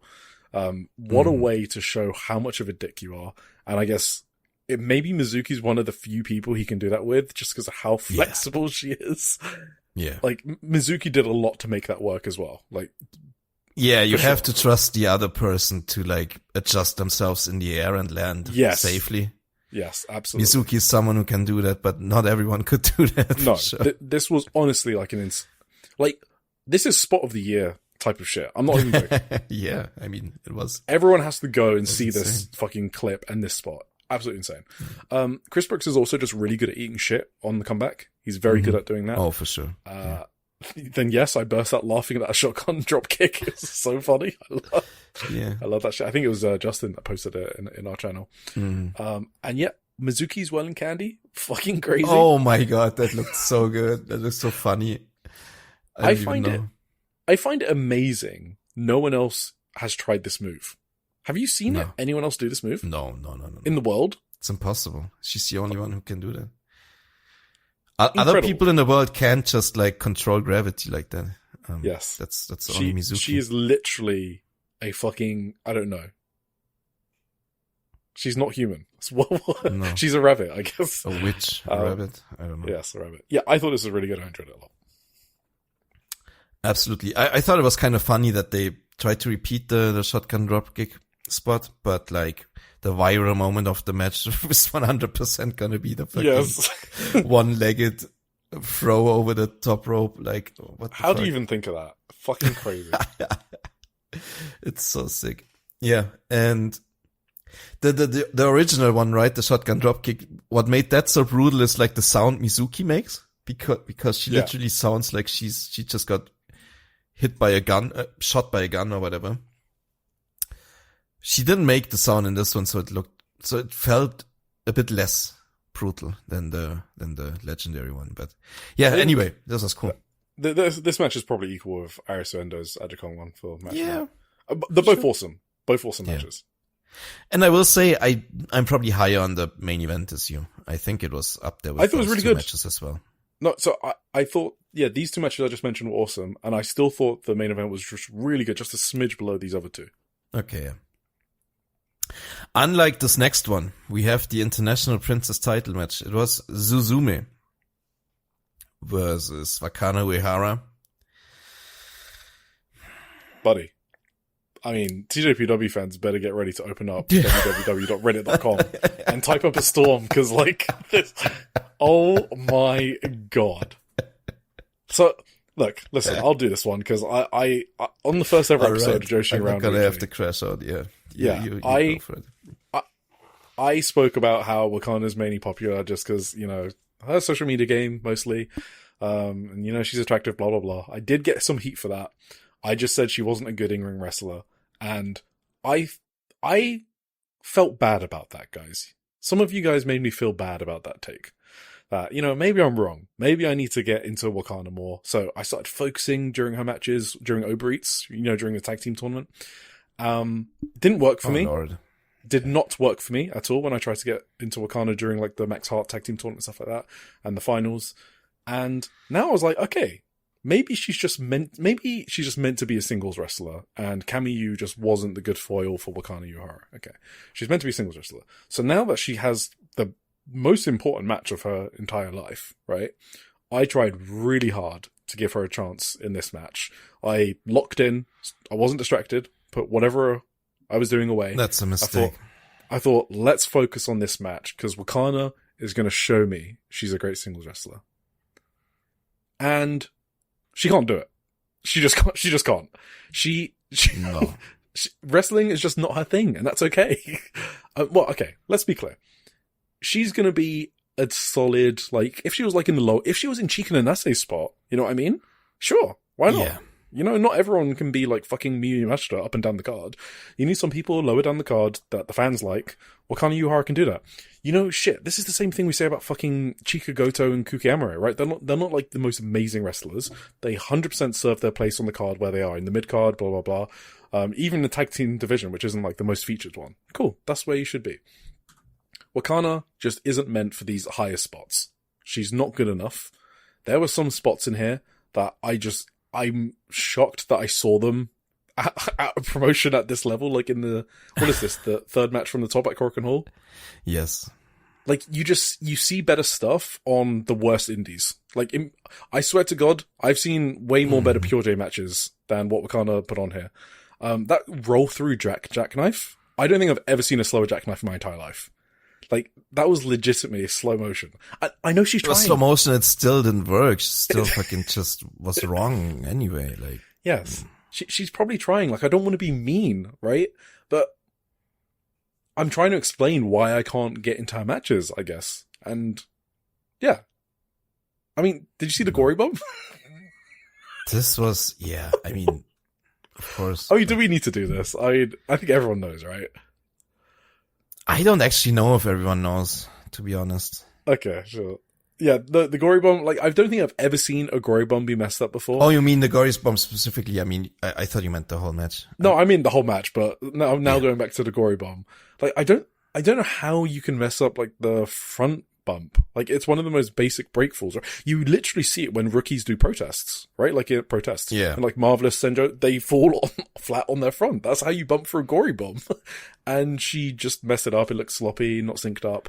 She did get the rope walk bulldog, though, to her credit. Okay, I wrote that down too here. That was the one thing she did better than Mirai or whatever. Yeah, exactly. she does everything wrong the entire match, and then the most difficult spot apparently she aces. That's funny. Yeah, and yeah. I guess just so people say, because we've said this before, right? Wrestling good isn't all that matters, right? It's, you know, can you tell a story, your connection, stuff like that. I think the biggest disconnect with Wakana for me just isn't her wrestling abilities. Yeah, you know, I have to be consistent with what I say and what I like in wrestling. And some of my favorite wrestlers aren't like the best technical wrestlers in the world. But Wakana just doesn't seem to match up with where she's being positioned. Like, but okay, here's what it is. It's like, I don't believe she's in peril enough. Does that make sense? Like, yes. She gets a lot of shit. No, she looks, like, yeah, she's literally booked as the strongest tag team champion in company history. Like, yeah, no. Why am I supposed to care about this character? Like, what about it? And if you look at the backstage comments, okay? So this is Wakana Yuhara off of a loss. If you remember, like in the preview tag recently, she cried because I think she lost a preview tag, right? I was like, oh, okay, that was kind of interesting, right? She's like showing some vulnerability. That's how I get into my characters. So now she's lost in a really short match, by the way, because they didn't trust her to have a longer match probably. So why is she even challenging for this title? But it was a really short match and to the point. You know, I guess they know her shortcomings. This is what she said. Most important moment of her career. After the tag belts, maybe. Well, definitely for her singles career, right? It's the most important. I mean, that's. I would say so, yeah. All right, Suzume, that was seriously spicy. Spicy food is honestly the thing I'm worst at. I mean, doesn't Suzume have a sweet-looking face? I wasn't underestimating her at all, but the more I ate, the more my mouth, then my whole body kept getting hotter and hotter. I was absolutely planning to finish the whole plate. I couldn't finish it this time, but I don't want to be a picky eater anymore. I want to keep eating spicy food. And since the tournament starts next, I want to swallow down everything I dislike and win a tournament for sure. Thanks. Interviewer, in terms of how it felt, how much further did you have to go to finish the plate? Thank you, interviewer, for playing into this. Fucker. I could just about see the bottom of the bowl. I was getting there, but the last few scoops didn't go well, and I couldn't finish it. You were gritting your teeth for it, but was it tasty? Well, my stomach was already full, so if you ask whether it was tasty, honestly my mouth was just spicy the whole... I'm not going to finish this. Listen, there's nothing about this character that I could care about. And that's weird. I agree. But like, the reason why I was a Wakana defender originally is because I thought she had that early in her career. Like the ability to be interesting in the ring, you know? I always mentioned the one match that I saw live of hers against, that's a recurring thing as well, against Aja Kong. Oh. This was on January 4th, 2023, I think. And I really loved her, like, from that match alone. Like, I thought she was great in that one, like, just playing. Wait, her debut? And that might have been her debut too, yeah. That's maybe why I was so high on her, because her debut was, like, really good for a debut. And she just stagnated ever since. Maybe she got worse, even. Because, like, she's just not interesting to watch for me anymore. Like, I don't know. I don't really get into her matches. She's not good enough to understand what she has to do for, like, simple springboard facebuster things, and she doesn't bump right for the moves, and it's, and to be clear, not really great to watch. Sorry. Yes. Yeah, no, the lack of technical ability, like, isn't the issue in itself. Like I just explained, that actually prevents her from being able to even tell these stories properly in this ring. I don't know. Like, if she had come out actually in the backstage comments and been like, that was a horrible performance, I need to improve, I need to get better, isn't that just way more interesting for her character? Yes. But there's, like, no introspection with this character. She's booked so strong, she eats a lot, and I don't know what I'm supposed to be hooked onto. Anyway, I think I've said enough. Yes. And why I said I don't know if most people are on our side with this is, if I told you now some of the 5-star Grand Prix matches that we talked about from the first few days. Off. Don't do this to me. That are rated lower on Cage Match than this match, I think you would lose your mind. I mean, this is only... What is it rated? It's only a 7.03. There's no fucking way. But, like, the amount of 5-star matches that had, like, just 6 point something, I don't want to tell you, honestly. I don't want to know. I actually don't want to know. I do not. That is honestly insane. Did I watch a different match? Did my footage get replaced? I don't understand as well. Like, a 7 point anything for this is crazy. This was to be fair, it was only 1, 2, 3. Okay, I feel less bad now. It was only the 5th highest match on the show, so. I feel less bad now. Why? No, I feel Yeah, no, I feel justified in explaining my thoughts. Before I thought I was being too mean, sure. and I was not, yeah. No. Anyway, yeah, this wasn't for us. If you really enjoyed this, that's your prerogative. We don't. Yes, everything is an opinion, guys. I don't know why I need that disclaimer. Yes. We are biased by default. And like, okay, Suzume is like my favorite TJPW wrestler in this match as well, right? I've said it a lot of times. Suzume is my girl. Yeah. Suzume and Arisa Endo are two of the best wrestlers in the world. Yes. So, yeah. Me shitting on this match is whatever. Let's not even like get into this. We had a semi-main event to talk about. We can move on, right?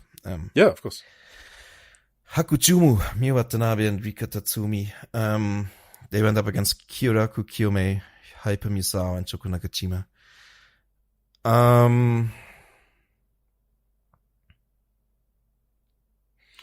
I was kind of disappointed by this. So, it was a match of two halves, right? Yeah. To me, it felt like the first half was a Hyper Misao match. You know, yes, exactly. If you like that, you like that. That's completely a preference thing. I don't think like Misao matches are inherently bad or whatever. So whatever your view of Misao matches are. And the second half was more of a down my lane, I guess. You know, it was well worked and they just wanted to wrestle. And I did think the second half was kind of sick, actually. Yeah, I can agree on that. So the part, obviously, that I want to talk about was Misao unmasking during a bump.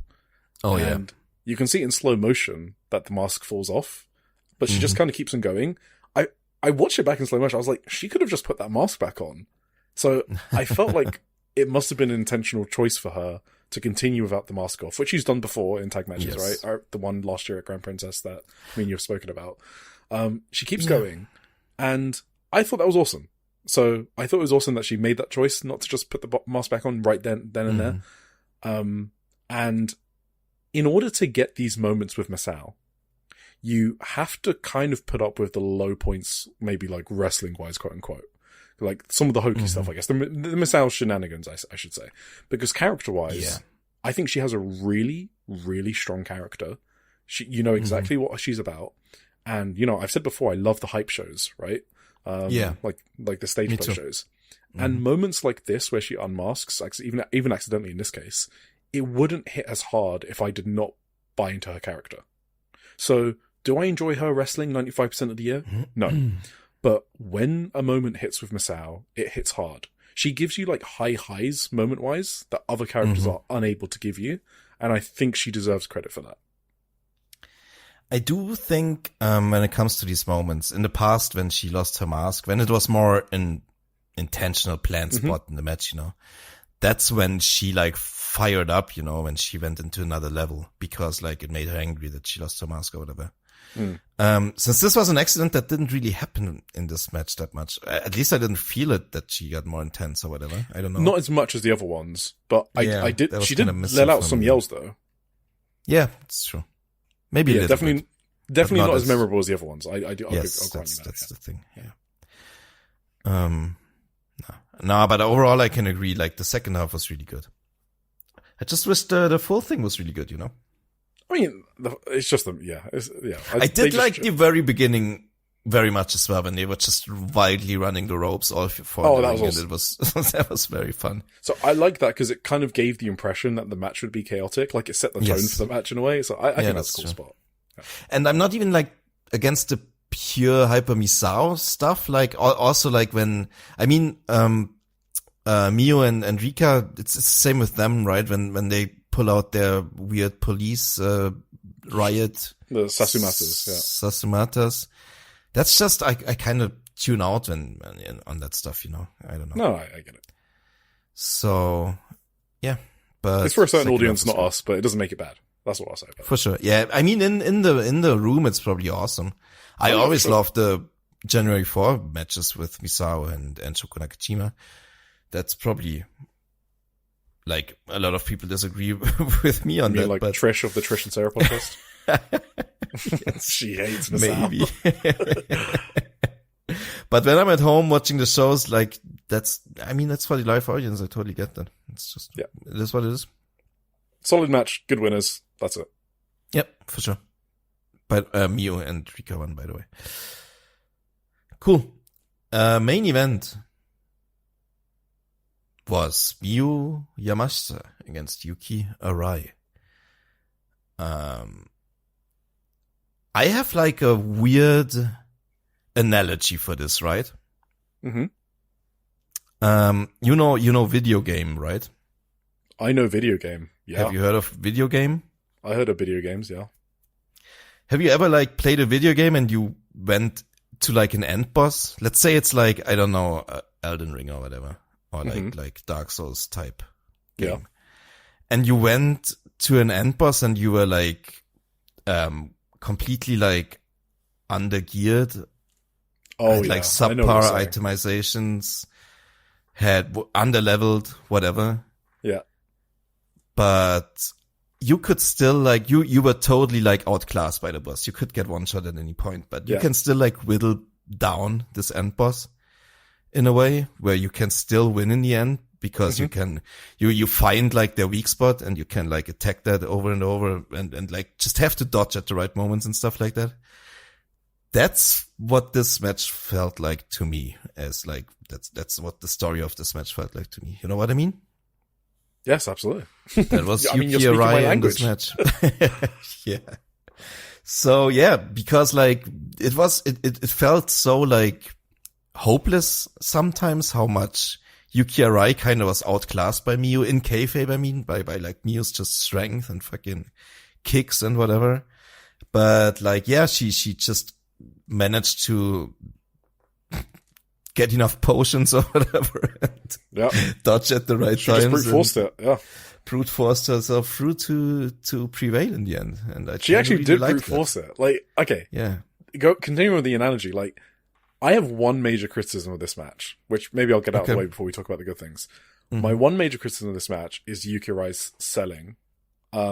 She didn't sell Yamashita's like skull kicks, or even non-skull kicks, just the kicks. Kind of true. Yeah. Enough. Like, she sold one skull kick really well. But yeah, there were so many kicks that Miyu Yamashita fucking lit Yuki Arai up on that home stretch. And she didn't fire up correctly at all. We were speaking about fire ups earlier today, like fighting spirit spots. Off of the PKs and the buzzsaw kick to the end, which were honestly awesome kicks from Miyu. She needs to sell those way better. Like, she would eat a devastating kick, and then you see Arai still positioning for the next spot. Like, that's just really immersion breaking, that particular set. Like, I shouldn't see you getting in position for the next spot when you literally just got kicked in the head and it sounded insane. So overall, I really enjoyed that. That's my one criticism. But overall, I did really enjoy the match and the story they tried to tell, exactly as you said. But yeah, she kind of brute forced it at the end. Just spam the buttons to win. Spam finish. That's kind of true. I did note this down, like, at the end. I actually thought at one moment that Arai is actually out when Miyu sky kicked her. Like, yes, that was good. Yeah. And then there was an disgusting sounding buzzsaw kick too. And you're right. After that, Yuki just caught Miyu's next kick and just like nothing. Kind of shook off the damage and did her full Nelson slam. And finally, there was. So yeah, I mean, no, in terms of like, I agree with you. Some of the sick stuff, sure. Like, let's see. Oh, sorry, no, she still needs to drop that fucking leg split, please. Oh yeah. Okay. What is that? Not good. It's not good. I don't understand why. Okay, why is no one watching back the tape of their champion and telling her, "Hey, just stop doing that"? Someone's got to be doing that in TJPW. Does anyone think that looks good? Anyway, sorry. Those two things I didn't like. Okay, other stuff. The finally to Miyu Yamashita on the apron, very cool spot. Love that a lot. Mm-hmm. And yeah, they were just. I think what you just said about the boss like beating your ass in every time. Miyu Yamashita would stop Yuki Arai's momentum so regularly with these beautiful head kicks. Like, Yuki Arai would like try to fire up. Okay, yeah, shit, I think I got her now. Bam, head kick. Okay, back to the drawing board. Respawn. Okay, try something new. Head kick again. That was a really cool story, and I love that a lot. Then they got into a point where they were actually doing some like striking back and forth. Like, Yuki Arai was like making some headway into this boss. Okay, now I got a bit further this time because I'm learning the patterns of the boss. And Miyu Yamashita just dropped her again with a perfect head kick, even better than the previous ones. So it was like a nice escalation each time. And Yuki selling for those was excellent. Like, that was really good selling for those kicks in the middle of the match. There was an awesome spot. So the story of this match, the backstory, I should say, the background, Miyu Mashita beat Yuki Rai in like over a minute at the end of 2025. Okay. And in like a month later, Yuki Rai tapped Miyu Mashita out with the Scorpion Deathlock, the sharpshooter, to become the number one contender to set her on her pathway with Miyu Watanabe, right? Mm-hmm.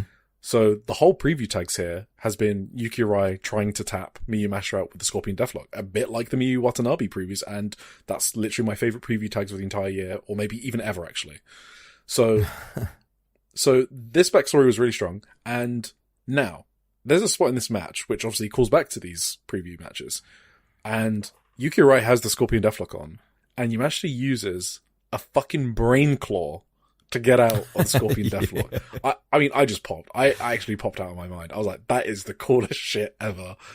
Obviously Higuchi retired earlier this year. Kazusada Higuchi. Hope he's happy now. So, yeah, she's so desperate to break the hold. She just grabs Yuki's head and just applies force as much as possible. Why I like it so much is it's a move that's not really in her repertoire often. And I love wrestlers adapting to situations because the storyline calls for it, or whatever. Like, that's the shit I love. It was also kind of because Yuki Arai went like full Daniel Garcia on that one and did like the what's it called, Dragon Tamer type sharpshooter. Which she like bent back too much. Back.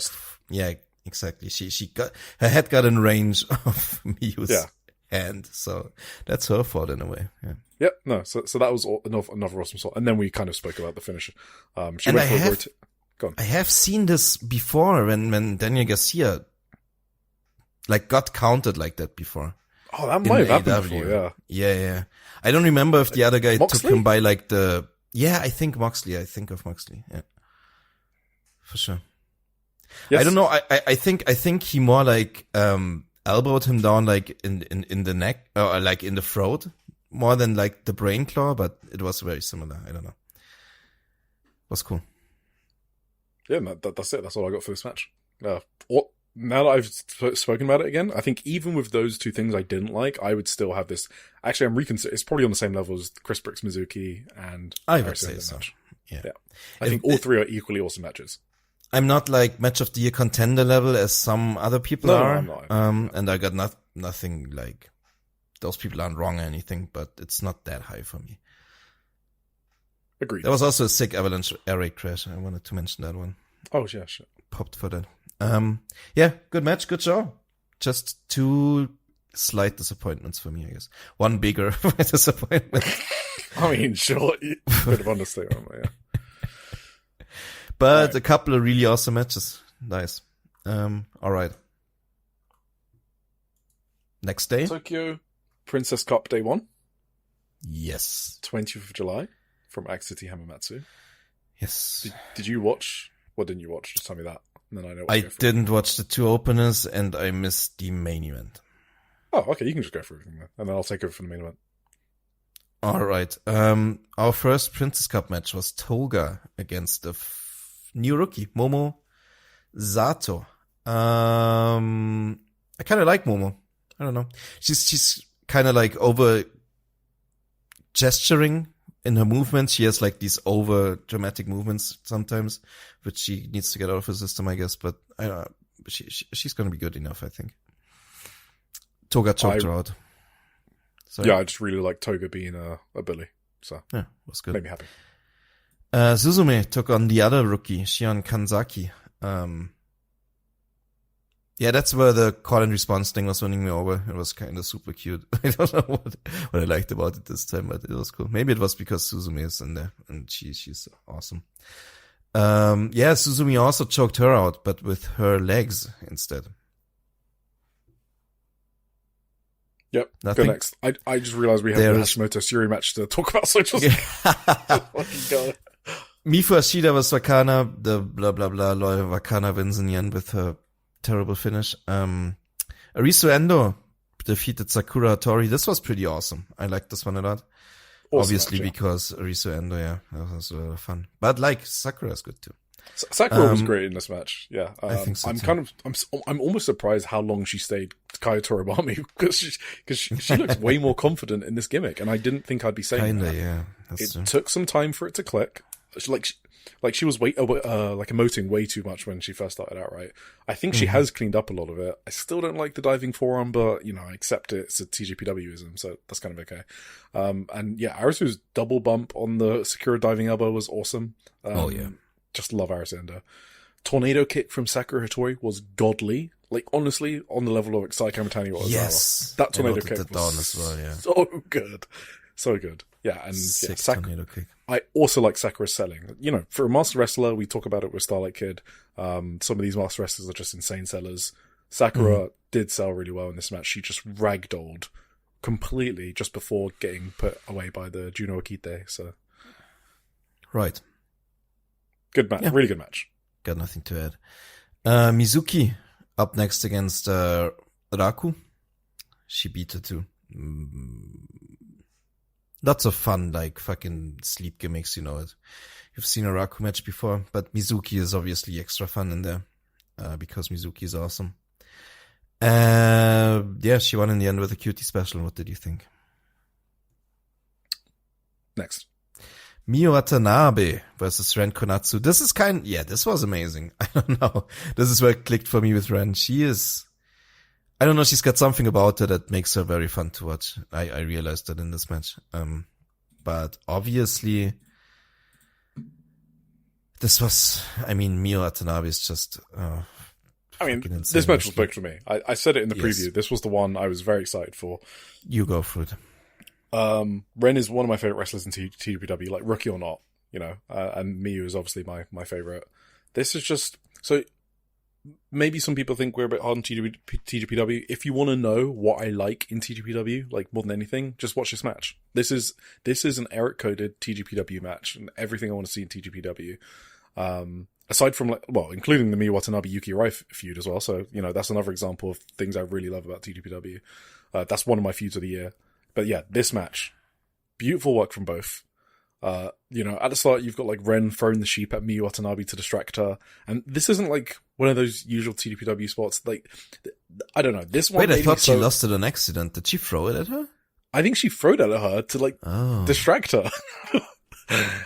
And that's fun. Because then, but didn't she cry? Didn't she drop to her knees and cry because she lost it? I thought, okay. Well, because I thought she was just trying to fuck with me. I guess that's how obviously that's what. Yeah, Ren is like really. I don't know if catty is the word, but remember I told you she mocked Shion Kanzaki on the previous show. Mm-hmm. Yeah, she's got a bit of a I don't know, like attitude in a good way. Attitude side, attitude. Yeah, exactly. Good. So. Mm-hmm. Yeah, Ren obviously did the Momoka Hanazono spot. I popped hard for this. So one of the things I love about Miyu Watanabe is she's Are you going to say that? Okay, you go.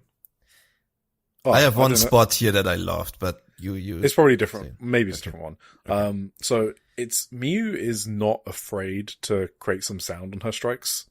So like, I feel like it's not a very TJPW thing to create sound on your strikes outside of Miyu Yamashita, obviously, who's the person that does it. But, and that's good, because when someone does it, it stands out. So Toga's been doing it on her elbows and it stands out. But yeah, Miyu's elbows into the chest of Ren Kanatsu here was really good. I got a bit sad that the Ares Comet is not Ren's finisher, so she used it for a near fall. I mean, I wish that would change a bit. Sick forearms from Miyu Watanabe. She looked like a fucking monster in this match, trying to put Ren Kanatsu down. And Ren Kanatsu, in return, she sold it. She looked so pathetic when she fired up, in a good way. Like, an endearing, I really want to root for you way. The way she came back with these fire-ups, I loved that so much. And, okay. Do you know what my favorite TJPW-ism is? And I don't use that as a pejorative, by the way. Like, this is it's just something that TJPW does. It's when time stands still and two wrestlers stare at each other intensely. I thought that. In a big match with the crowd going silent. I love that shit. And I think Miyu Watanabe uses that skill more than anyone else. Yes. She's an expert at commanding a crowd to build dramatic moments. Like, this is why I rate her so highly, and like others, not others, just people outside of like the Joshi bubble, I guess, don't see why. She's just a master at doing this. Like, she knows how to command a crowd, and that is a really important skill. And yeah, I just live for this shit. I love that so much. And I could even see, I don't know if you saw it, Uta Takami, like, popped out she was watching in the back. She popped up for like a second. I didn't notice that, no. Yeah, and then she realized she was on camera and then just dropped down again, but she wouldn't see it as well. Oh man. Yes, awesome match. And I probably didn't mention the spot, so you can mention it now. What did you love? It was a really minor thing, which is why it would have really popped me if you had the same thing. It was just this little moment. It was, at one point, Ren Konatsu tried to roll Miyu up, like in a, I don't know what it was, supposed to be a seatbelt or whatever. And Miyu just stopped her and just deadlifted her from that weird roll up position just for like 2 seconds or something. And she smiled like at the audience as like, hell yeah. She just winked at the audience in a way to say like, you see how easily I could just fucking destroy this little She's fucking twerp. Man. And then she just dropped Renan and continued the match. She didn't do anything out of this deadlift. She just showed real quick, wait, I got the control. You see this, right? And then but I'm just gonna keep playing with her a little bit longer, I guess. There was just her little smile to the audience when she deadlifted her out of that pin was so fucking funny. She's amazing at those things, right? Yeah. Yes, absolutely. I mean, that's the thing. Like, I maybe have looked away for 3 seconds and I probably missed that. That's crazy. Maybe. Like, you just can't take your eyes off of Watanabe when she's in a match. Yeah. It wasn't really an obvious thing. I just noticed it. Like, yeah, that's awesome. That's awesome. She won. Incredible match. To be honest, yes. I'm literally going like, okay, I have this probably on like a similar level to the 5-star matches we spoke about. Okay. I guess that's fair, yeah. This is just my type of match. This is my TJPW match. Yes. She won in the end with the Argentine backbreaker, right? I honestly didn't write the finish down, maybe. I wrote down Argentine backbreaker. Or what I like to call it, Ferran Torres. Okay. Up next, that's a manly joke. Continue. We had Miyu Yamashita. Yamashita take on Uta Takami in the summer main event, and unfortunately beating her with a big Death Valley driver. It was, right? It was crazy. This was, I don't know. I think Miyu beat her up a lot. Uta was really desperate in the end. I mean, that's what she does best, right? Yeah, this was I thought this was a good match as well. A great match, actually. Yeah. Uta, when she somehow got into the koala clutch in the end, I don't even know how that happened. That was a really cool counter, though. Do you want to go through it? I was eating during this. I'm sorry. No, I don't have much to say. I just had fun with Miyu Yamashita destroying Uta. Uta's one of my favorite underdogs in the scene, like literally in the entire scene.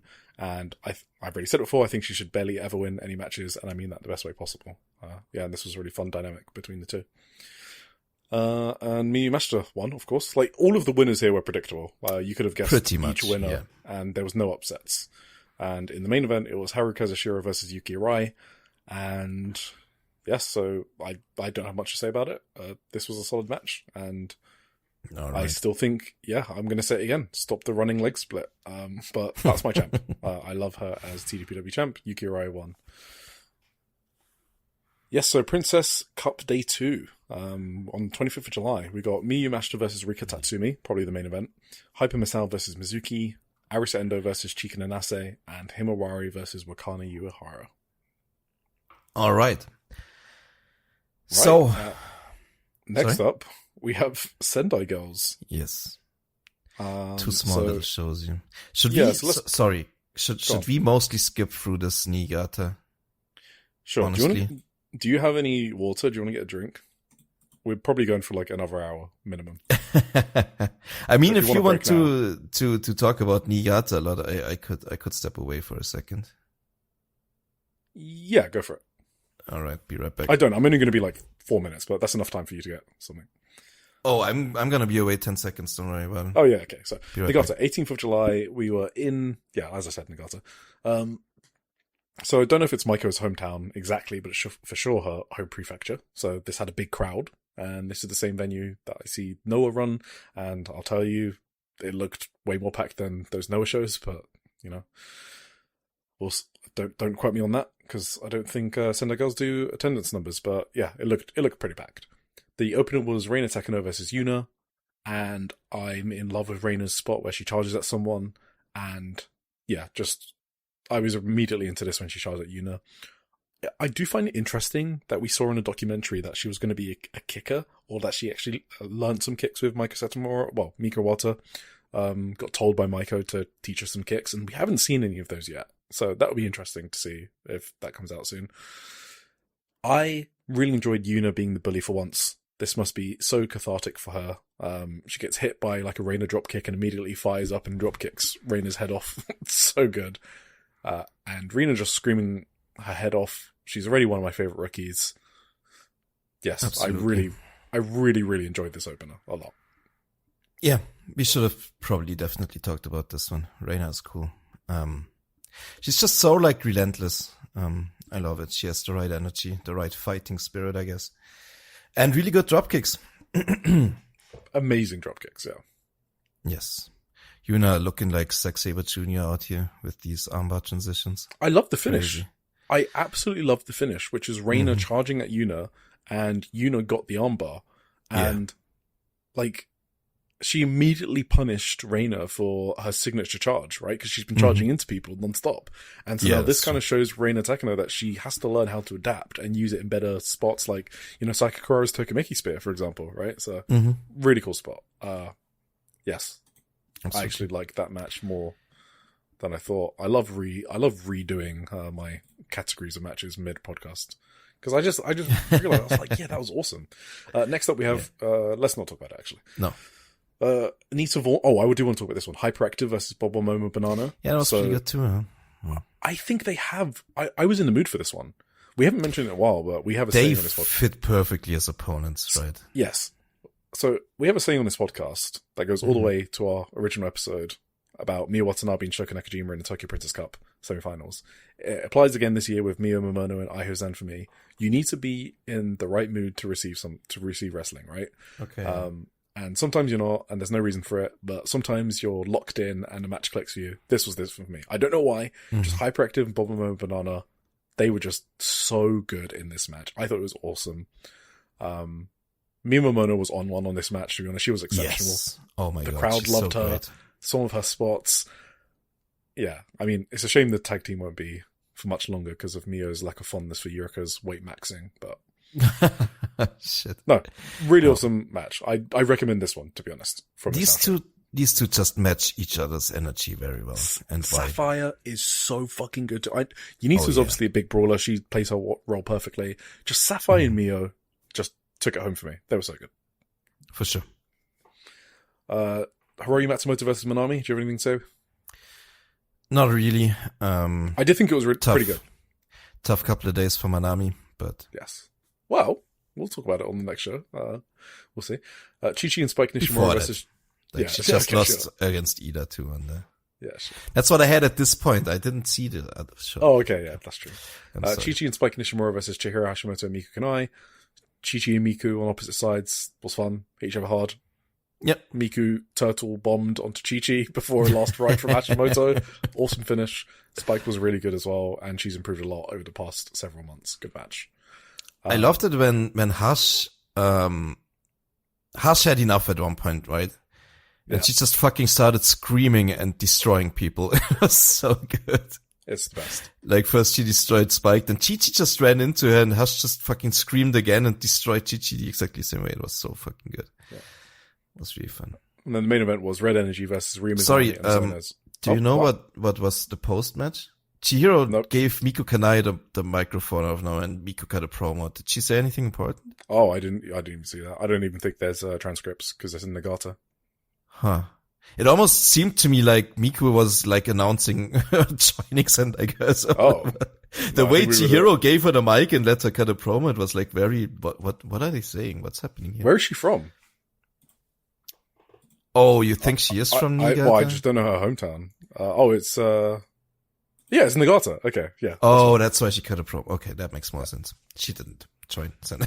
Cool, alright.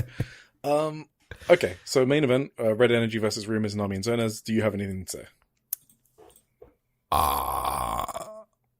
My first note is, lol, why? Awesome. When I just saw the Ryumi Tsunami Zonas team, so... No, I don't have too much on this match. Honestly, to be honest, I don't really remember anything from it. 20th of July, Korakuen Hall.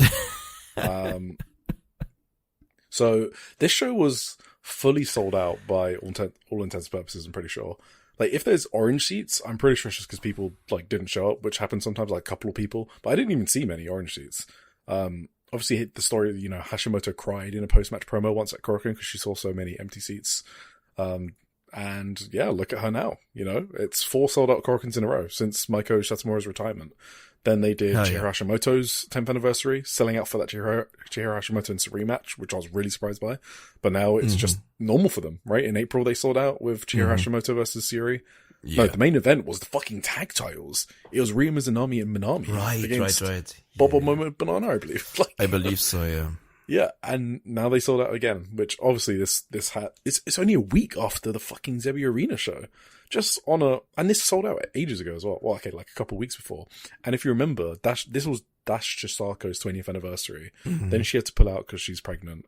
And they refunded some tickets, and then they resold it out again.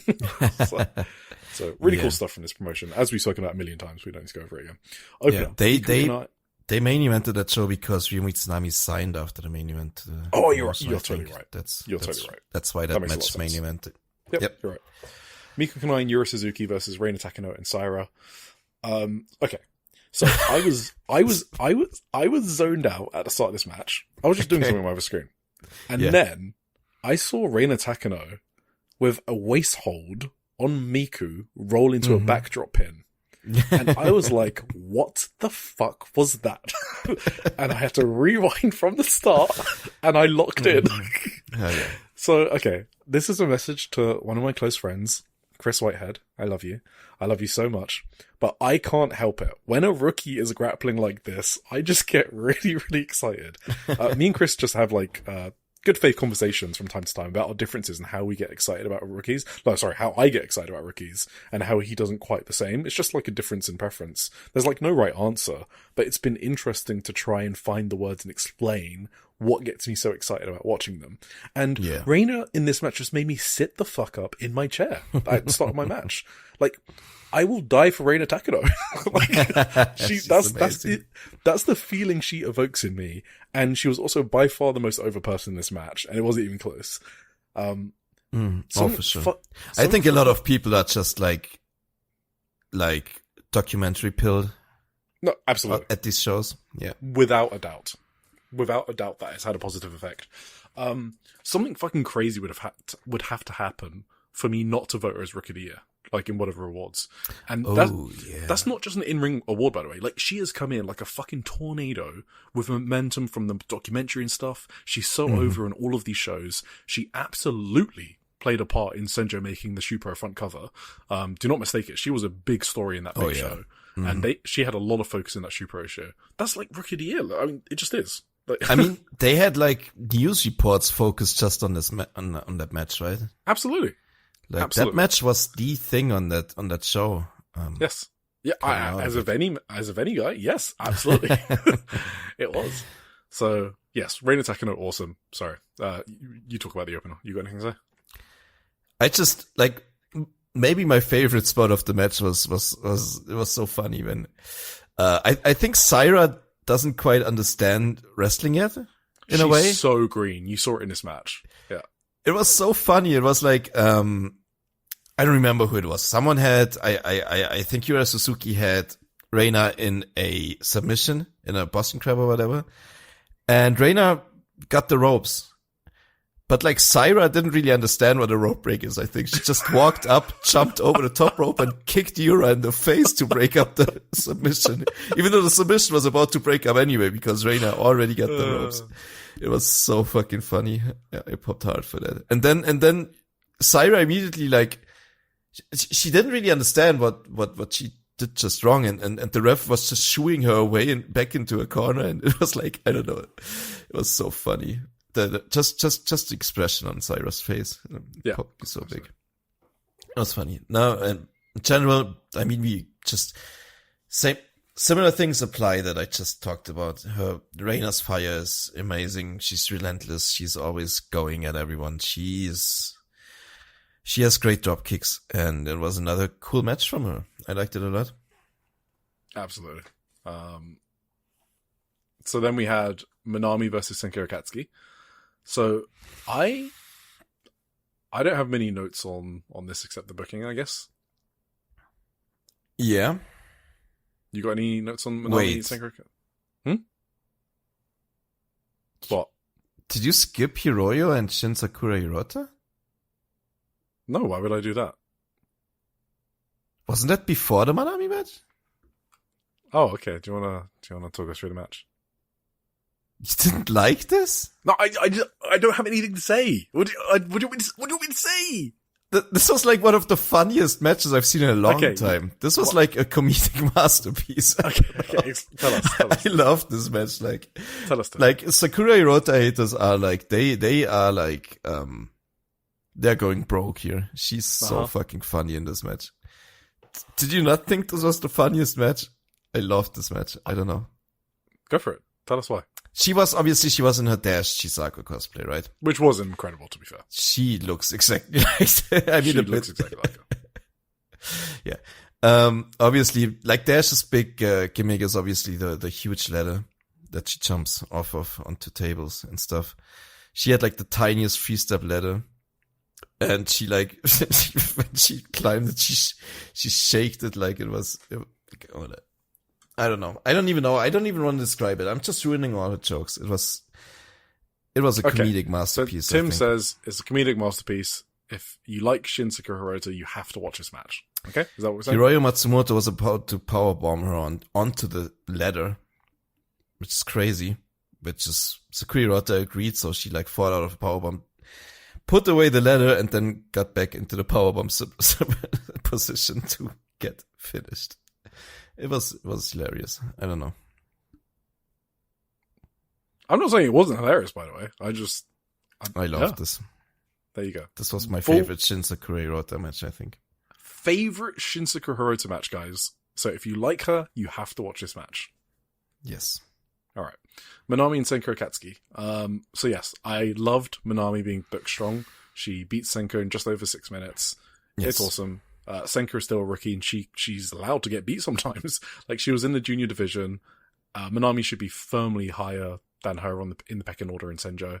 She's an outsider as well. So yeah, this was perfectly booked. Good match. No messing around. Absolutely. Ajikong and Nita Vaughn and Sapphire Reed versus Mimamono, Stephanie Mays, and Yurika Oka. Can I add one thing? Sorry. Sure. When Manami did her fucking wooing, the look on Senka's face was brilliant. That's my look exactly. Just disgust. Senka was all of us in that moment. Oh. Yep. Yeah, so Ajikong and Hyperactive versus Bobo Momo Banana and Stephanie Mays. Exact same notes as I had on the one previously. They have very good chemistry. Bobo Momo Banana and Hyperactive. Yeah, fun finish, fun match. Chi-Chi and Zernez versus Red Energy. Chi-Chi and Miko Wata. No other notes. Hell yeah. No other notes? No, go for it. Mika was fucking... I don't know what she was on in this match. She was fired up. I mean, I know what she was on. She's always No, but she was on another level in this one. She was like on a... I don't know. She was so fucking psychotic in this match. I loved it. And after the match, and the entire time she was just like on... She was on one. I don't even know how to describe it. She was in a mood. Well, we do know why now. Yes, I think I figured that. This was also, okay, can I tell you the story? Mm-hmm. How this went for me? I opened YouTube at work before I could watch the show. And I got a fucking thumbnail from Wrestle Universe, which depicted like Chihiro Hashimoto and Mika Iwata. And I was like, did I just get spoiled for the big main event? Is Iwata just challenging Chihiro after she won? That was my logical conclusion, just from seeing the thumbnail for like a millisecond. And I was like, fuck. It's the worst. And yes, but that really like explained immediately to me, like, okay, when I saw Mika Iwata in this match with like, she took like 95% of the match, and she was like just on such another level fired up that she is definitely challenging for that fucking world title next. You had some foresight there. I did not. Yes. So. The good thing, and I was gonna come to this, so I can say it now, I didn't think about the thumbnail at all during the main event. Like, that didn't really play in that. I totally forgot about it, right? I watched this main event. That was good. Yes, we still do have that to talk about. So, junior title, Spike Nishimura versus YUNA. YUNA matches never get any time. If you listen to us regularly, you know how we think match lengths don't need to be long. Mio, Aichan, blah, blah, blah. But I just want to see her have like a 15-minute match or so. Like, Spike and YUNA can do it. So why not? The last time we saw her do a match over 10 minutes long, by the way, singles match, it ended up being like a match of the year contender with Hashimoto. So why not just, even if she fails, just let her try. What was this, like 7 minutes? You got it in front of you. 8. Okay. Anyway, I enjoyed this match. I love YUNA, just continuing to get up each time. She's a really great seller. Facial expressions are awesome. I loved Spike being a fucking killer. Killing her with a bicycle kick, lariat. Yes, quite literally. Yes, and then looking her in the fucking eyes and then hitting the Angel's Wing. Great finish. That was a fucking jumping Angel's Wings too. I've never seen an Angel's Wings like that. That was psychotic. Like, I thought YUNA could have been like, she died for a great looking finish. Yeah. So really good dynamic between the two. I guess I just wish I had more of it. I kind of figured, you always say like good friends hit each other harder, right? I think Spike and YUNA are like friends in Sendai Girls. You talked about it from they bonded over music and stuff. Yeah. Right. So I think Spike took that quite literally and beat the shit out of YUNA. Absolutely. Killed her in the finish. But YUNA did very well too. She's still on her road to most improved for me. So yeah, liked her a lot. Liked this match a lot. I thought this fucking rocked. Yeah, Spike was not dreadful in this match, and Spike's not a dreadful wrestler. Yes, this is voted 0.8 lower than the Suzume Wakana match. On that's actual rage bait. I'm not even going to entertain that. Hardcore title, sorry, not hardcore title, just hardcore match, tag match. El Desperado and Ryu Mizunami versus Kyoshi Tokyo Japan and Veni.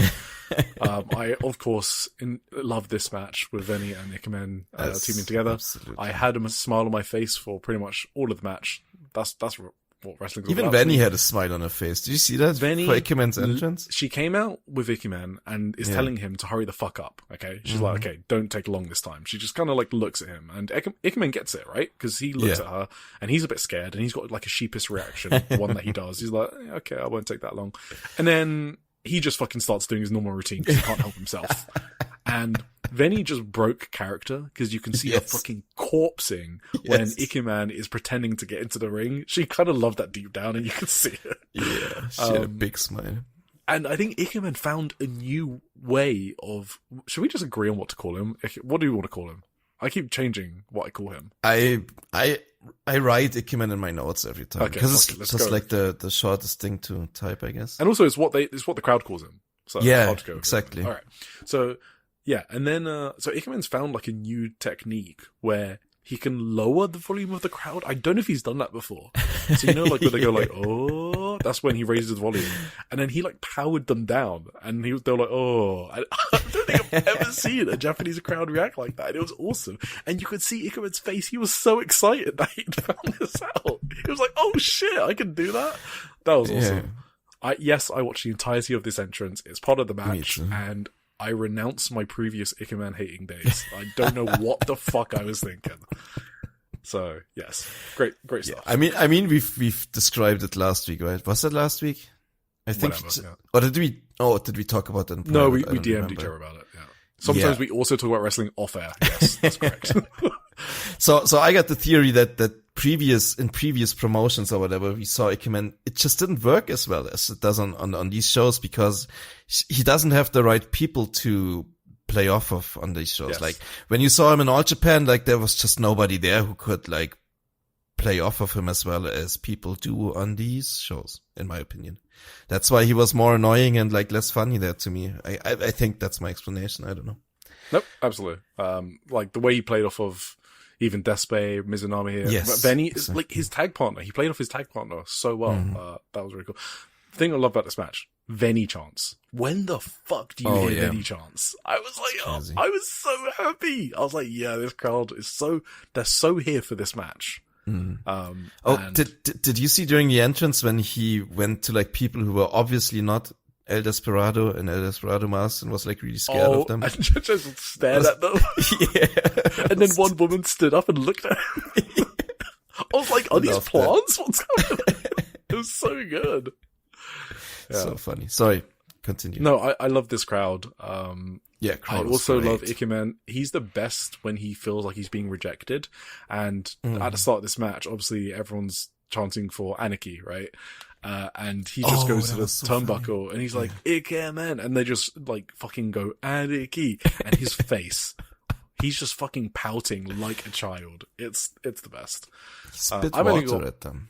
Yes, exactly. I've only got one other spot mentioned because I actually just watched this match and I didn't write anything down. Okay.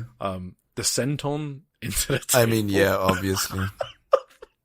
So he was obviously on the top of the ladder and there was a table set up outside the ring. And he's obviously just going to do a senton onto the person who's lying on the table. I think it was Desperado. Desperado obviously moves. Ikemen goes through it and his face is the funniest shit ever. He just, it's like Larry David. It's literally like Curb Your Enthusiasm. It was the greatest. And you just hear the commentator burst out laughing every time the camera goes onto Ikemen's face in this moment. She just can't help it every time he goes onto it. And so does the crowd, because obviously it shows up on the screen, right? Every time it cuts this face, just bursts of laughter. So yes. Yeah, for sure. I thought this was awesome. For sure. Yeah, I agree. They sorry. I also like that they fought over the dash spot, who got to jump off the big ladder. That was also really good. Really nice tribute to Dash, this match. Cool. Yeah. Fun. Oh yeah, because this was meant to be Dash Chisako. Yes. Who replaced her? Mizunami? I think it was Mizunami, right? Was it supposed to be a tag always? I thought it was gonna be a singles with Despe, no? Was it a tag always? Okay. I think it was. I don't even remember. Whatever. But yes, it was. She was meant to be in this match, so it was a tribute to her.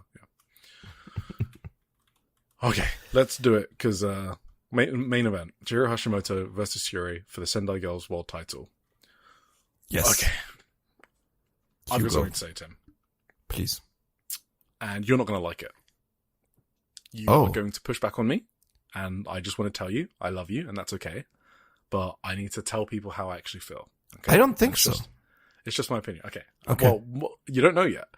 So, the reason I wasn't as high on the April match between the two, do you remember? And you were like super high on it, and I was like, yeah, it was really good. It was awesome. Yeah, I remember that we had a difference. I still don't understand why you didn't like it. But okay. No, okay. No, because I thought it was awesome. Well, I thought it was like really good, basically. It was a recommendation level match, but not like match of the year contender level. So, the last match was awesome, but I felt disconnected when you and other people were like praising it as like a match of the year contender match.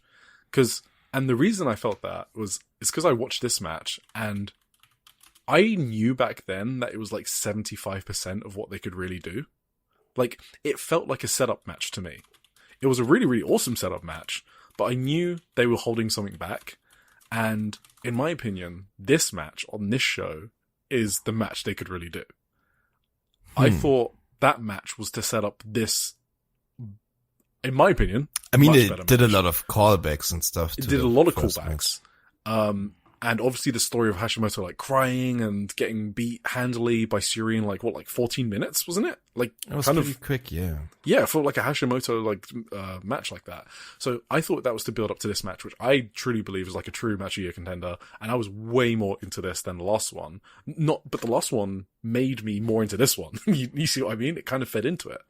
So that's kind of why I wasn't as high into that match, because I didn't have the full story yet. I knew there was like a piece missing from it, and I think this was the missing piece. That's kind of my personal opinion, obviously, which I don't need to clarify. Yes, so that's what I want to start off with. Do you want to immediately come back at me on that one? No. Okay, all right. I'm going to talk about it after. I want you to tire yourself out first. I don't tire out, buddy, when we talk about wrestling. The next thing I want to do is compare it quickly to like Suri Poi. Just because Suri had an insane weekend. I thought both were amazing. I legitimately have like both in my top 10. Like that's how much I like Oh, these two really? matches. Okay. Not only that, I actually prefer the Hash Shuri match to the Poi Shuri match, which may be a hot take. Honestly, I think you're gonna be mad at me and gonna push back on me, but we're gonna see. Awesome. That's what I love to see. So the next thing I wanted to do was talk about Hashimoto's singles run, because I don't think people talk about it enough. Do you want to do the match talking first? about it like... Yeah, yeah. Do you want to do that after? Let's do it after. I'll save that one till after. Okay. Yeah, so if you recall, Hashimoto cried her eyes out after the last loss to Shuri in April, right? Like, bawling her eyes out. Yeah. And not only after the match, but after the show, like an hour later, she was still crying. So to me, there was no doubt that Hashimoto was going to get her win back. Because it was a humiliating loss, and obviously she needed to get something back, right? So when the title was on the line, I was kind of surprised they booked it for Korakuen, because I thought it was like an easy Hashimoto defense at a big show. Like, I was convinced Hashimoto was going to win when they booked this match. Like, well, even after the April match, actually. So, that was... I wasn't 100% convinced, but I understand it for sure. Yeah, you said your theory. The theory you and Emmy cooked up. I mean, after Shuri didn't even lose the IWGP, that theory was dead anyway, right? So. Yeah, exactly. Right. So this match, incredible. Yeah. So the Miku guy was there, by the way. He's definitely a Shuri guy as well. I have noticed that. I don't hear him anymore. That's good. Yeah, well, you're lucky. So I love immediately Hashimoto doing like the gator roll instead of like jumping over Shuri. You know, those sort of spots that Hashimoto does at the start of a match, it just makes you think, why doesn't every wrestler just do that? Why does every wrestler jump over the other one when they're running the ropes? So that already got me into it. The crowd were into it at that point. Like, there's a point where like Hashimoto reversed the guillotine choke and the crowd popped big. I was like, oh shit, you know, they're really here for this. The initial stages of the match are sort of setting up Hashimoto and the armbar that Shuri does. So Hashimoto's defending the armbar really well at the beginning of the match, right? As you expect her to. She's a good shoot wrestler. The one spot I remembered about the last match, because I remember you bring it up, was Shuri kneeing Hashimoto during like a spear attempt, right? Yeah. And she did it again here, right? Yeah. So that was a cool callback. And at this point, Shuri is kind of like being disrespectful to Hashimoto. You know, she's kind of like stomping her, thinking it's going to be easy as the last time, because she destroyed her the last time. And the way Hashimoto fires up with a sick release German suplex, obviously that was Shuri. Good, yeah. That was awesome. Shuri, then there's like a series of like German suplexes into the double down. Okay, big Hashimoto chance, you know, the classic. So the one thing that Shuri is not pulling back on is her knees to the gut again. So the knee strike during the spear, and again these knees to the gut, the standing knees. Did you like hear the sound on that shit? Those were big, yeah. That was right to Hash's gut, right? Right to her gut, yeah. Yeah, it's crazy. And Hashimoto Hash got properly angry at that too. Because you're like, can you stop fucking kneeing me every time I want to do something? So Hashimoto loses her shit. Huge clubbing blow. Oh my god! Like, huge. How does she do that safely? I don't get it. That spot is honestly psychopathic. The clubbing blows. Yeah, it's crazy. And then we go back to the arm bars. So obviously the story match is Hashimoto defended it neatly earlier on. Like she had a good read on what Shuri was trying to do with that armbar. And Shuri gets it on again, and the sell of the armbar here is really good. She barely had energy left to defend it, just from those knees to the guts and everything we were talking about before, where she was expending a lot of her energy getting angry at Shuri, right? Yeah. For like treating her like a joke again. Remember how emotional Hashimoto was after the April? Like, she is emotional in this match. So no energy left to defend the armbar. It was way more drawn out, this armbar as well. And it came after like the Avalanche Kimura suplex thingy. So I loved how they basically did this armbar for a really long time, and I think it matched the moment that she couldn't get out immediately. Yeah, you rarely see her like this helpless. Exactly. Yeah, and it was earned. And it was earned. Early in the match, she could defend it. Lost her energy to being angry. Okay, now she gets fucked over by the armbar. For sure. So then the next slot, guess what Shuri goes for? The fucking running knee to the gut again. And Hashimoto actually lands the spear this time though. Yeah. So she beats her to the punch. Okay. So I had to watch this next spot back because I think it was really fucking cool. So Hashimoto goes for a last ride. Yeah. Right? Mm-hmm. Syuri counters it into a rear naked choke. That was amazing. Yeah. And I can't explain to you how this is one of the best struggles over like a submission spot I've seen in a long time. It looked like a legit fucking struggle. It was awesome. I thought it was incredible. Hashimoto fucking panics because, you know, like Syuri's trying really hard to get this rear naked choke on, and Hashimoto out of nowhere just panics and she actually finds the backdrop suplex. Mm-hmm. That was a spot of the match for me, by far. No, yeah, that's my biggest all cap spot too. Yeah, for sure. Yes, awesome spot. Syuri comes back with a high head kick. Hashimoto just sandbags the way she sells this. It's so good. Yeah. Just drops to her feet. Syuri tries to land another one. You know, she sees that effective. She goes for another one. Obviously, Hashimoto just received one, so she counters it and does a last ride. Awesome near fall, I thought as well. Really good counter to that after just getting hit by it. And so Hashimoto goes for the Albright. Syuri counters again into the cross arm breaker. So now this is the third major like armbar spot of the match. And this time she transitions it into a Fujiwara armbar. I was like, oh no. I was like, oh no, Hashimoto's in danger. You know what Hashimoto fucking does? She slips out by rolling forward very quickly, like way too quick for even Syuri to respond to it. I was like, what just happened? She just countered it crazy, so quickly. It was almost like a shoot escape, like you'd seen in an MMA match, right? Yeah. Like just because they're 4 minutes in like round 3, the last round, it doesn't mean you can't easily escape stuff. Like sometimes you just find the escape. Hashimoto, it did feel kind of like a last burst she had left, right? Yes. Though, yeah. So it was too quick for Syuri to respond to. Guess what happens next, Tim? I mean, I know it. You know what happens next. Hashimoto. It was a dragon suplex. Was it a dragon? I wrote half and half. It was a full Nelson. Hook both? It was a full Nelson. Oh, I didn't see it correctly. Oh, then I didn't know. And the reason you like none of you guys have seen Hashimoto do that before. Okay, I don't think you guys have. That is the first ever time she's done that dragon suplex. The reason why I'm saying it is because she confirmed she debuted it in the backstage comments. Oh, sick. She debuted this just to beat Syuri because she felt like she needed something extra. Well, Natsupoi thought that too, and see how that worked out. But Natsupoi just, stole her husband's move. You know what Hashimoto did? Hashimoto watched all of those Syuri Mayu Otani matches. She's like, fuck yeah, I'll take some of that. Yeah, maybe. And then you have the Albright suplex. Incredible. She's crying with joy.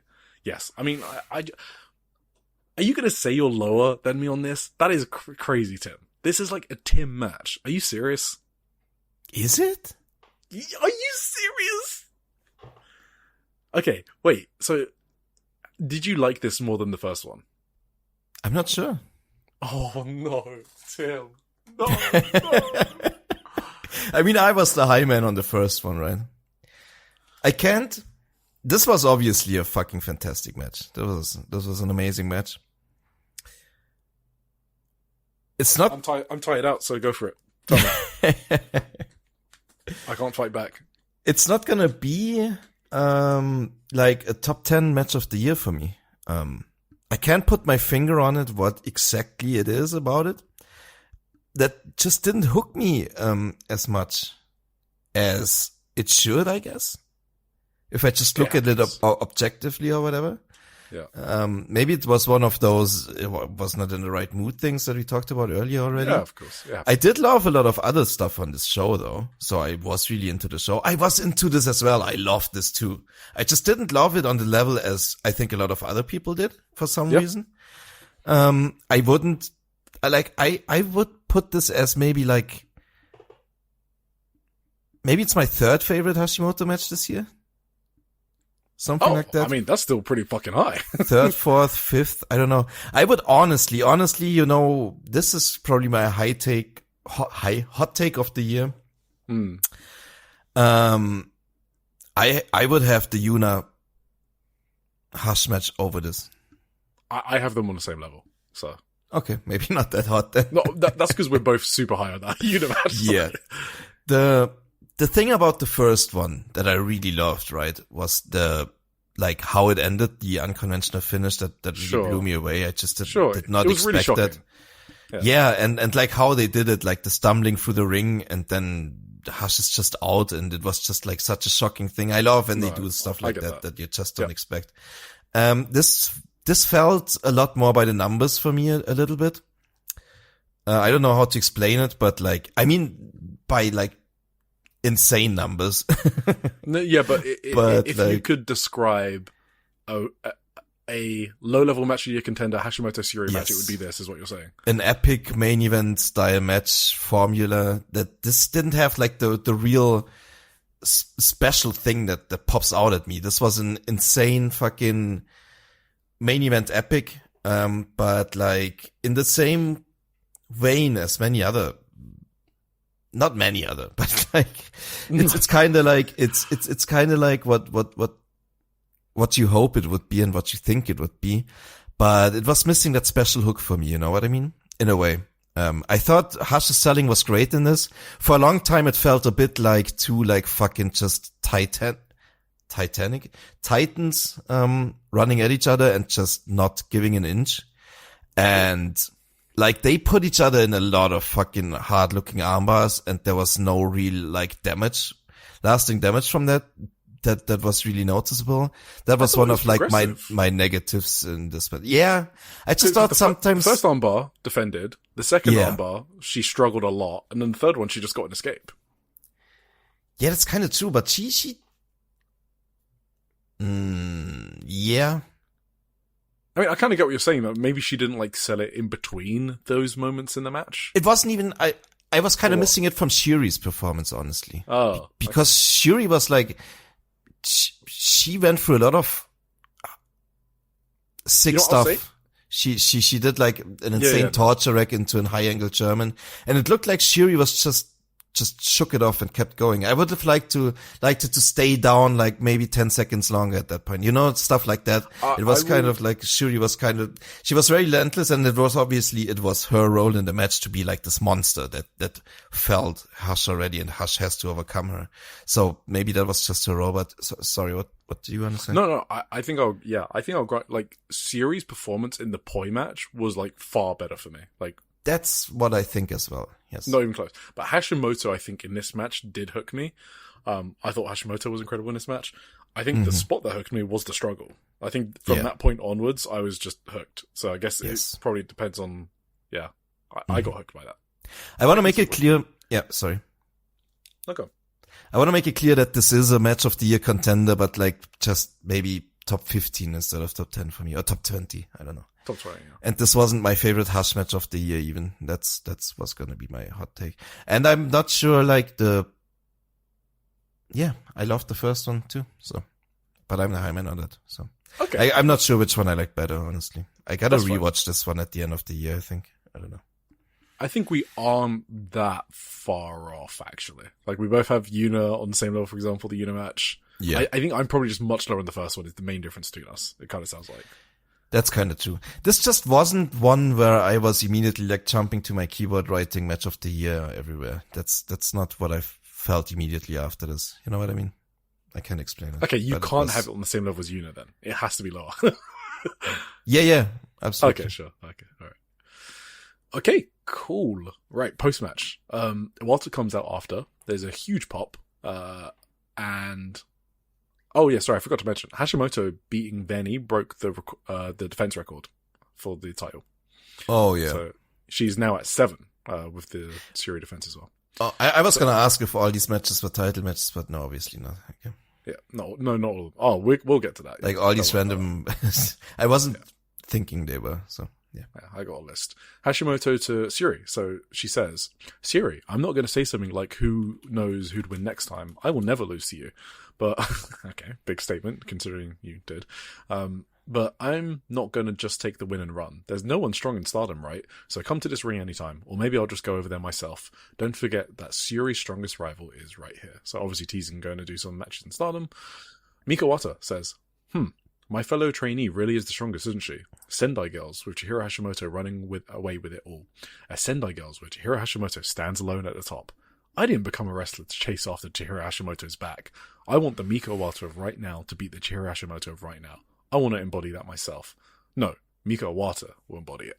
I want everyone to watch this moment. I'll show you. Let me challenge for this belt. Hashimoto says, Mika, instead of just peeling from sunburn, how about you shed a different skin for once? How many years do you think we've been together? Bring it on. Honestly, because you've been dragging your feet, I've had it a bit easy. The opponent I least want to lose to, Mika Iwata, on 28th of August at Yogi National Gymnasium, second gym, I'll put this belt on the line. Iwata ignores the handshake and leaves. Alright, let's end on this. Last week, I spoke about the only thing that can get me excited for the outcome of an Iwata match is her going after the world title. And I think she's winning this one. Don't laugh. I think she's winning in Yogi in August. And I think she's defending in Sendai in October. They have a big show in October. I think that's going to be her big run and her big match. They're going to give her the big match in Sendai in October. It's here. Iwata people. This is not Iwata people. This is happening. Rise up. It's happening. Not even for a bit. I actually think Mika Iwata is winning. Like, I was thinking about this a lot, but if you don't do it now, you're never doing it. Ever. Yes. Ever. They kept them apart for so long in singles matches, and now they're going 2 times, like back-to-back years. There's no way that Iwata's losing. They wouldn't book this match again so soon after the first one, and it just makes sense for Iwata to win it now before the Budokan, because they want Hashimoto's their main face, right? So it makes sense for Hashimoto to win it at Budokan or something like that during next year. I am super, super invested in this match. Like, ridiculously. Like, you know what? I'm more invested in this match than I was the Hashimoto of any match. And everyone that knows me knows that's a big statement. That's crazy. Especially for Mika Iwata. You're like notorious underrater of Mika Iwata. No, shut up. No, shut up. It's the booking in the tag division. I said, like, as soon as she goes after that world title, I'm in that because I want her to fucking win it. I want her to prove Maiko Satomura wrong. I don't care about this tag division because they've shown they don't care about it in Sendai Girls. The world title is what means everything in Sendai Girls. Mika Iwata winning that title will mean everything. It will be validation, everything. It will be perfect for her character, perfect storyline, overcoming Hashimoto, shoving it to Satomura. It's perfect storyline. There's no way I can't be fully invested in this. No, yeah. Nah, I kinda do agree though. It's kinda now or never, and it's kinda like, what else are you gonna do? What, exactly. Now you've beaten Shuri as well, like, who else you got? If Iwata doesn't win here, Satomura's worst book of the year. I'm voting her in. I don't even care. It's actually like malpractice. Iwata has to win. Yeah, I kind of agree. I will root for her most definitely. While we're here, Chihiro Hashimoto versus Saida on the 11th of January. Awesome match. Chihiro Hashimoto versus Miyuka Takase, 8th of February. Really good match. Hashimoto versus Senkoro. I'm just going to say who the opponent is. Senkoro Akatsuki, 15th of February. Awesome match. Incredible. Remember that one? Yeah, yes, for sure. Kanji in WXW is actually a really good match. Danny Luna in WXW. I only saw the Danny Luna match, I think. Yeah, Danny Luna also really good. Yes. YUNA, 22nd of March. Match of the year contender. Oh my god, love that one. Manami on 27th of March. A week later. Also a match. Maybe also a match of the year contender for me, honestly. Like, I have Manami and YUNA, I have them both at like such a high... I don't know. I hold them in such high regards. Absolutely. If someone had that as their match of the year contender, I would not even look at them twice. In Evo, she goes to Evo a day after the Manami match. Oh, that was also so sick. Yeah. And has an awesome match. Wait, it's the Chica one. Do you remember Chica, Chica, right? Yeah, exactly. Yeah, it was an awesome match, yeah. 12th of February, 12th of April, 2 weeks later, Suri won. Obviously, we just spoke about that. Mm-hmm. 4 days later, Fortune Dream 11, the 3-way against Suri Oh and my god. That is, I've seen that on match of the year lists as well. Yes. Yeah. 3 days later versus Spike Nishimura. Great match. That's pretty good, yeah. Really good. 6 days later against Yurika Oka. That's an excellent match. I was there live for that one. That was excellent. That was great. She has a match against Zonez, which I'm not into, but maybe you guys are. I was higher than you on that at least. Yeah. I didn't. 22nd of May now. She's against Chi-Chi. Great match. Oh yeah, that was cool. Ryu Mizunami on the 7th of June at Shinjuku Face. I think you're higher on it than me. I was higher on that as well, yeah. So, another really good match. Veni match. Obviously, we've spoken about that recently. 12th of July. 17th of July, Hiroyo Matsumoto, which we haven't even spoken about yet. That was really good. Yeah. That was really good. And then this Syuri match. Spoiler. And then this Syuri match. Like, guys, show me a singles record that looks as good as this 7 months through, like, in a year. Just show me one. It doesn't exist. It's crazy, yeah. I don't know. And with that, we will... there's a Sendai Girl show on the 25th of July, at Yokohama.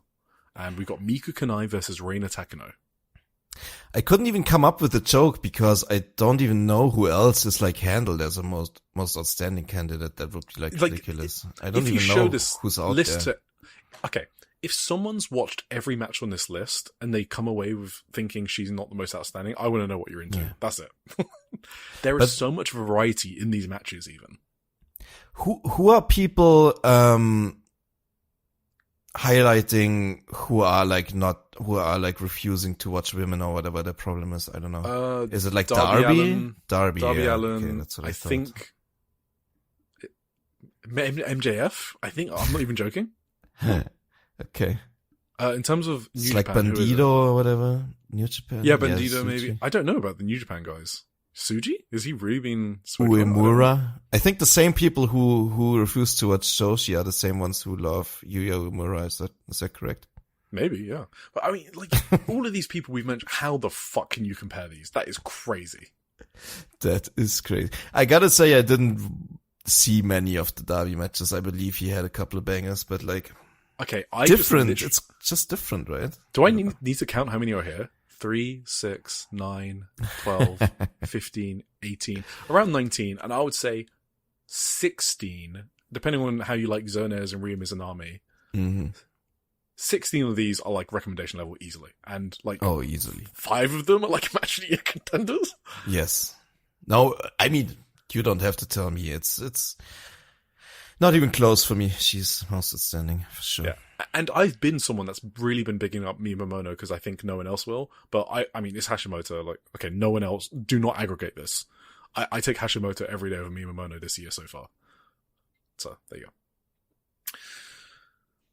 What was I saying? Miku Kanai versus Reina Takano. 25th of July. That's going to be awesome. Chi-Chi and Yurika Oka. I really like them. Wait, who against Reina? Sorry. Miku Kanai. Oh, okay, cool. Yeah. This is 25th of July at Yokohama House Show. Mm-hmm. Chi-Chi and Yurika Oka I always love. Chihiro Hashimoto and Minami versus Hiroyo Matsumoto and Zonos, whatever. Hyperactive versus Veni and Yuna in the main event. I'm very much looking forward to that. Main event Yuna, teaming up with her idol Veni. Hell yeah. Love that. Sounds great. Okay, Tim. Are we ready? Well, I was going to talk about Marigold. Should we just skip that? Oh shit! I didn't even fucking realize. We should skip it, right? I mean, I didn't even see you put it in the agenda. I didn't even know they had shows. Okay, really quick. Marigold section. The secret Marigold section. Very, very quick. There was a press conference for the Korakuen Hall and O2 World shows. I'm not going to talk about them because we're just going to preview them next week, as we always do. So I'm just going to talk about some house shows, and also Yuzuki is back in Ota World on the 9th of August, which we already knew because Rossi said so in an interview in May that he was targeting that date, but now it's confirmed. 18th of July house show notes. Aaliyah James goes to a time limit draw with Komomo Minami, because why not? Now Ishikawa and Natsumi Shizuki versus Misa Matsui and Nagisa Nozaki. So now Ishikawa lost in this match. She got choked out by Nagisa Nozaki because Nagisa is going after a title. It's her 20th anniversary, Nagisa Nozaki. She's hosting a self-produced show on the 16th of November, so she wants a title to celebrate. They now just cancelled the storyline, didn't they? Yeah, now Ishikawa backstage said, "Next time I'll definitely crush her." She also said, "Whether it's Darkness Revolution or Anri, I'll give it everything I've got." So that's her vowing to give everything she's got against a trainee that hasn't debuted yet. The main event was Chika Goto, Kuki Amore, and Miku Ono versus Mai Sakurai, Shino, and Yuka Yamazaki. Great main event. Honestly, Miku Ono, awesome. Finished with a fucking buzzsaw kick. That's what I love to see. I love this woman so much. So, what else? Yes, backstage, Mai Sakurai was concerned that Yuka keeps on doing the Azusa thing of calling everyone old hags. Mai Sakurai told Yuka that she was the same age as Miku Ono, who Yuka has been calling her mum. So Yuka replied by calling Mai Sakurai her mum. There you go. 19th of July, house show. Megaton versus Nao Ishikawa. Whoa. We get the rematch from Korakuen last month. So that really bizarre match that maybe worked, but maybe didn't because it didn't seem to go anywhere in the subsequent days. So in this match, Tim, what happened? We have a rule where you needed to eat a pork bun or a croquette before you could get a pin. So that was an interesting match. So Megaton tapped out after 8 minutes because she ate too much. And she just tapped herself out the match. So yeah, I love this redemption storyline that Ishikawa was going through after getting pinned and slapped by Gaijins on the Marigold anniversary show. Do I want to talk about this one? Yeah, I guess I will. Leah James and Chi-Chi versus Komomo Minami and Shoko Koshino. So this is just to highlight Chi-Chi and Komomo keep hitting each other hard, keep having tag matches against each other, and this was to set up on the 30th of July. It's Komomo and X versus Chi-Chi and Suri. Do you want to guess who X is?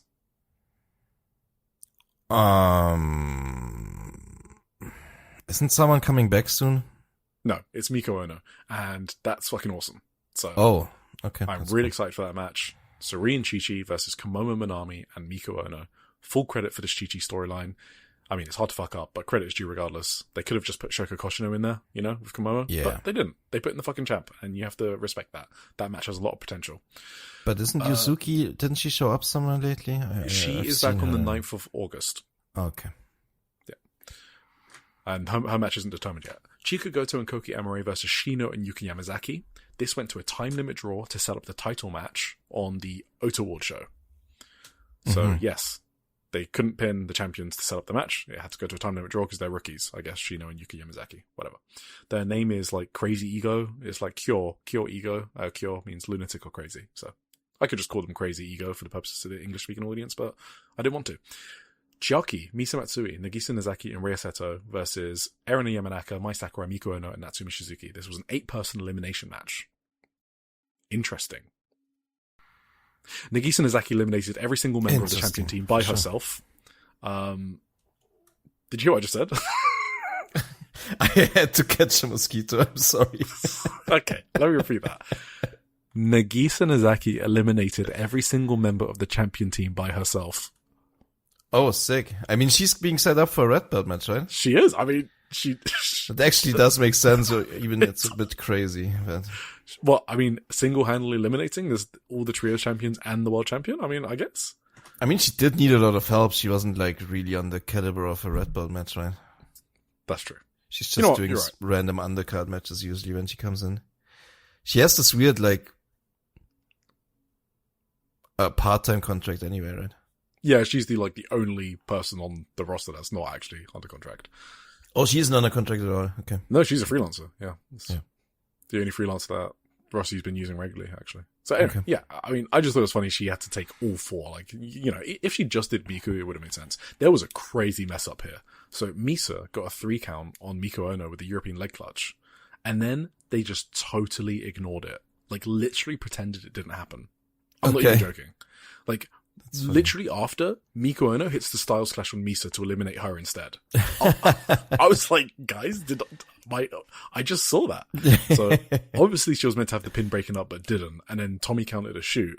But it's kind of like, how did Tommy not know that Miko was not meant to be eliminated? Anyway, whatever. Last thing, the build to the Ota Award show, I will say, has been solid. It's been logical, consistent. Darkness Revolution have they've been a big pain in the ass for the champions, the trios belts. They keep stealing the belts. Nagisa here, as you said, eliminated Miko Ono, so that sets up that match. They've told a story at least, right? So wanted to give them props for that. That's not the big one, right? That's not the Grand Destiny one? No, It's this later. is the summer one. Yeah. Okay. And then they do the Dream Star tournament and then Grand Destiny. Oh, right. Yeah. So there you go. All right, are you ready? Let's go. Are you ready for our first 5-hour plus episode? Is it the first one? I think we had one before. All right, well, I think we had one that went exactly 4:59 or whatever. Bro, this is going 5:30 minimum. All right, so let's. I mean, the indie zone isn't that big, but yeah, let's get to it. Indie zone. Indie zone. Ooh. There is a 5th dimension beyond that which is known to Tim. It is a dimension as vast as space and as timeless as Tony Storm. It is the middle ground between light and shadow, between science and whatever AJ Styles believes in. and it lies behind the pit of man's fears and the summit of Eric's knowledge. This is the dimension of imagination. It is an area we call the Indie Zone. 19th of July, Ice Ribbon pay-per-view from Ota Kamata. So, first of all, You're on your own on this one, buddy. Tsukasa Fujimoto did an interview with Hype Talk TV. Very important. I thought it was interesting that Tsukasa was asked who the next aces of Ice Ribbon would be, and guess who she said? Who the next ace is? Yes, so 2 people. I hope she said, Yuka? Correct. And Wakana? Maybe think about the current champion. That's Kaho. Sorry, we're 5 hours in. I'll speed this up. Yeah, you legit blanked Yuka. on the Yeah, that's okay. So Yuka said, this but is she's really already an ace when she's the current champion, I no? know, yeah, but she's still I was kind of thinking young. about She's 23. future. Okay. She's 23. Yeah, okay, that's so fair. Yuka has said that she wants to win the Women's Wrestling Grand Prix prize within 3 luck. years. That is the Tokyo Sports Award for Women, I believe, right? Yes. The one that, Saya won. And actually, Tsukasa herself won it in 2018. So... Oh, it's not even that... Yeah. So I don't think Yuka would say that if she wasn't planning on fully committing for the next few years. I just wanted to that's good news. I just wanted to say that. Secondly... It almost sounds to me like she's planning on jumping ship to a bigger promotion. Well, no, absolutely. Absolutely. She's getting more bookings, and we'll actually come onto it in our previews later. She is picking up more bookings. So secondly, Tsukasa said that she's achieved everything she wants to in the ring. The only reason she's returning is, sorry, I did say it was Hype Talk TV, right? I don't want to steal. Yes, okay. On YouTube, you can find it. The only reason she's returning is to help Ice Ribbon get back to where it was, increasing its Korakuen Hall schedule again. So that's awesome. But on top of that, in order to retire with no regrets, she would love to see someone from Ice Ribbon win the Women's Wrestling Grand Prix. She said this in the interview. So in other words, she wants to help Yuka or Kaho, I guess, win that award before she retires. That's her main goal. Increase Ice Ribbon Korakuen Hall schedules back to where it was before she left, and help Yuka or someone win the Women's Wrestling Grand Prix like she did. So this is for sure retirement run to help Ice Ribbon as much as possible and put Yuka and Kaho over. So strap in, because I think we're going to get a wild few years with Yuka and Kaho. Kaho is still only 23.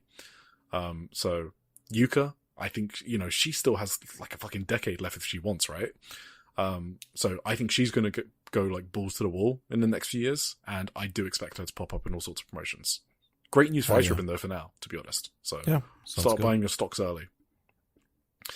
Masahiro versus Rico. Do I need to talk about this? No. Did I watch? Ancham and Lil Mars versus Nontaraga and Yuka. Right? Yeah. Ancham and Lil Mars versus Nontaraga and Yuka. So this was meant to be... Oh, sorry, it was meant to be Ancham and Lil Mars. Sorry, but Yappy showed up instead. So I had to do some digging. I was like, what the fuck happened to Lil Mars? My special little guy. And Lil Mars was at Shinjuku Face for a secret base show. Secret base, okay. Yeah, and I had seen her advertised for that weeks ago. So me putting 2 and 2 together, speculation alert, I think Ice Ribbon just booked her in this show, assuming she'd be available. Oh, just had a double booking. Okay. Yeah, and there was That's some too bad. miscommunication error. So that's a little fun window into the indies. Ancham and Yuka, awesome in this match. Love these two. Need a singles match. Thank you very much. Risa Shinose versus Tsukino Umino. Oh my god, this was so long. Oh my god, this never ended. Oh my god. Sorry. They like to do that sometimes in Ice Ribbon. Yeah, These this was matches. one of them. It was so crazy. So Arisa wants a fantastised title shot. She was unhinged in this match. She was picking up a chair and swinging it at Tsukino Umino's banner, just trying to aggravate, annoy, and bait Umino into a title shot. She was running around the arena. This was not good. Time limit draw as well. Just holy god. Oh my god. Kararu Okana and Moe Hiro versus Saito and Totoro Satsuki. This is just to give Saito and Totoro some wins, because I think they're going for a tag title challenge. Finish was fucking sick. Kararu Okana, love the rookie. She destroyed Saito with a double foot stomp. And then Totoro just came out of nowhere and lariated Kararu inside out. And Saito just put all of her weight on Kararu for the win. Did love that finish. Damn. Main event. Did you watch this main event? I didn't get to it. So. Okay, Hikari Minami and Minami Katsu versus Kaori Matsushita and Kaori Yonyama. So Kaori is scared of Minami Katsu. That is the story of this match. Mm-hmm.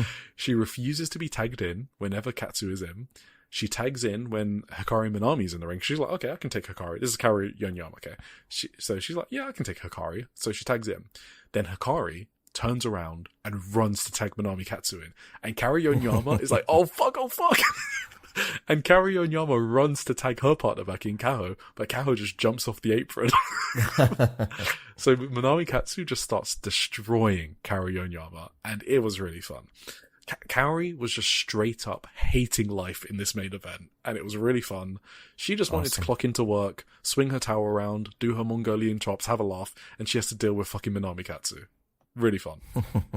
There's like a really funny spot where Kaori's like inches away from tagging and she falls flat on her face. It's just so good. Yeah, really cool story of this match. Minami Katsu does a diving double foot stomp on Kaori Yonyama, which was like the ultimate squish. So that was funny. But Kaori does get a flash pin, so she gets the Samson clutch on Katsu. Damn. which was funny. Triangle. They set up a triangle ribbon match later between Kaori Yonyama, Masahiro, and X for the vacant title. So that became vacant because they went to a time limit draw at the 20th anniversary. You remember? Right. Yeah. Yeah. So now it's Kaori Yonyama and Masahiro. Do you remember their feud from Ribbon Mania when Kaori lied to Masai to win the title? Yes. So they're playing that feud back for that triangle ribbon title.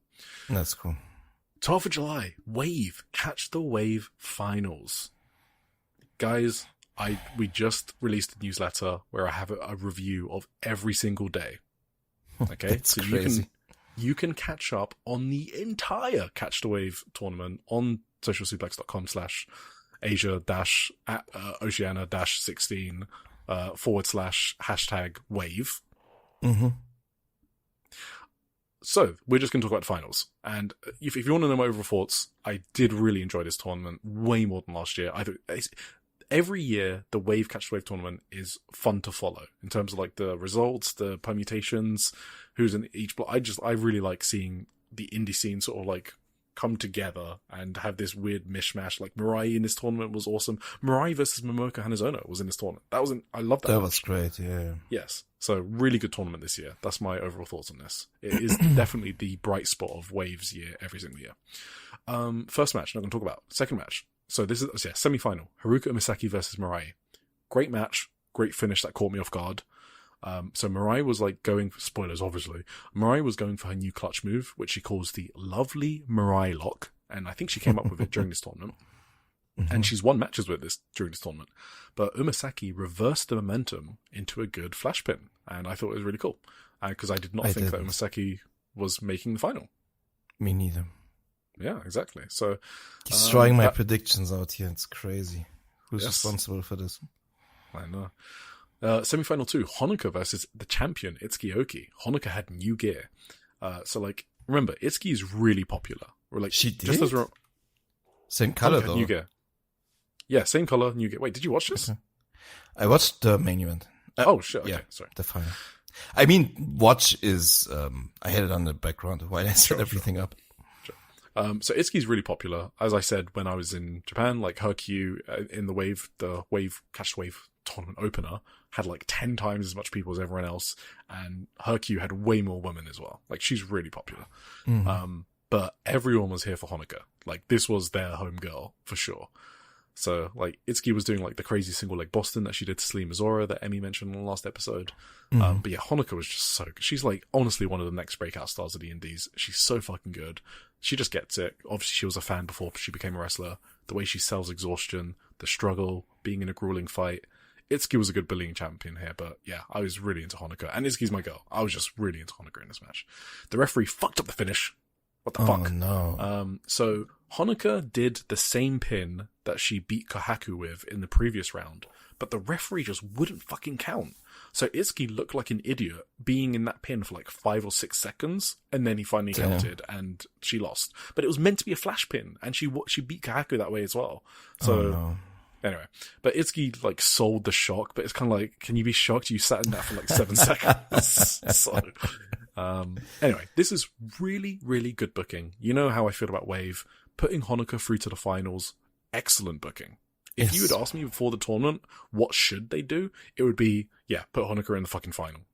Mm-hmm. So, what I thought they would do is have Natsu Sumire win. so they have impressed me this tournament, I'm not gonna lie, with the booking. What else am I jumping to? We don't talk about the Elizabeth block. The final. Haruka Umisaki, but I should say who won the Elizabeth block. The winner of the Elizabeth block was Yuma Oka. That is correct. She went from 1-4 to winning the block. So there you go. A bit of wave privilege there. Haruka Umisaki versus Honoka in the final of the Catch the Wave tournament. These two are tag team partners. Okay. So, they're in a tag team called Amikyun. I really like that tag team. Mm-hmm. So, now they clash in the finals. They already had some backstory to it because of their partnership. So, I don't think I've said this in a long time, and I now need to say it. Umisaki's great, but she's someone with a high floor and a low ceiling. Do you know what I mean by that? Yeah. She will consistently put on good to great matches, but she will never break through and give you like an unbelievable match. So it's kind of, I don't know what it is kind exactly, but if you ask me my favorite Umisaki match, it's probably her match against Karari Wakana last year in Ice Ribbon. And that was just Karari's like breakout party, to be honest. Mm-hmm. But yeah, she's just mainly a good base for other people. She's really consistent, and she's obviously really popular as a Dyna Ace. She's a perfect Dyna Ace. I'm not saying anything against that. But yeah, this match was good, but it could have also just been a round robin match, you know? Basically, Umisaki doesn't have a big match mode. That's basically what I'm saying. Yeah, that seems plausible. From what I saw, this looked fun. I bid on a couple of near falls towards the end. Mm-hmm. Like there was one specifically from Honoka where she had it was also flash. Maybe that was the same flash pin she used. Oh yeah, I think it was. Yeah, it was. Yeah, because I bid on that. That was like a last millisecond kick out too. So yeah, no, it looked like a lot of fun from what I saw, but I couldn't really pay attention to it fully. Yeah, exactly. But pretty good. That's basically what it was, and I did pay attention. It was a really good match. But yeah. So Umisaki has a really good super finisher, by the way. It's called the Blast. It's a half dragon, half fisherman suplex. I don't know how else to describe it. When she hits it, it's over. I called everything a half and half in my notes today. That's crazy. Yeah. So she hit her super finisher, which I guess is her big match mode, but I don't know. That's like the only thing she changes for her big matches. Okay. Umisaki wins. Her versus Itsuki will be good. Made sense.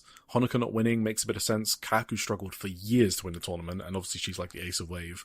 So Honoka winning immediately the year after would be a bit jarring. You know, she got a lot of big wins in this tournament against Kaku, so she didn't need to win the tournament.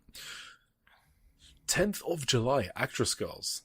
All right. This show fucking ruled for me. Like, honestly, top to bottom, an excellent show.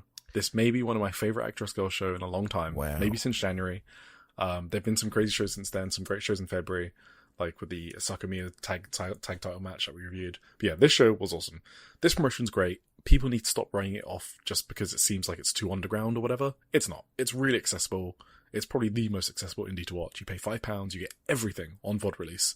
You don't need some fucking insane Velke level Actress Girls lore to watch this promotion. I don't have that, and I love it. It's just actors and idols hitting each other hard, acting their fucking asses off because they barely make any money and they want to make it big. So they're like all hungry, they're ambitious, and they didn't grow up as wrestling fans. What more could you want? Gotta pre-warn you in this one, I guess. We're gonna be I swear to God, I will not have any slander on this one. Okay, I'm sorry. No, this is a no slander zone. Chiyo Oba versus Haruka. Well, it depends on which match. Chiyo Oba versus Haruka Ishikawa was fun. That was the opener. Non-stop action. Frantic with a hot crowd. I like that. Yano Iri and Maru versus Mugi Kaken and Nanao Matsuhashi. That was Nanao's second match, and Mugi is a rookie that debuted this year too. So it was basically the newest rookies versus against the heels. Very fun. Nanao does a head kick, which looks like it's going to knock someone out one day. So I think she needs to work that one. A lot of actress girls have that problem, I think, with some of their moves. Yes, that actually looks dangerous. Not to be safety police. That one actually looks like it's going to knock someone out. Third match, Kana Ifuku and Marino which did you watch? Top 3? Yes. Okay, Kana Ifuku and Marino Nishimura versus Nene Arahata and Riku Fukunaga. Backstory for this one. So obviously we've spoken about Kana and Marino Machan a lot. They're the 2 youngest joinees of the Actress 5 big babyface group, and they're awesome rookies. Love them. Nene Arahata is heel, and Riku Fukunaga is retiring, and for one day only, she was a heel. So, when is she retiring? 14th of August. Okay. At Korakuen Hall. So no one's going to believe me when I say this. Oh, you talked about it several times. I'm sorry. I remember now. Yes. I got shoot goosebumps when Riku Fukunaga came out at the start of the show with the heels. Okay. I was like, oh, wow. Just a totally different look. I immediately said, does she have to retire? I didn't realize what I was missing out on. It is crazy to me that the most I'm getting into Riko is when she's on her retirement run. Couldn't she have done all this before, basically, is what I thought. Mm-hmm. So, yeah, Riko was being a heel for one night only, and by God, she was against the sick rookie duo, and yeah, this match just did it for me. I just loved seeing Riko as a heel. It popped me. It worked. Kana was so good in this match. She felt like a true babyface in peril against the only heel unit in Actress Girls, and obviously Riko's one night heel performance. I was gotten to. I thought it was sick. Like, she just levered Marino with kicks to the back and looked like a killer. There was a running forearm from Kana that just made me yell, Jesus fuck. I was like, Jesus Christ. So Riko for the win, slaps her around the face, head kick, buzzsaw kick, 1, 2, 3. Awesome.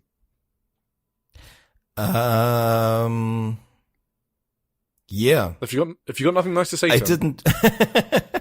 I didn't know all the backstory about Riko and stuff. Okay. So I didn't have that special like factor to see her like do. Well, was that also why they rounded up all the rookies at one point on the ramp, right? They did a lot of brawling on the outside, and she sat on top of all of them. They rounded them up into a pile, and yeah, that was kind of a cool moment for that. Then I think this was a good match. I'm not saying it wasn't. I wasn't like super high on it necessarily, but I liked it still. Pretty good thing, especially for the rookies, of course. I love like what the fuck is Kana doing with like? So at one point, Nene tried to get her like in a backbreaker position repeatedly. Yeah. And Kana just, I don't know if it was planned that she got out of it several times, or if it just didn't work out. But like when it didn't work out for the second time, she just clapped her hands in front of like Nene's face. Oh, no, that's a spot she does to distract the opponent. Oh, that's a distraction. Sometimes it doesn't work. As you can imagine. I just wasn't sure if Nene just failed to get her up for the fucking torture rack position, or if that was Vakana getting out of it. Not Vakana, Kana. Because it kind of looked like it was just they weren't getting on the same page, so that was kind of unfortunate, I guess. But like that weird thing Kana did with her hands, kind of redeemed it for me, because yes. Yeah, but like, I don't know. It looked so like, sassy or whatever. It was really funny. All right. You got anything else? Was this? Huh? I didn't expect the finish to be finished, I guess. Like, it was just a high kick and a front kick. Buzzsaw kick? Yeah. I mean, that was a pretty definitive finish, no? I called it slap, high kick, front kick. Maybe maybe it was. I thought she gave like kicks like that throughout the entire match, and these were like ones that finished it. That they didn't look like any more or less brutal than like what was going on the entire match before that. So I just didn't expect that to be finished, but no, I was okay. Yeah. I'm just not like locked in enough into the promotion to realize these things. So. Are you locked in for the next match? Yeah, unfortunately. What do you mean, unfortunately? I mean, I wanted the Anri and the Risa to be tag team champions. Oh, okay, shit. Oh my god. I actually thought we had no podcast for the future. Oh god. Were you Alright. rooting for fucking Marino and Yukina? No. I just thought you didn't like this match. I was genuinely concerned. I do have some qualms with the match. Actress Girls Tag Team title. Anri and Irisa Nagai Polaris versus Hara Hara Red, the champions. Rina Saihara and Yukina Yohara. This had a big match feel for me. The VTR got me hyped up more than I already was. This was it. I was praying to the gods that they did not make this an Arisa singles match. I needed Anri and Yukina Yohara, and for me, this is my new Actress Girls match of the year, not including Natsuki's retirement, of course. Really? That's not fair. Okay. Yes, so why I love Anri and Yukina Yohara, the intense rivalry, the competitiveness, they just try new shit, they're not afraid to hit each other hard. You can tell they do care about the story they're telling, because they're always trying something new in each of their matches as rookies, and their intensity is on another level when they face each other. You know the Senkaseri rivalry? It kind of reminds me of that. Yeah. I'm not going to do any that hot one, takes yes. on. Yeah, I'm not going to do any hot takes on which is better or whatever. But that's why I love this Anri Yukina rivalry. It's probably going to be in my top 3 rivalries of the year, whatever, when the year ends. I am devastated for Anri. I really thought this was it, and I thought it was the best time to swap the titles. So, okay, this match. So, I've already spoken, I think, like 2 weeks ago when they faced each other or whatever. Like, Anri sort of developed her kicks almost like while she was out injured, but Yukina has always been the kicker, right? But Anri's it's just been something she's like developed. So the start of the match is Marina Sahara, who was obviously the recent champion, and Anri trading kicks. Okay. Anri, the rookie, tries to go for an early Kimura and arm lock on the former champion. She's trying to fucking rip Marino's arm off early. Great start for me. I'm already into this. Anri is urgent and intense. She wants to win this fucking title. Okay, badly. Marino doesn't get the assignment. She's hitting forearms with the same arm that just was in the armbar. That's okay. I'll let you off that one, Marino. Sick head kick from Anri. And even Arisa was bringing some intensity into this match with strikes, which I just wasn't expecting. Yukina looked incredible against Arisa, but I was like, they're really fucking saving Anri and Yukina here. What are you doing? Give me Anri and Yukina. I want Anri and Yukina. So here we go. We finally got Anri and Yukina. Anri does a super nice flying octopus. Anri's kicking Yukina in the arse on the ropes. Why that spot's so cool? It's the exact same spot they did in the singles match a year ago, but reversed, when Yukina Yohara just kicked the fuck out of Anri. And that was the first time I saw Yukina Yohara be like, oh, she's got something. She's enjoying these kicks. Like, she was smiling, she was loving it. She had an edge to her that she had never shown in her career before that singles match with Anri. So they reversed the spot here. Very cool. Like that callback from a year ago. Yukina, obviously, not to be one-upped, as we spoke about previously, she was in a UWF rules match against a legit Kempo background Actress Girls wrestler, and she let her get nothing. Absolutely nothing. She took 2 points off her and then tapped her out. So Yukina's very competitive. So she repays those kicks to Anri. So yeah, kind of like that, just repaying the favor. Yukina did an under the bottom rope 619. I don't know why or how, but that is what I just saw. Like I said, they're actress girls. They like doing new shit sometimes. And they thought, hey, people do middle of the rope 619s, why not under the rope?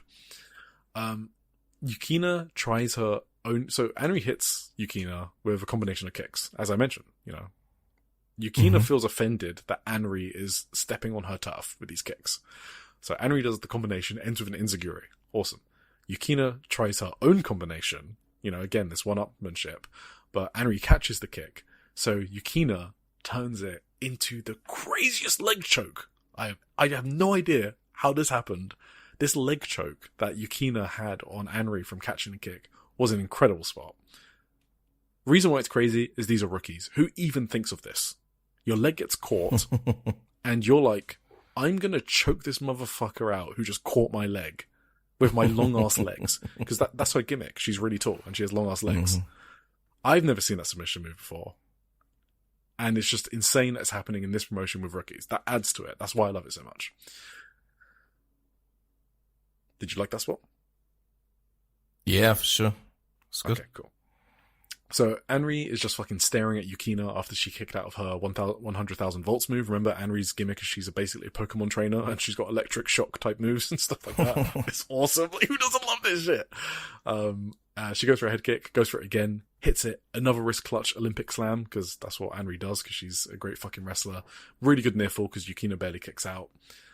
Okay, there's this move, guys. This is what I mean about actress girls. I'm just doing new shit. Polaris, who this is Anri and Arisa Nagai, they have a move called Cactus Flower. What this move is, it's Arisa is on her back. And oh yeah, that's so Anri has Yukina in like a code red type of hold, right? You can see, so Anri's like sitting on Yukina's back.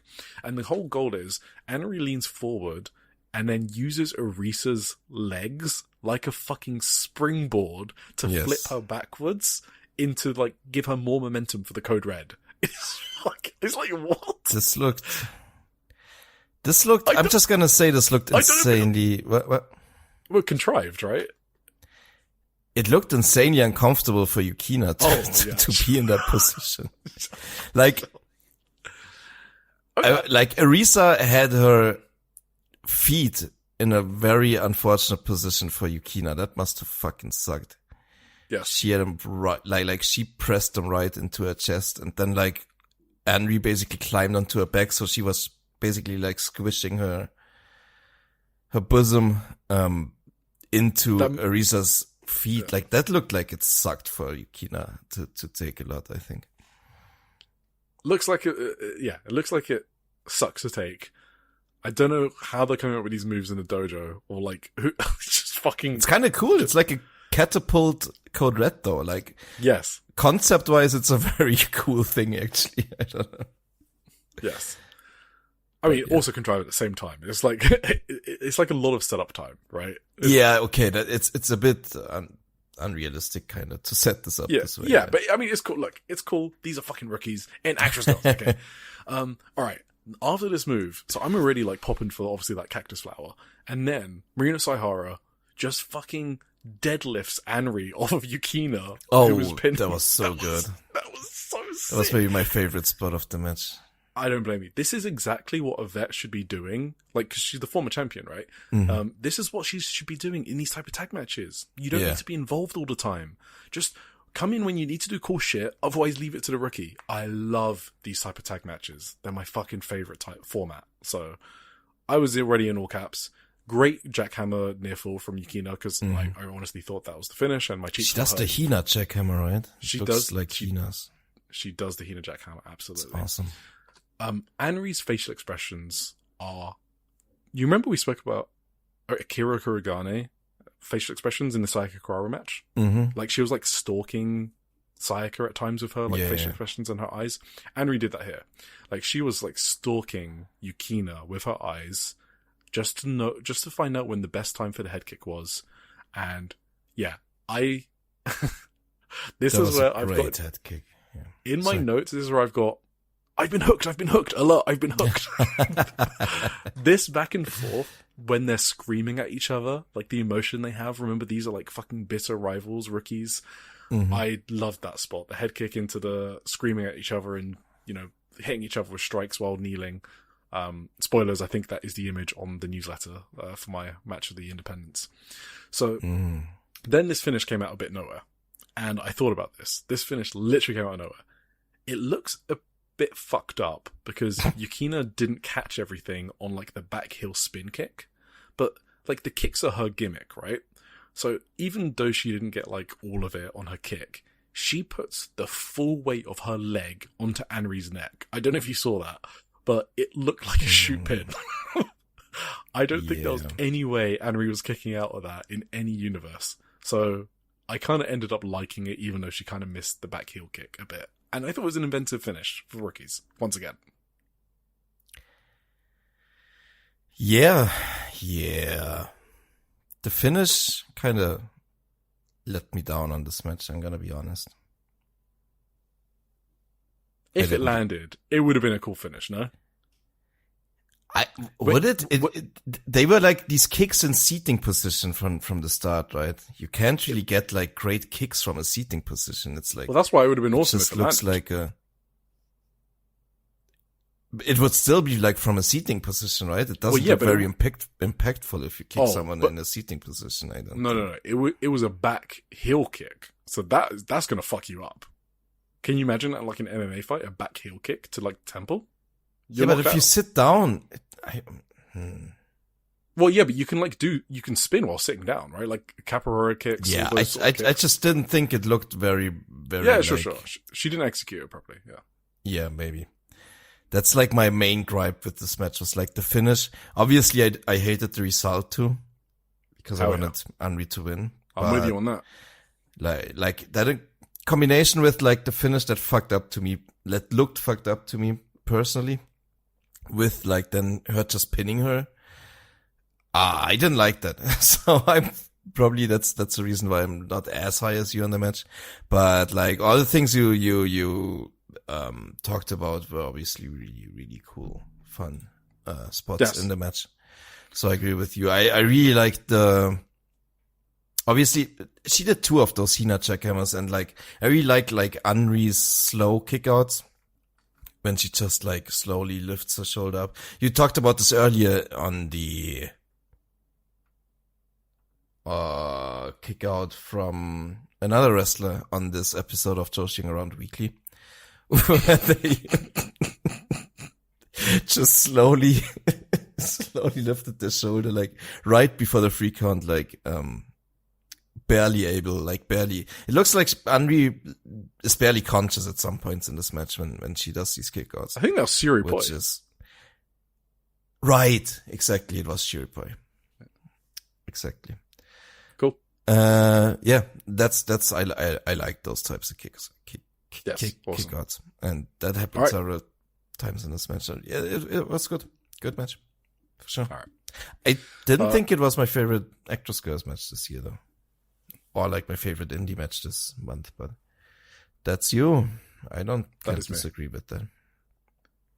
Main event, Actress Girls King title, Nagisa Shiotsuki versus Sakura Mizushima. It was time to switch the non-points title again, I guess, and stop Nagisa being a double champ. So Sakura Mizushima became the new King champion. They had this exact match in August Korakuen last year, and I thought that match was excellent.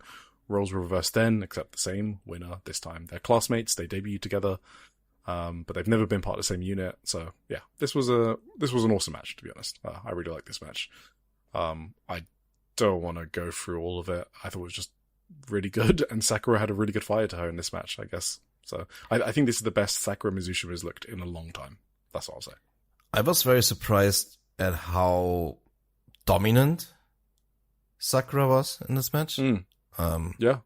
Like she dominated Nagisa for long stretches, I thought. To then also win, like that's often a sign to me that she's not gonna win in the end. But she just put her away too and beat her. It was a very like, to me it looked like a very, I can't think of the word. A very strong victory, I guess. Like just sure. One thing to remember is, so this one isn't the points division, so just the better wrestler wins. Nagisa is the Actress Girls champion, which is the points division. So the part of the story they use with points is that Nagisa is overall the champion because she gets other points from like merch or ticket sales and stuff like that, more popular. But Sakura might just be the better wrestler, so that's why she looked dominant in the wrestling division. Probably. So that's how they use their points division as a story device. Whatever it is, whatever. I do think. Sorry, real quick. The finish Mitsushima did look. The really Blossom cool. Bomb, sick. It's really cool. Sick Blossom Bomb, fucking great. These are fucking actresses, Tim. What a finish that was. Hell yeah. Really good. Marina Sahara will challenge next for Sakura Mizushima's title, the King title. So there you go. Marina is going for the Grand Slam. Hiroyo Matsumoto's 20th anniversary, Shinjuku Face, 17th of July. I thought the opening was super cute, just want to say. Matsumoto was crying because of the reaction she got when she entered to open the show. Matsumoto is someone that doesn't get celebrated that much as well. So having a packed out Shinjuku Face, giving her a standing ovation, made her break down in tears, and that was really awesome. So, she always seems very modest as well, right? Like she's not, Remember when we saw her in person, and I was too scared that's what I'm thinking to talk to her because she just looked like she didn't want to be bothered. Yes. She's very stoic, I guess, So yeah, no, it was really cool to see her realize all the support she has. And I love produce shows because you get the most craziest crossovers possible. So let's just fly through this. Do you have anything on the first match? Hanako Nakamori and Honoko versus Hiroyo Matsumoto and Miura Koga. I'm honestly reading my notes right now. I have like no memory of this match. This was, cool. I watched this Friday. I've watched like 9 shows literally. Since then. And like there's literally, except for the main event, I don't have many memories of this. Oh no, the Battle Royale. I remember stuff from the Battle Royale too. So in the opener, I guess Miura was great again. Like she's great against Honoka, obviously. The WAV tournament's done wonders for Miura Koga. She's kind of like Matsumoto's junior in a way, so that's why she was teaming with her. She just helps her a lot in seedling and stuff like that. So I think the WAV tournament has made it click for Miura Koga, and this was a preview match for the Pop title because Miura Koga won the young block in WAV, remember, and that title is held by Honoka. So that will happen on the 15th of August in WAV at Korakuen Hall.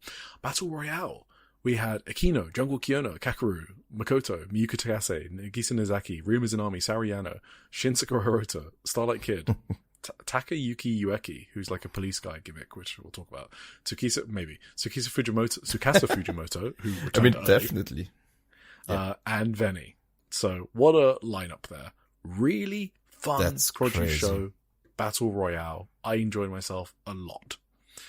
So we had Sakura Hirota, who debuted the Dash Chisako roleplay.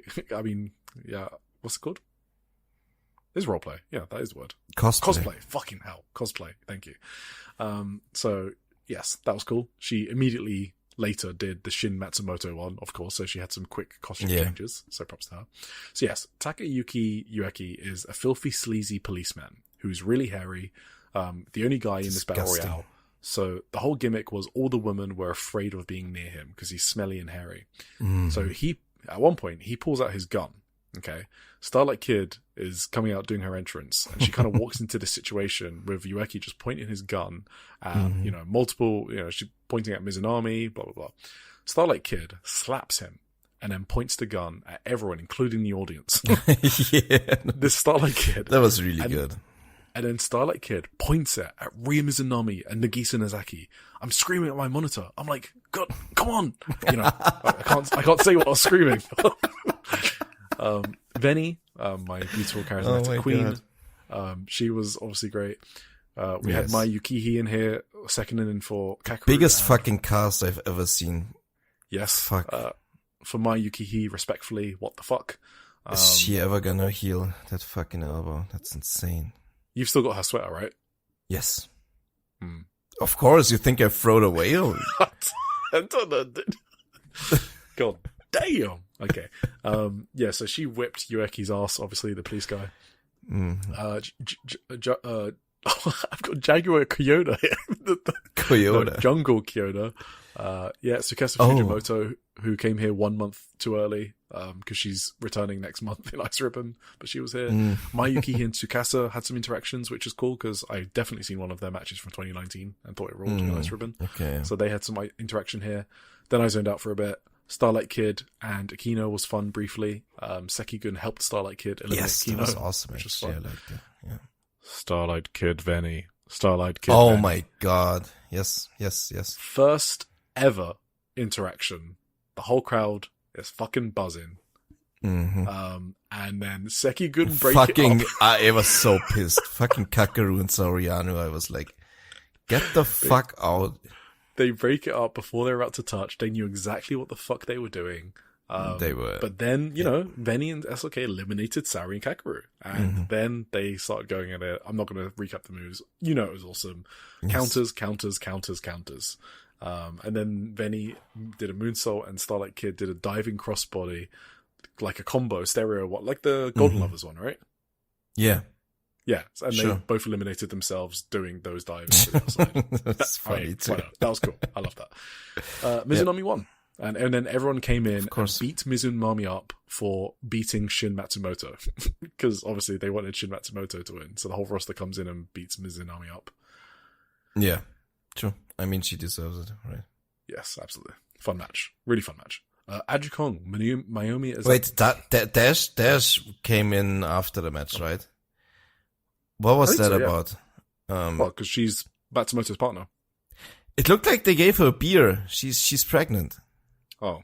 They gave her some beverage. Hey, maybe it was non-alcoholic. In a can. Maybe it was a non-alcoholic beer, yeah. So Ajikong, Miyu Miyazaki, Minoru Suzuki, Itsuki Aoki, Rina Yamashita, and Zones. So this is Matsumoto's Oz Academy unit, Goji's own union, against a trio of legends, obviously. They brought a lot, as you can imagine, a lot. Ajikong broke someone's umbrella at some point. It was fun seeing Zones trying her all to chop Minoru, but the whole crowd is chanting for Yamashita, and I don't see what she's doing because she's off the camera. So she's doing something crazy. That too. And then Itsuki had chants off the camera, and I couldn't see why. Izaki got some chance as well for accidentally blasting Minoru with a chain, which I thought was hilarious. I thought the whole, like, all interactions in this match were kind of fucking awesome. I don't know. Yes. If you like produce shows, you will like this one, basically. It is classic. It's just classic produce show stuff. It's really fun. Yes. Yeah, and then Izaki won. I don't have much else to say about this. Minoru and Itsuki was obviously very fun for me. I thought, Minoru was very good in this match, I thought. I mean, I like him generally. A lot of people have, like, written him off or whatever, but I'm still on. No. No, like all the interactions with, like, I don't know, Minoru and everyone, he was just a fucking great asshole in this match. And, in the end, after the match, Ozaki and Ajikong beat him up for it. That was good too. No, this was a really fun match. I recommend watching Chihiro Hashimoto versus Hiroyo Matsumoto. So, first of all, the ring announcer fucks up Matsumoto's announcement on the produce show. That was so fucking sad, man. And the whole crowd boos the fuck out of him because he accidentally calls her, Hashimoto Chihiro. Instead of Matsumoto Hiroyo, and he tried to morph Chihiro into Hiroyo at the last second. It was Chihiroyo or something. It was too late. The whole crowd booed. He repeated it. He looked so sad with himself, to be fair. So. Hiroyo looked so sad. The look on her face was like, this is my big fucking anniversary moment. And yes, exactly. And obviously they use all the ribbons on the first one. Yes, exactly. So she had no ribbons for her actual announcement. Fucking sad. Oh my god. First half of this match, I thought was very produce show coded. Not an insult. I just mean there's like a different intensity to it. It's more jovial. It's laid back. They're there to entertain the crowd and have more fun. Those are the type of matches where, if you're really invested into Matsumoto, you'll have a lot of fun with those. Second half of the match, fucking brutal. So, there were some bombs being thrown, running lariats, sliding lariats, clubbing blows, German suplexes. I thought they transitioned really well from the first fun half, with the produce show format into like a more serious, intense match. It was all about Matsumoto surviving Hashimoto. They beat the fuck out of each other in the second half, and I definitely bit on some nipples towards the end. I thought this was an awesome match. Yes, I agree. It was a very good match. Another very good match. I mean, what do you expect? It's Matsumoto, it's Hashimoto. What do you expect, guys? It's just two fucking powerful women throwing each other around, running into each other. Just power bombs.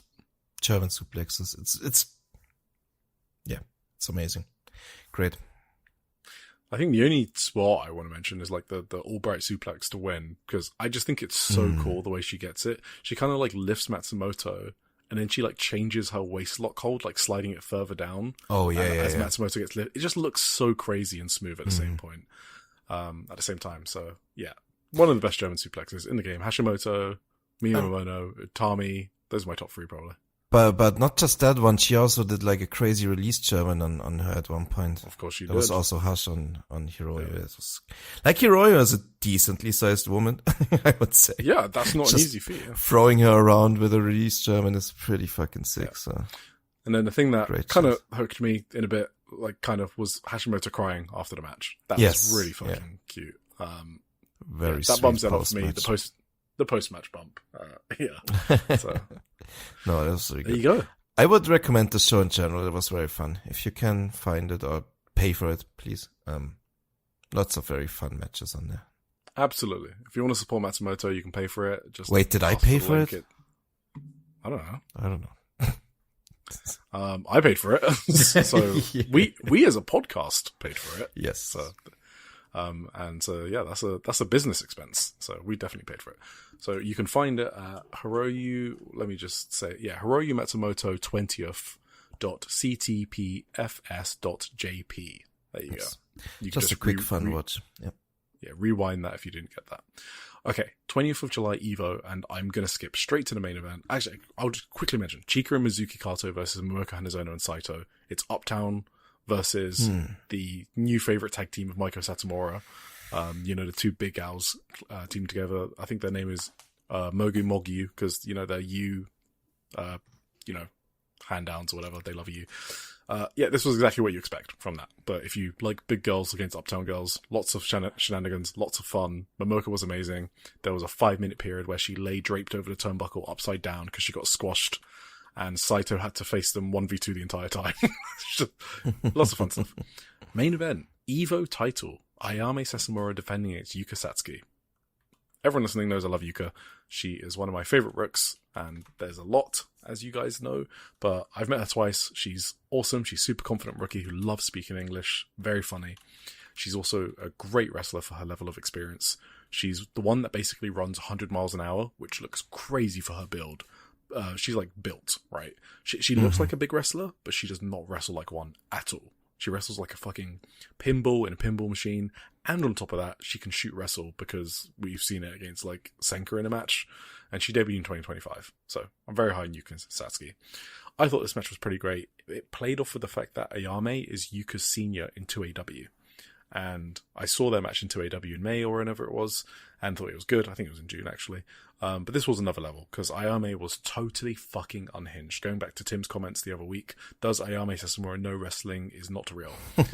She was an absolute total sicko, wanted to deal maximum punishment to her junior and show her what a fucking title match looks like. And I really liked Satsuki's fire-ups and her comebacks. Yeah, this was like a lot better than their singles match in 2AW. I would have actually recommended this to you, Tim, but I think we were wrestling out, so I did not. Yeah, I couldn't, like, physically. I would have had to No. And the quality copy was myself, shit. clone myself. Oh, copy The stream was quality was so bad. Okay. The next challenger for Ayame Sasamura is Momoka Hanazono. So, we shall see. Quick previews. We're there. So, worth mentioning. 26th of July, Marvelous are in Funabashi Arena making their debut in their hometown where the dojo is based. So I think it's a big deal for them because they're debuting at this arena. It's a basketball arena, but it has like a second arena, which is much smaller, like a lot of places do, right? They're called like sub-arenas, like Edion Arena, right? It has a main arena and then a smaller one. Who's on this card? So I'll just talk about the main event. Well, Achika Miyabi's on it against Rico in a singles match, which is fun. Leah Knight is making her debut here. She's like an indie wrestler from Puerto Rico. No idea. Main event, Miyu Momono and Senka Akatsuki versus Spark Rush. Nice. So yeah, I mean, they're in their hometown. I hope they go hard because they want to. Yeah, I imagine they want to put on a good show because they're based there. So yeah, let's see. For sure. 26th of July, Seedling. A rare weekend show for Seedling, because it's normally always during the weekday. So this one is on a Sunday. So we got Chan Yota versus Lana Hisaki, Akino and Yuki Funa versus Koko and Honoka. So that is Yuki Funa making her return from injury, and she's against Koko and Honoka, which sounds fucking awesome. Madison Marley versus Veni, Ayame Sasamura and Kahaku versus Miro Koga and Celine Mizora. That sounds fucking incredible as well. And then the main event is Hikari Noah, Honori Hana, and Mirai versus... Oh, that's the next Hikari one, yeah. Kakadita, Lepidita, and Mia Shirai. Such a waste, man. So, hey guys, if you did not know, the Luchadores are heels now. They're Rudas, I guess. So, yeah, they're real unhappy. And they want... Well, they're challenging for the tag titles at Korakuen, I think, this is a preview of Honori Hana. So there you go. Ice Ribbon on 26th of July. Don't have a card, but that's happening. Diana previews. We've got 3 shows outstanding. 19th of July, we have Misa Kagura's Homecoming preview. Not made tape yet. I'm pretty sure it will because it always does. So we will be reviewing that when it makes tape. That's the one where she's teaming with Haruka Masaki and Sumika Yanagawa against Ayaka Sato, Jaguar Yokota, and Kyoke Inoue. Can't wait for that. 22nd of July. Anything interesting? Nanami versus Shanshan in the main event. Manami? Nanami. Oh, Nanami, okay. And Shanshan.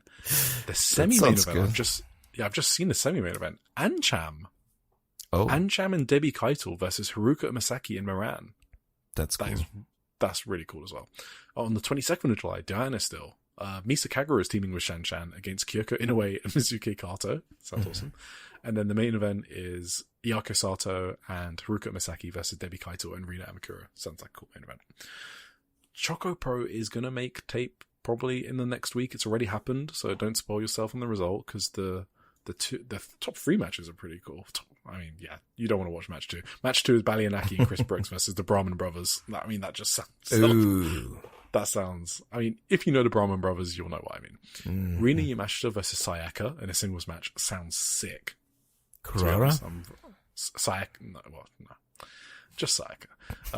Asia Dream Tag Team title, Cho and Shiryu and Kaori Onyama, so that's like Hong Kong Pro Wrestling versus Minoru Fujita and Sayaka Obihiro, who are doing like the Cooks gimmick thingy. Sorry, we're not Choco Pro aficionados. Super Asia title main event, Mei Surugo versus Miya Yotsuba. So there you go, don't spoil yourselves until that makes YouTube. Finally, Jaguar Yokota's 50th anniversary on the 24th of July. No idea when this is making tape. But I wanted to shout out the top 2 matches. Suri versus Yuka. Ooh. Damn. I mean, if you don't ooh at that match, let me tell you, you should be oohing. Okay? This is in the semi-main event. Mm-hmm. So they're going to give it time.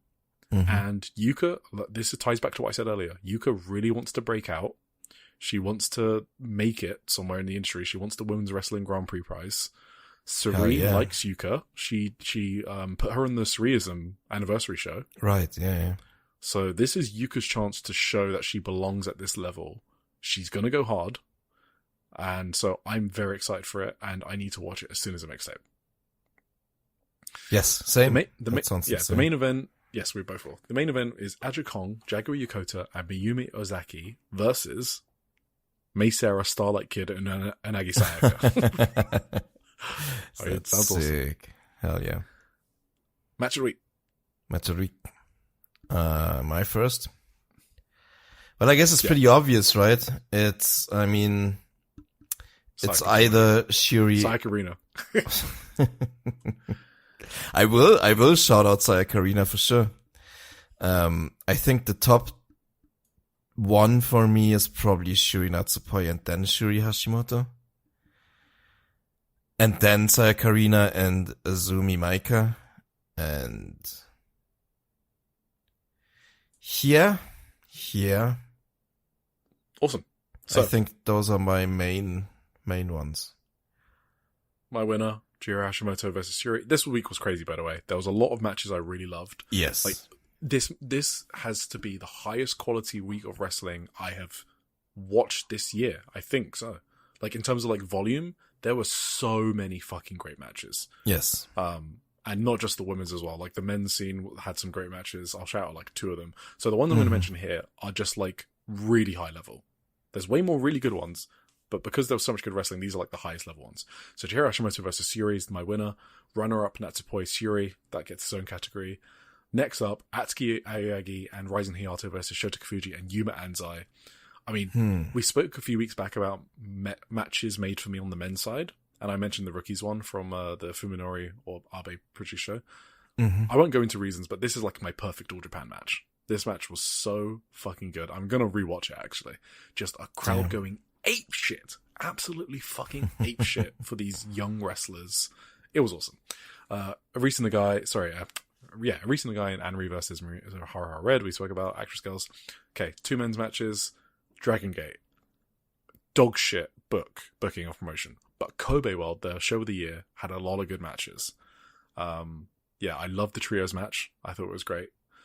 So that was very close to like match of the year contender, to be honest. And also Himari versus Ryo Tanaka, also very close to match of the year contender, like low level. Like 2 years of experience for both of those guys, but it was built really well with a simple story. 2 of Dragon Gate's best young wrestlers. If Tanaka won, he would break PAC's defense record for the Brave Gate title. Really simple story. You win and you break the defense record, or you lose to your biggest rival. Awesome stuff. All right. Dragon Gate's rare W. And then there's a bunch of other stuff like Oleg Shingo and stuff like that, but whatever. Should I? Okay. Okay. Huh? You just broke off for me. Let's just finish this before this fucking falls apart. I do want to say one thing, right? Since we had it on the Evo show, like when I say when I didn't watch some stuff, it's literally, it's not because I don't want to watch more wrestling. Do you have to explain this? It's not like, because a lot of podcasters are like fucking complaining and whining and shitting and pissing themselves all the time that they have to watch so much wrestling, blah, blah, blah, blah. That's not the case for me. I just literally don't have enough time in the day. Like, if I could, I would watch the Evo matches and the Ice Ribbon matches. It's just sometimes I just don't get it in. Dude, wrestling's fucking awesome. Yes, wrestling rules. By the way, I told you it would take 6 hours. You didn't believe me. Oh my god. This is gonna be a headache to export in like under 200 megabytes, but I'm gonna figure it out. All right. But yes, if for the three of you that made it this far, thank you very much. Thank you so much. Yes, thank you so much. And if you just skipped ahead, that's fine as well, because obviously we spoke about a lot of different things. The whole goal is to just cover as much as possible. We've got timestamps. We just like talking about this stuff, and hope you like listening to us talk about it. Yes. Yeah, please. We enjoy this, and hope you enjoy it too. And let us know. Yeah, if you don't, we don't care. So, come back next week. I hope you enjoyed it. Thanks, bye. Bye.